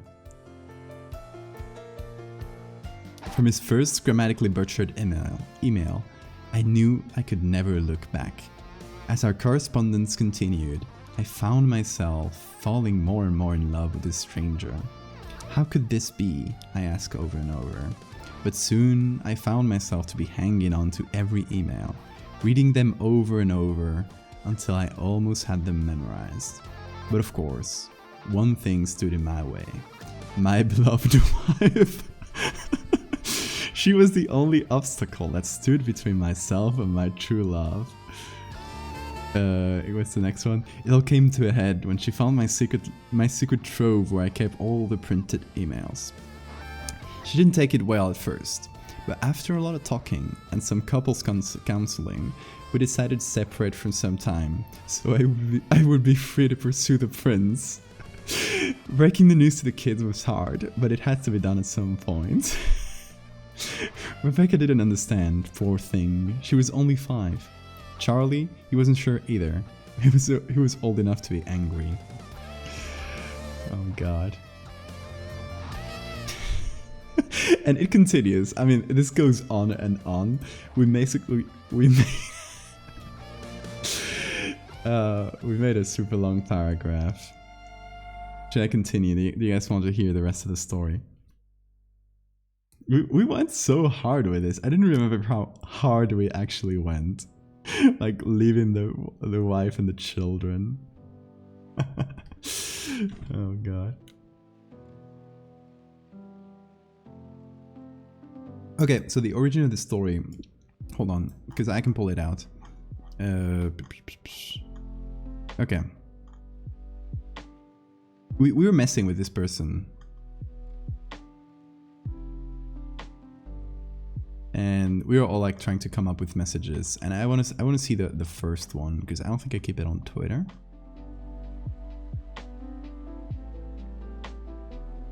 Okay. I don't know if it's further up from this. I think this might be the first one. Okay, so basically he tells me, or they tell me,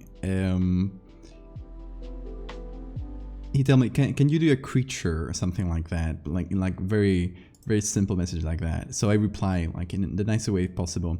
If you have an image, I can put a creature on it. If you like a specific creature, please choose. I'm talking about my commissions, right, from my commission sheets. And they reply, can it be free? So now is when I say, okay, I'm messing with this person. I say, sorry, but I don't work for free. And they reply, why? What? What is this interaction? So we were laughing at it and why? So I reply jokingly, so there's this cute Nigerian prince, and I'm like touching hands emoji. And let's see. Cost of living is out. I don't know what they meant with this. So we replied with the wind tweet, which is one of the candles. It's very good as well, which also takes place in the story. So it's actually good to know. So we replied with let me see. Oh, they actually didn't reply to this. I kind of left it out. And an hour later, they come in and say, what? What? So I reply with this. And I said, no worries, my cost of living is well managed. I just sent I just sent this part of the tweet, right? They reply, how about the Nigerian prince thing? And I replied, that's who the candles are for. I'm trying to woo him. What? Yeah, it's complicated, but that's why I need the money. And that is when we replied with a whole paragraph, which I read to you before. I'm not going to read it again, but if you missed it the first time, it's a whole paragraph about me falling in love with this Nigerian prince, and it's very complicated, and he needs this inheritance to like kind of recover his kingdom, and because his evil uncle took it from him, but he ends up falling in love with me, and I have to leave my wife and the kids. So and here's the continuation for this. We need to include the candles. So Quinn, Dapper here in chat, says, after the separation, I felt horrible, so I consulted a shaman. He dealt specifically with love magic. He told me that if I ever wanted to sort out my feelings, I had to burn a candle with a special love sigil carved into it. I took it a step further. Every time my dear switch dreams crossed my mind, I would burn a candle to make sure that our love would only grow stronger.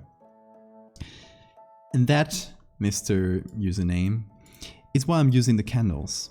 As you can see, it's a reasonable expense, and clearly justifies my need to ask for money in exchange for work. I hope now you understand, candle emoji. And this is the whole paragraph. And let's see what they replied. They reply, I understand that. Here's a fictional story that I made.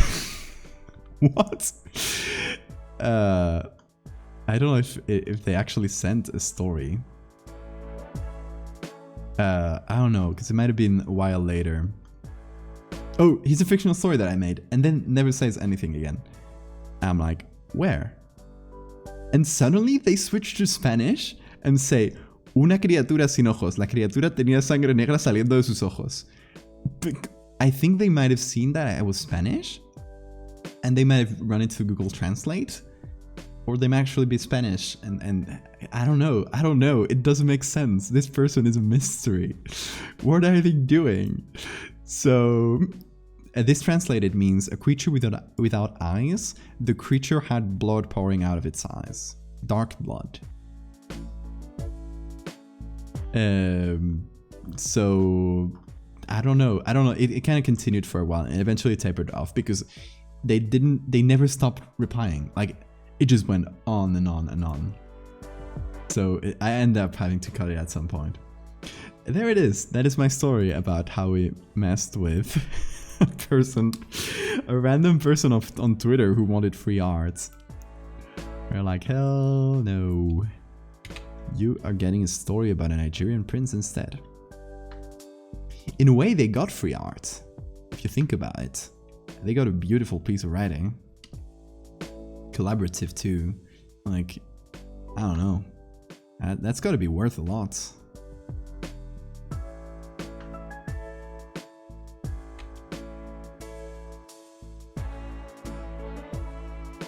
So they got a good deal, I would say.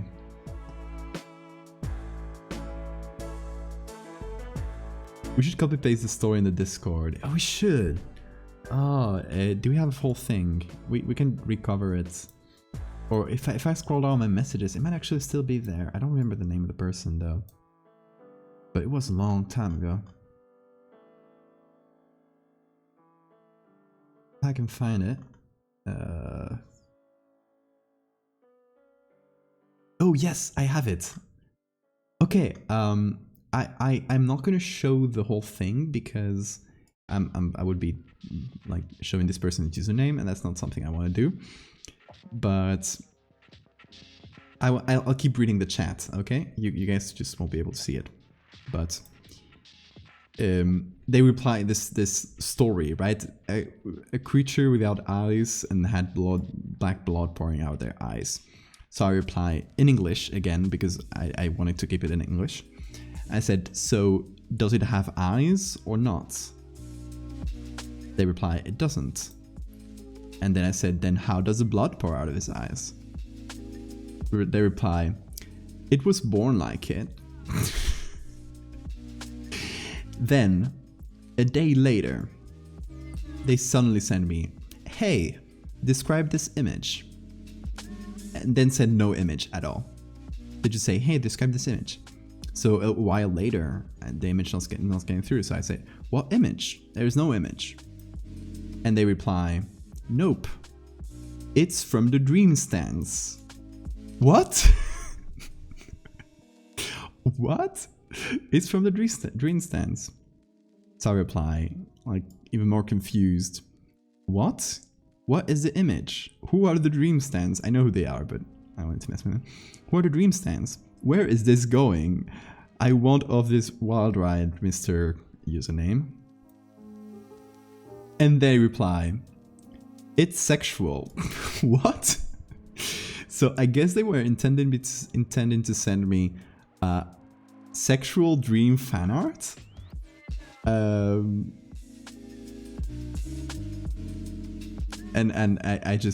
I'm like, what? Can you try to explain? They don't explain. So I just reply, you have made absolutely no sense for the past 20 messages or so. Like, I'm not following at all. Like, I'm desperate with this person. I'm pleading. I'm not following at all. Can you please explain it from the beginning? They don't explain it. They send me a clip that is from one of the horror analog horror series, Eventide Media Center. And they send me a bit of that video. It has nothing to do with dream stands or sexual or anything. And he says, here, describe now. And I say, it's a nice video. It's from this channel. And they reply, do you know Eventide Media Center? And I say, yeah. They reply, me too. Then I just stopped responding to this person. A day later, they just say, Wayne's The Sun Is Out. Like WANES. Wayne's The Sun Is Out. I don't reply. 4 days later, hello there. 1 month later, hi. And that's where it ended. That is the whole story. But all this to say, I got access. I still have it saved. I thought it wouldn't have been saved after so long.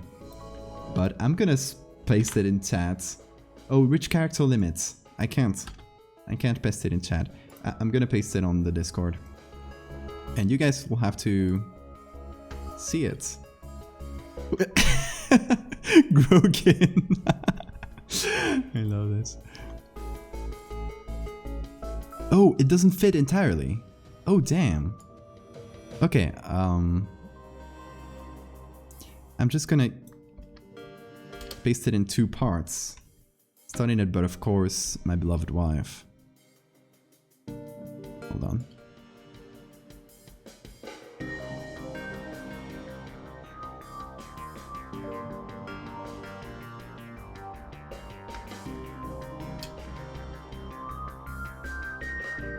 Enjoy. It is now on Discord. You can copy paste it.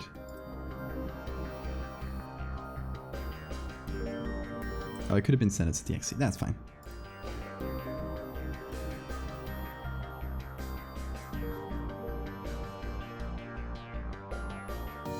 Oh boy, I just checked the information tab and I have 7 clips from this stream.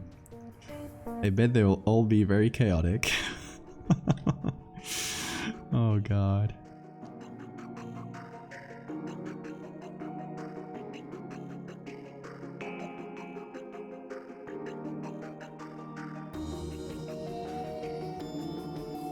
Also, there's a mosquito flying around.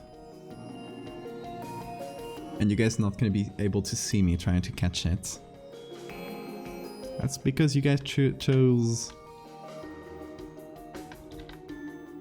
the VTuber mode. So it's on you, if you think about it. Okay, I need another light coming from here.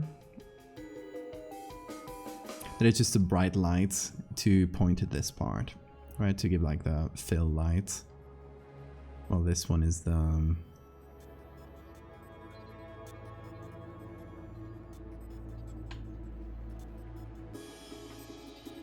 is the rim lights. Okay, so there's that. There's smoke.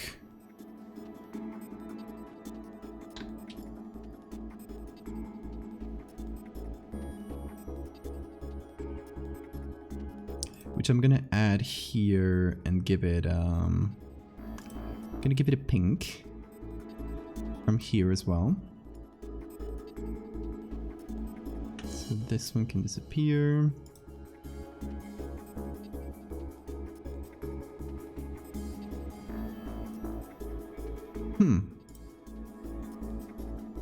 Strange, it doesn't get really pink.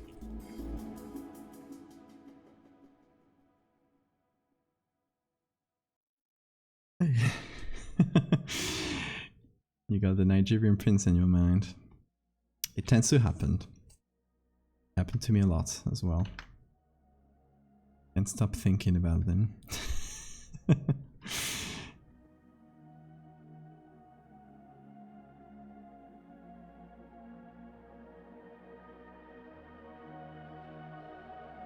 That's one of my favorite strange Twitter interactions for sure.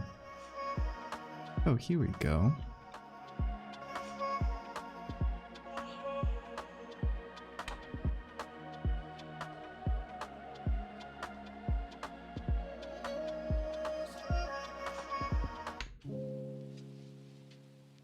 I don't have a redeem option to get rid of VTuber mode. I don't. I guess I don't.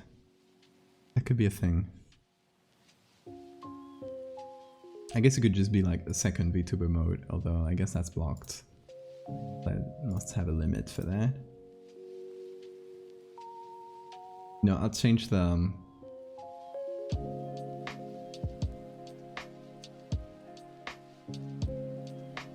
I think I can change it. Cooldown on limits to entrance for stream. There you go. It's redeemable again now. It should be. Maybe if you reload.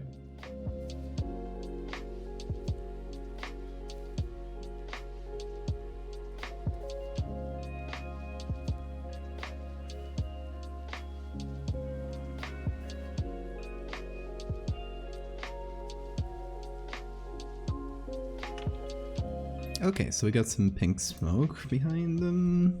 We got... oh.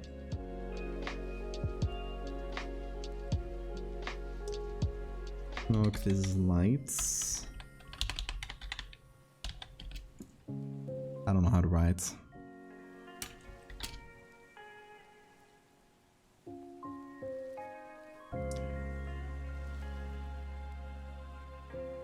See, so much story time and I forget how to do Photoshop.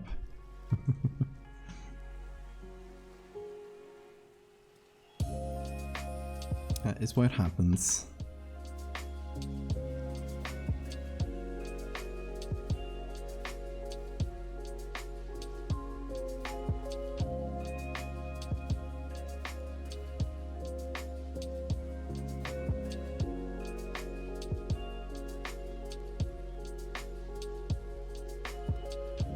Okay, so on the Ringmaster itself, I'm gonna have to change some things for realism's sake. Or transfer my skill points. For realism's sake, if this part is so in such darkness, I have to be a bit more generally dark around it as well.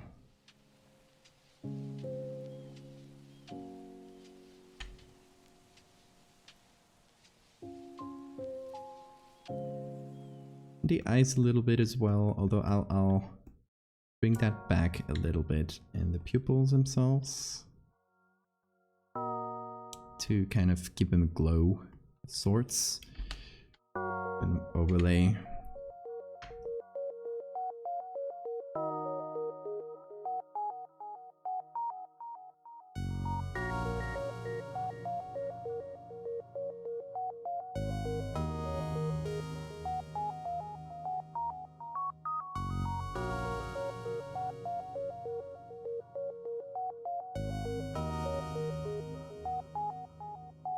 Maybe give this a color. So we're gonna go colorize and we're gonna give him, I guess, some red.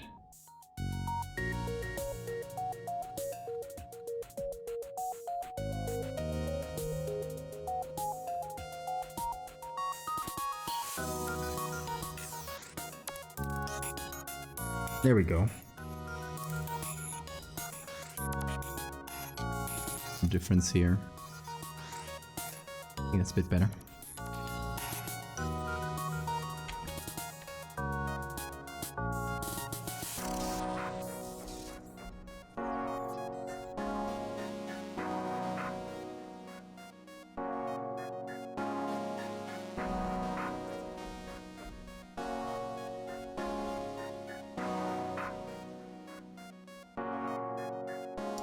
Something like this. Maybe we could go with a little bit of a red glow since we're making the eyes glow like this. A little bit of orange glow. Affecting the areas close to the eyes.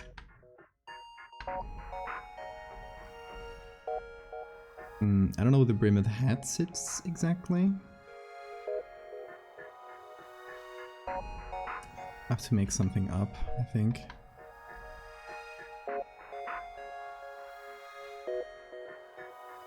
I guess I can fix with the eye shape. We'll have to...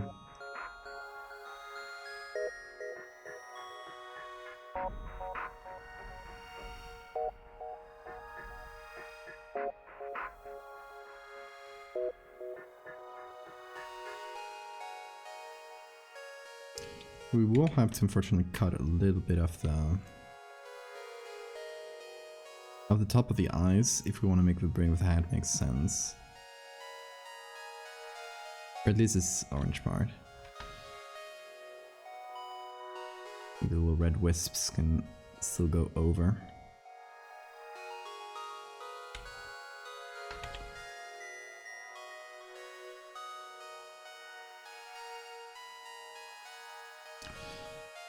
Okay, what else? More of that orange.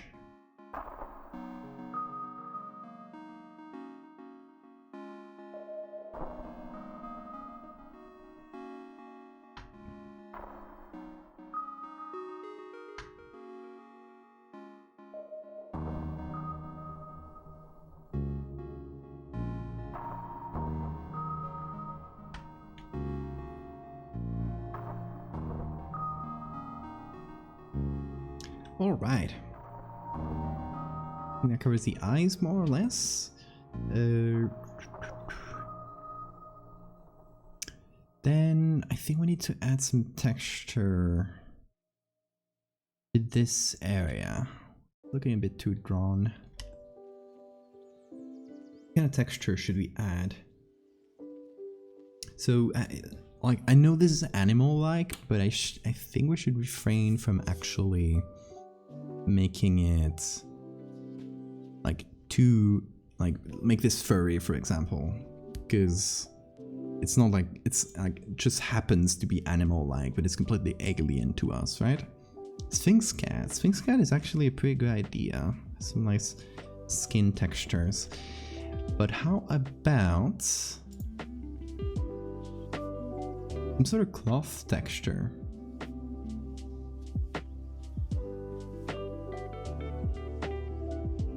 Kind of like they're made of canvas or something like that. I did that on this one as well.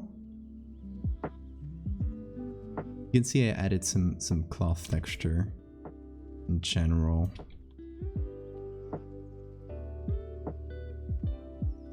We could try something like that.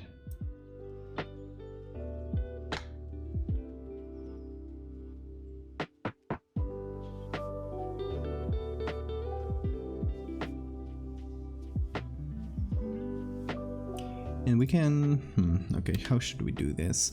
Okay, so filters, we can do a high pass, just to keep the texture and put it on. Overlay, and then maybe we can move it around using the smudge tool. I don't know if smudge tool will be the right thing here. Yeah, because it blurs too much.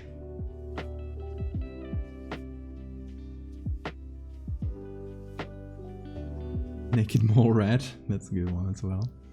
Oh, Dapper. You formatted it. Oh my god. Love that.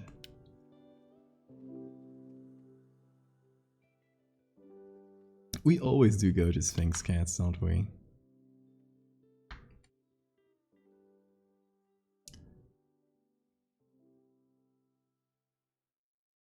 No. No, smudge is not the right one. Maybe I can take like little sections and trying to fit those. Yeah, why not? So I'm gonna take all this. Oh, that's not a good selection.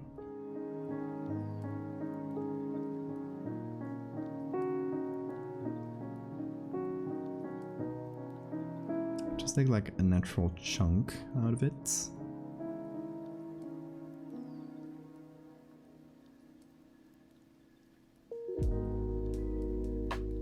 Yeah, that's good enough. I'm gonna copy this canvas and I could warp or puppet warp. I think I might puppet.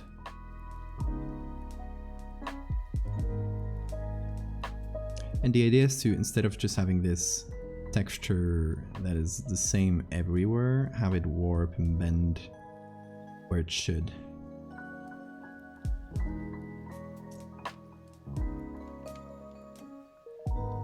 Right, so that adds a little bit of texture to everything. There's some parts here that I really need to bend. Let's add a little bit like this. I kind of like clothes because it makes it feel like a puppet or something like that. It's fun.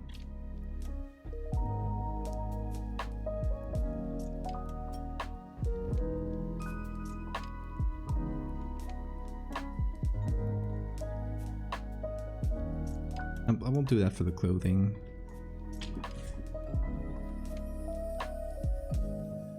Hell yeah. You are our hero, Dapper.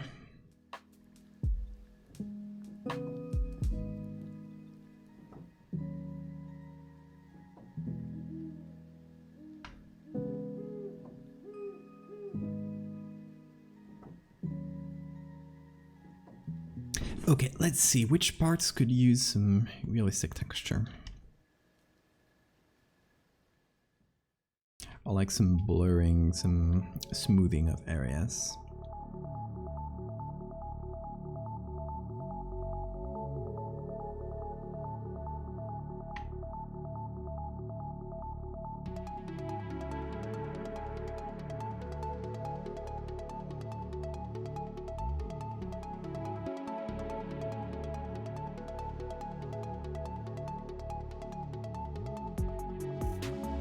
Okay, I'm just trying to smooth some different areas, getting the edges to be nice and smooth, wherever they're not, and the parts that are semi-transparent like this. Just go below them. This is kind of a different scale for me, because it's changing something painted into something photographic, or more photographic. Obviously, it's never gonna look not painted, I think. Unless you're like some of those hyper-realistic painters to begin with, but you know, we can try and incorporate some real-life textures to sort of blend it in a little.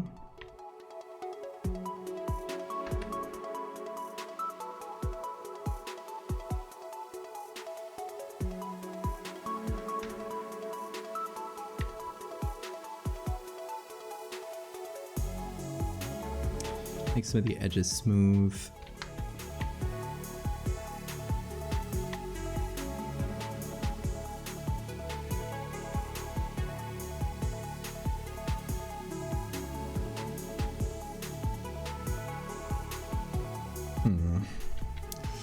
What else? I think some areas could use a little bit of blurring to kind of show movement, and again make it more photographic. So I might do some blur gallery path blur and try to give some specific areas specific blurs.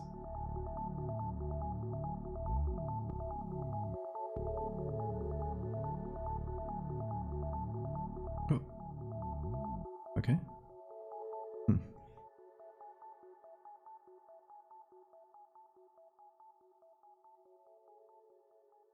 And I won't do the whole thing, of course. I will just add this as a mask. There we go. There we go. I'll just add this as a mask to some specific areas that I think could use the blurring to show that movement. So like maybe this paw, or not this paw specifically, this area of the coat here.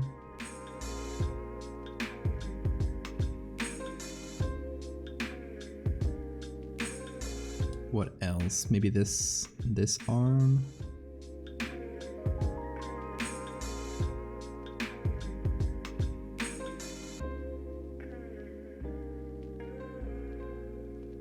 So we press OK. Give it some time to blur.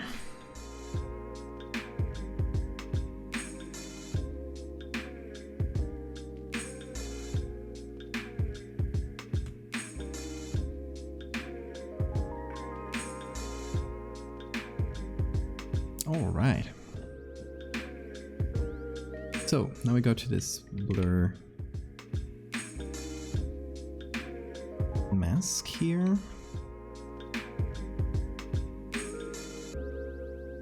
Actually remove it from the static areas.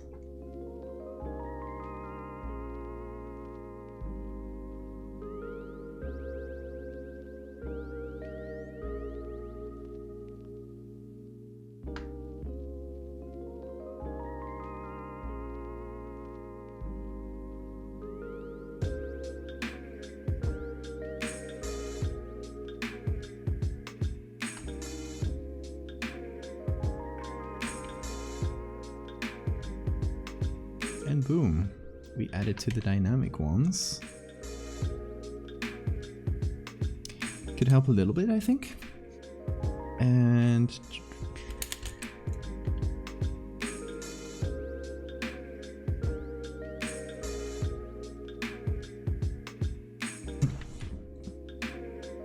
oh, and here's a thing that was completely by accident, is some layer has this tiny, wait, can I click it?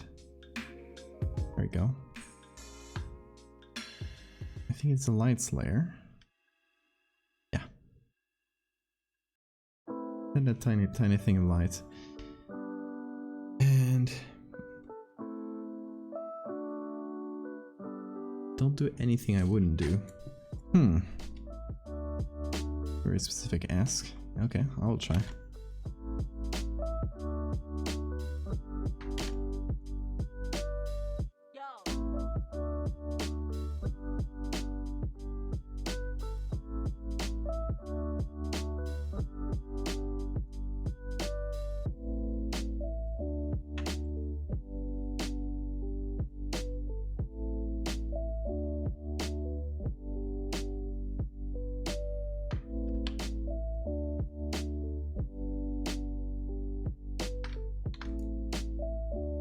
Alright, I just removed the texture from the areas that moved, so we don't have like a blurry area with texture on top of it. That would be weird.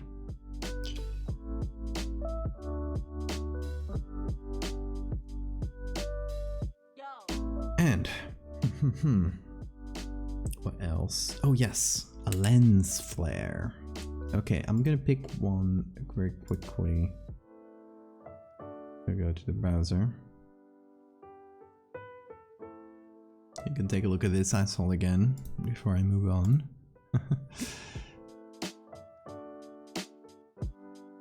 And I'm gonna go to Texture Labs, which has a ton of great free stuff. I'm gonna choose a cool lens flare. Maybe one that has, yeah, like a streak like this, perhaps. The others. Headlights.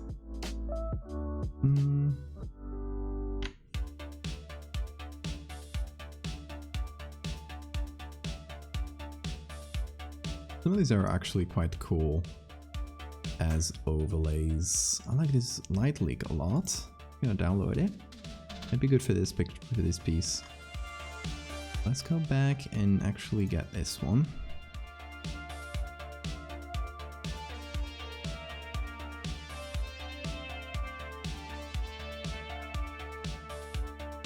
Oh, VTuber. There we go.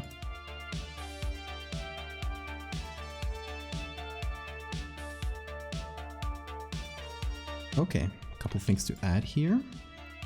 I don't know if they're centered. They are not.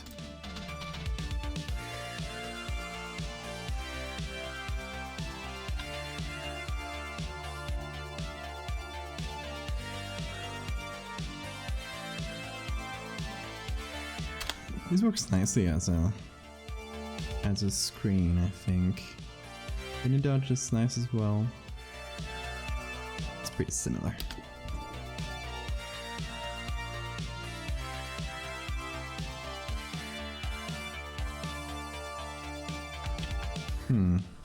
So if this one can be changed into pink,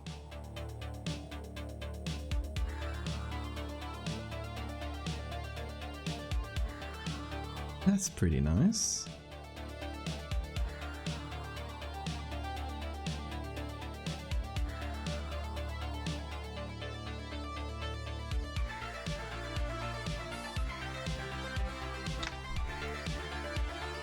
How about this one?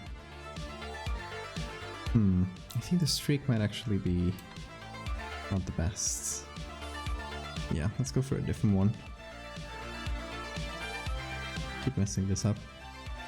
I have the same old scenes I usually go to, so I end up messing up when I have the VTuber on. Where's my mouse? It disappeared. There it is. That was new. Okay, let's see. Let's try a cold lens flare.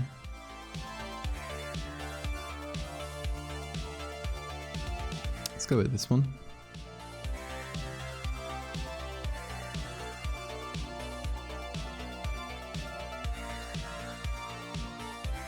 Okay, let's try that. As usual, just on screen.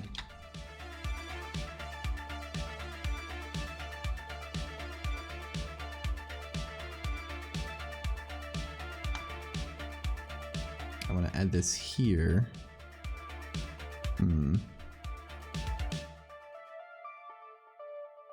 No, I guess I don't want to.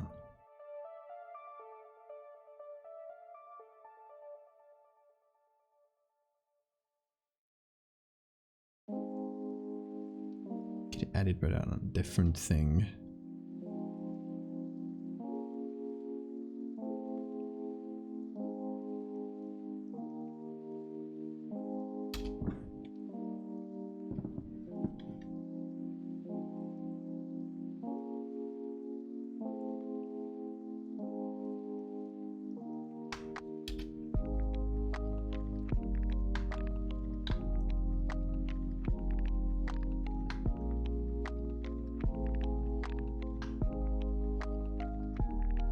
Just some lens flares to keep the eyes glowing.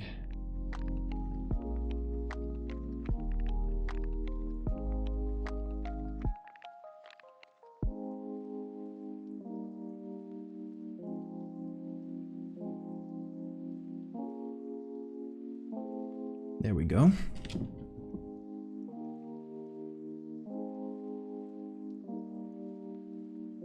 What else should we do?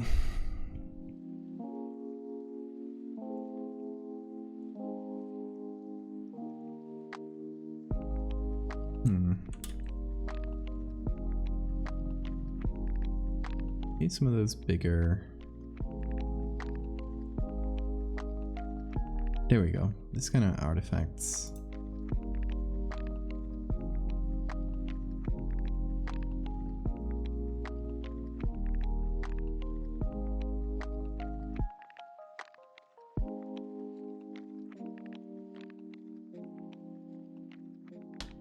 It appear on screen and usually in line with the lens flare somehow. Here should go up on top. Oh, we need to take care of the stand as well. I nearly forget. Center of this image.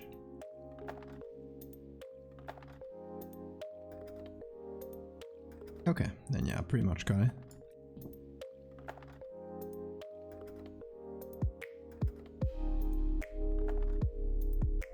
Anyway, the stand.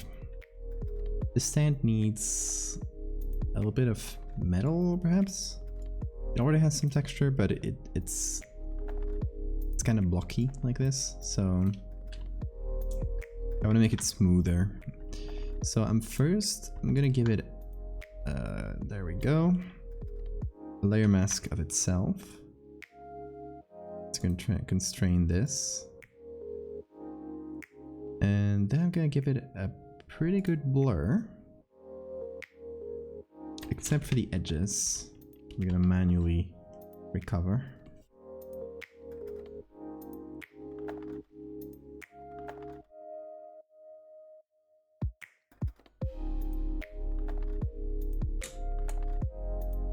Valdevia, hey Squaw, how you been doing? I'm just adding a bunch of textures to this image. I still don't know about this light leak, or where to put it if I do.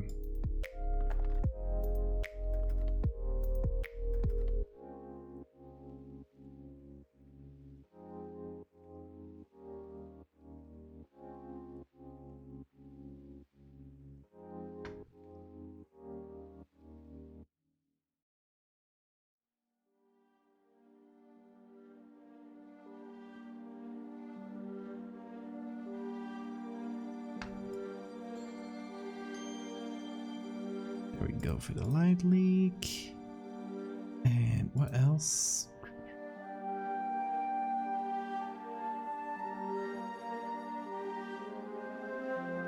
Doing great now.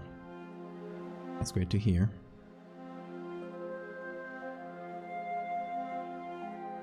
It is indeed a clown. That's impossible to pronounce. Clown. You know, a fun thing. Clown in French is said clown.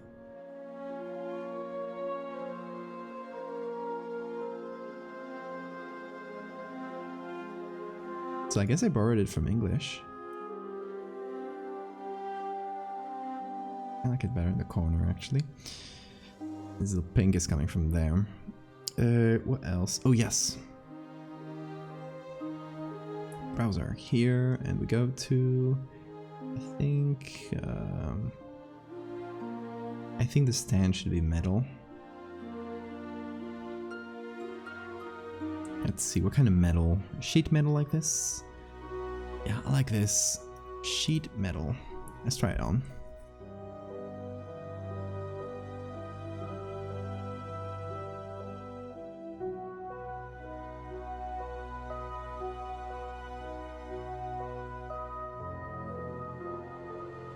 There we go.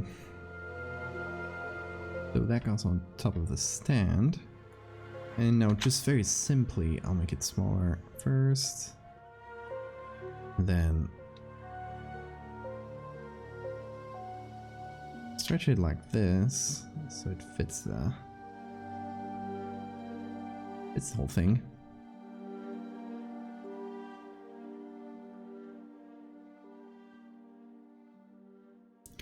Then, I wonder how it'll look better. Maybe high pass and overlay. Just adds a little bit there.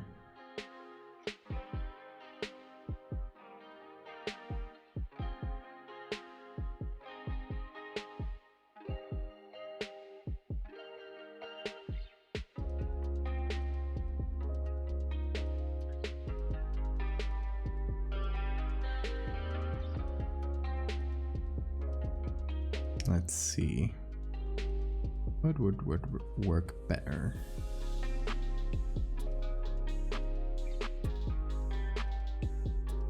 Thinking maybe hard light if I remove it from the darks like so.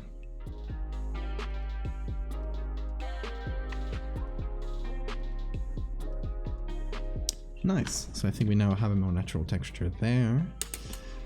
We have a bunch of lens flares.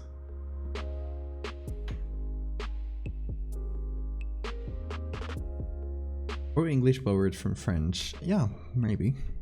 Language is indeed a mess. As we often explore in this stream. The topic that always comes back. A word in Spanish. I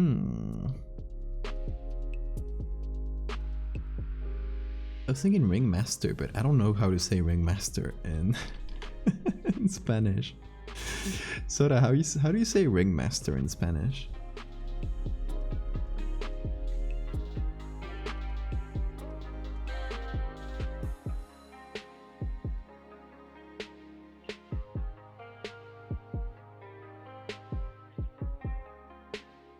Actually, before I go do this, which it's gonna look good, but before I go do this, I should perhaps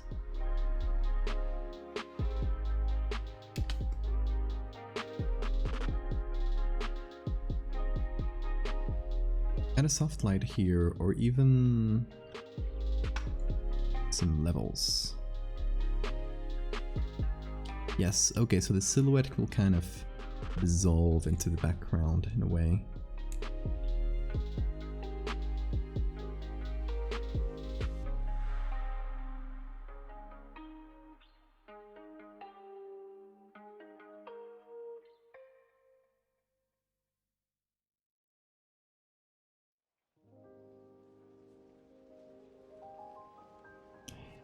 And just so we can see it a little bit still, because I don't want to lose the shape of the hat, just that kind of stuff.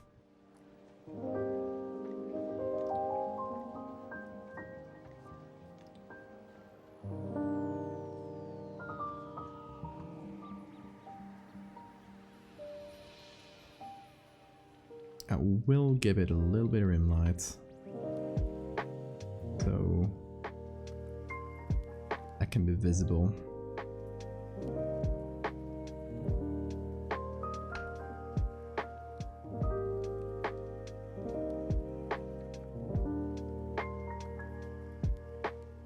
Oh, I forgot this was blurred. What's at the edge? I didn't notice.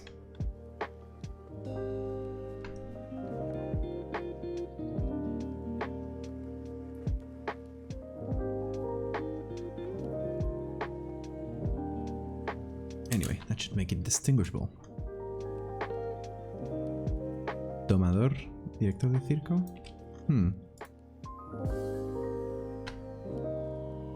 I think director would probably be the right one. But Domador is like the one that I don't know, usually has the whip and takes care of the lions.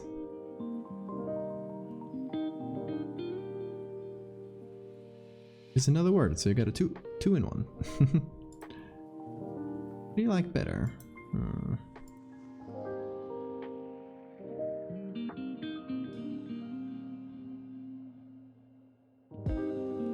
Maestro de ceremonias. I hadn't heard that one. Like for circus stuff.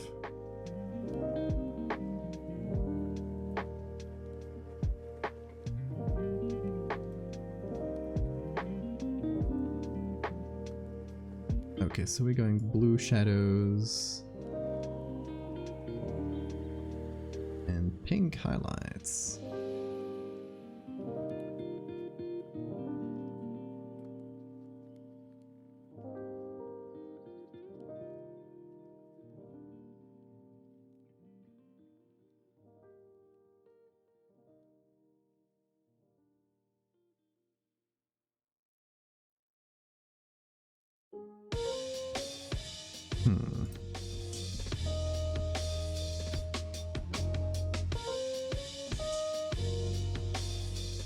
Okay, what else? A little bit of grain. Adding a bit of grain on top of a blur, it helps a lot. Like no blur, no grain, just makes it look a little bit fake. Add a bit of grain, boom, the blur is suddenly real.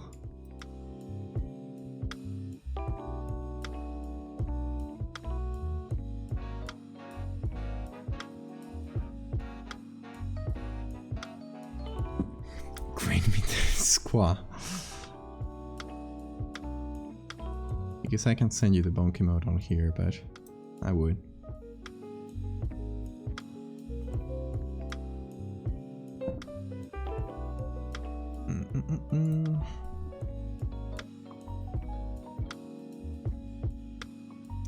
Let's see, there's something about the face shape that's bothering me. I think I might have been the blur.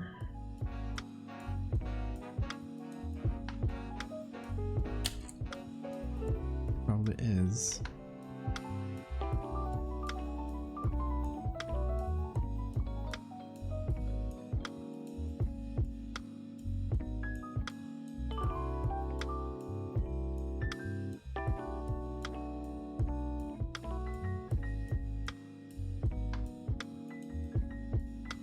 Oh, I got it. It's the background that's making it look weird. That solves things.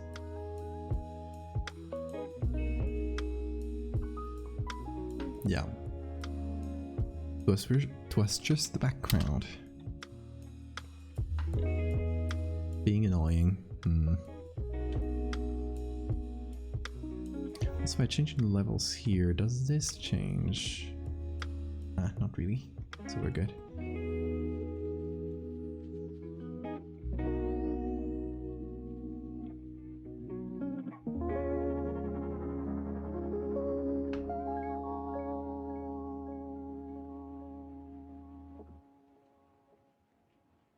does it grant him below?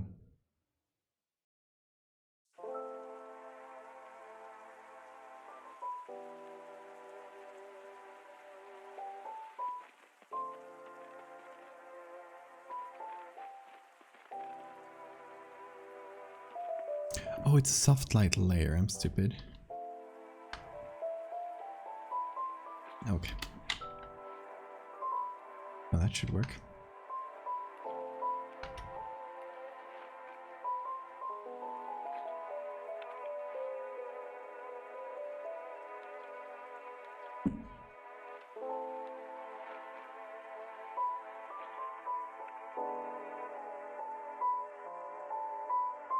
Is it German? Clown. Interesting.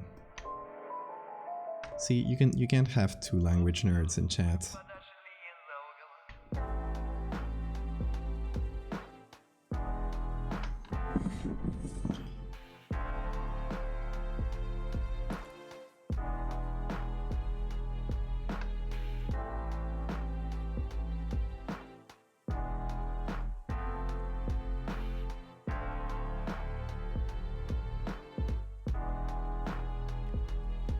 What?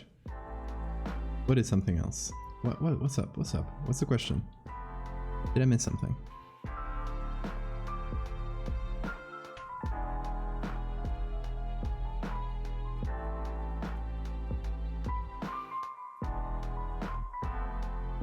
Oh, it just the word clown in French, like it's directly the same as English, but you pronounce it clown. That's that.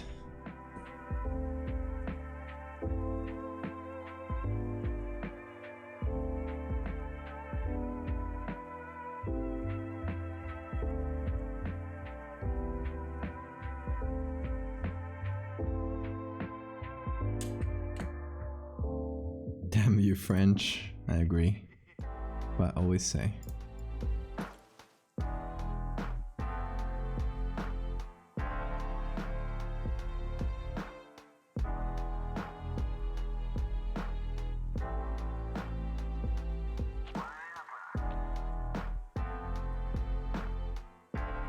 Okay, let's pick pink, for example, and put it on here. Have this be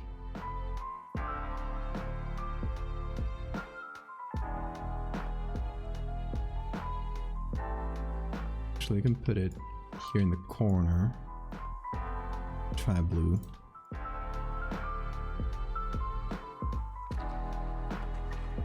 Or less pink. Ooh, nope.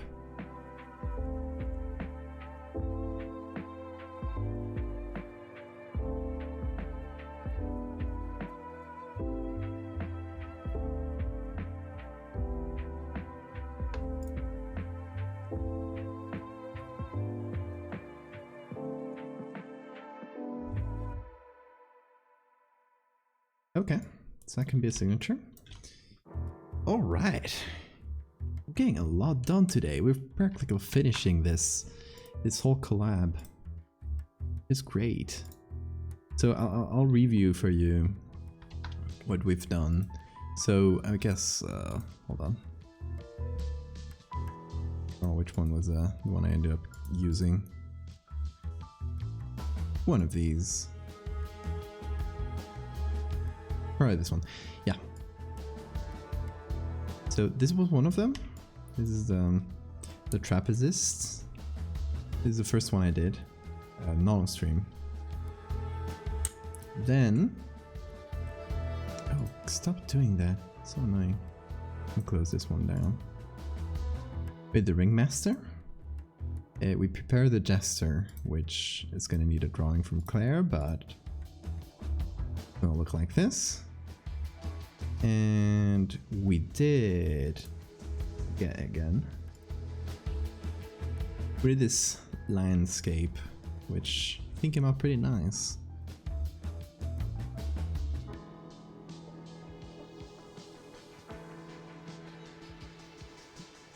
Could it be a regional thing? I don't know. It's just what my family taught me, so.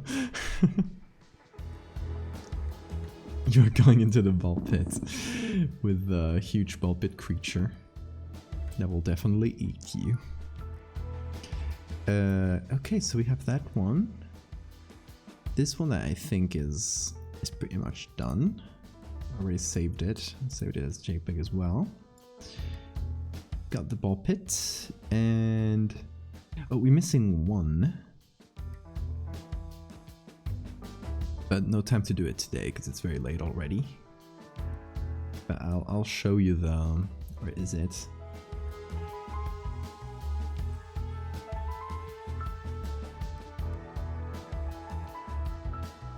I need to get a lot of stuff off my desktop because goddamn.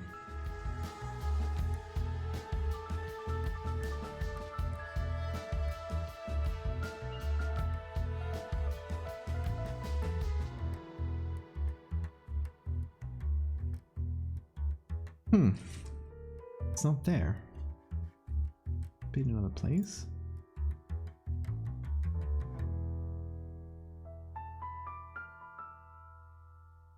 Here it is. These are called the harlequids. It's like little harlequin like creatures with beaks. And here they are eating, like they're opportunistic, so they're just eating a dead clown. And this one, so okay, so the background is rendered. Don't know why there's text layer there. The background is rendered by Claire, who did it on Blender. And then we got the creatures, the dead body, and the reflections in the back, which makes sense if you look at them in this specific this. And yeah, we basically need to clean up a few things, make the ceiling and the floor a bit more realistic, add some textures to them, get the reflections from the mirrors, or like the mirrors themselves, to have a little bit of like smudge and stuff. And then the same thing we did to the last one. We added a bit of blur, added a bit of texture, like give it this little touch of realism and some filters, and you know, call it a day. So yeah, this ended up being of quite a few pieces. But these were fun. What can I show you guys before finishing? Oh, well, you guys might remember the one I did last stream, which was one of my bug series. I actually redid it completely, the last one. The other ones are the same. So you might remember these. It's on a boat, fixing his net, and he's writing on his little diary. Then the other one, like the finisher, I was not happy with it. It was just the cocoon lying on the street, and I was kind of turning around in my head, and it's not like good enough. So I redid it, and this is the result. By pulling it out of the water, I think it came out much nicer.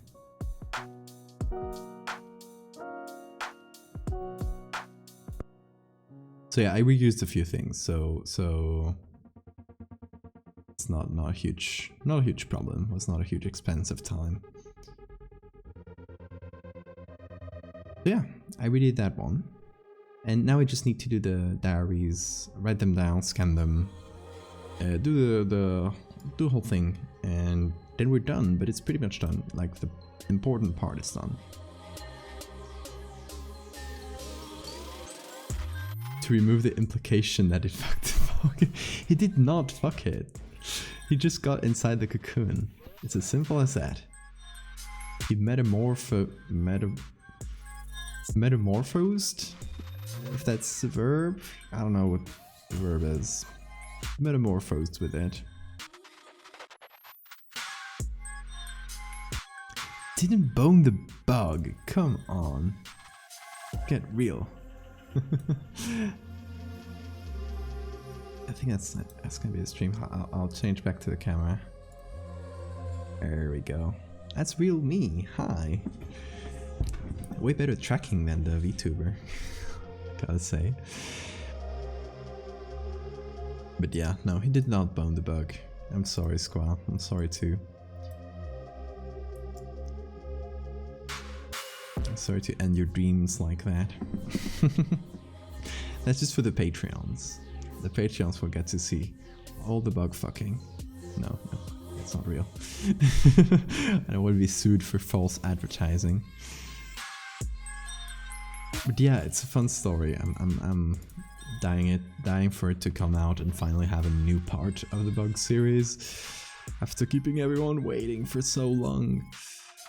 And hopefully more in the future. There's some guy appearing on the stream. I'm getting hacked, exactly. We will get someone who did bone the bug. Nope. It doesn't work like that in the story. I'm sorry. There's no... How would you even do that? They don't... It's not possible.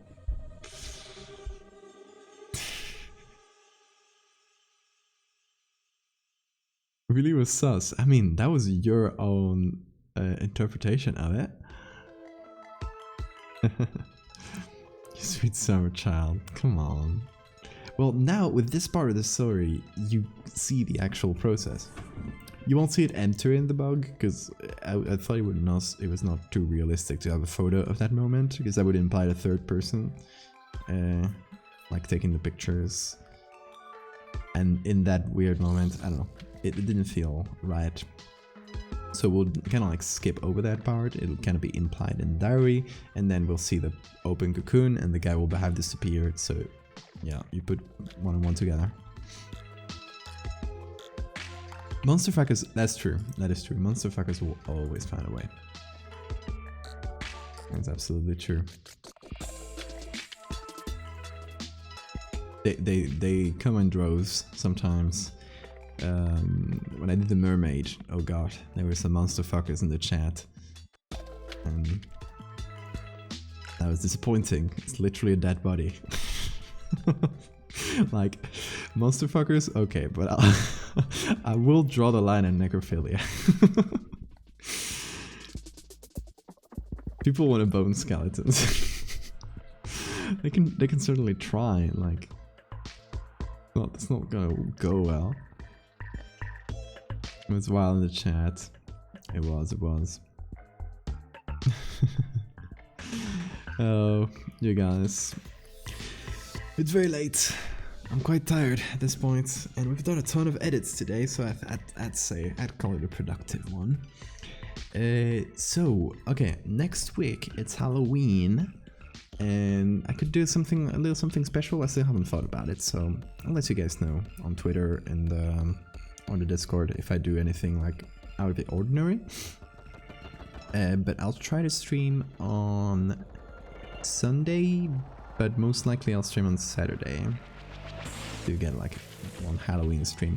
After that, Irrevember is starting, which is this challenge I did last year, which was kind of like one of those Draw-tober things, but with like eerie, mysterious prompts. It was very good, and I'm like it's happening this year again. So I'll be participating, and depending on how I can schedule it, I might be able or like try to do frequent streams. Like maybe I'll do like a half-hour stream every day or 1 hour stream every day around the same time, like around 10 p.m. or so, to get like one of those small edits done and try to get one done every day, or as the days I can do it at least. We'll see if I can manage it. We'll see if I can figure out. So it's not a promise yet. It's just like a little plan, a little thing I'm thinking about. So yeah, I'll keep you guys posted in any case. You work on Halloween. Oh, that's sad for you guys. I'm gonna be watching movies with my partner and dressing up and doing the dressing up as a Nightmare Before Christmas characters. That's gonna be fun. So yes, Halloween stream, and then on November, still doubtful, but I'll hopefully be able to stream a little bit more often and try to do a bunch of little edits that, if last year's was an indication, a few of them will blow up and become some of my biggest ones. So I won't bet on that, but it might happen. Can I request pictures? I don't know what I'll do for next week's stream. We'll see what, if it might not even be a Photoshop thing. So we'll see. And oh, pictures of the mask. Yes, I will send you pictures, of course. I'll send them on the Discord. I might even pop in with a mask in this on stream. If the mask comes out well, it's still drying, but it has all indications that it will look nice. So I'll show you guys. Ooh, altar building process. That's fun. Hope I can catch that. Anyways, you guys, thank you for chatting. You guys are amazing. Thank you for listening to my terrible stories, my horror stories. And I'll be seeing you next week.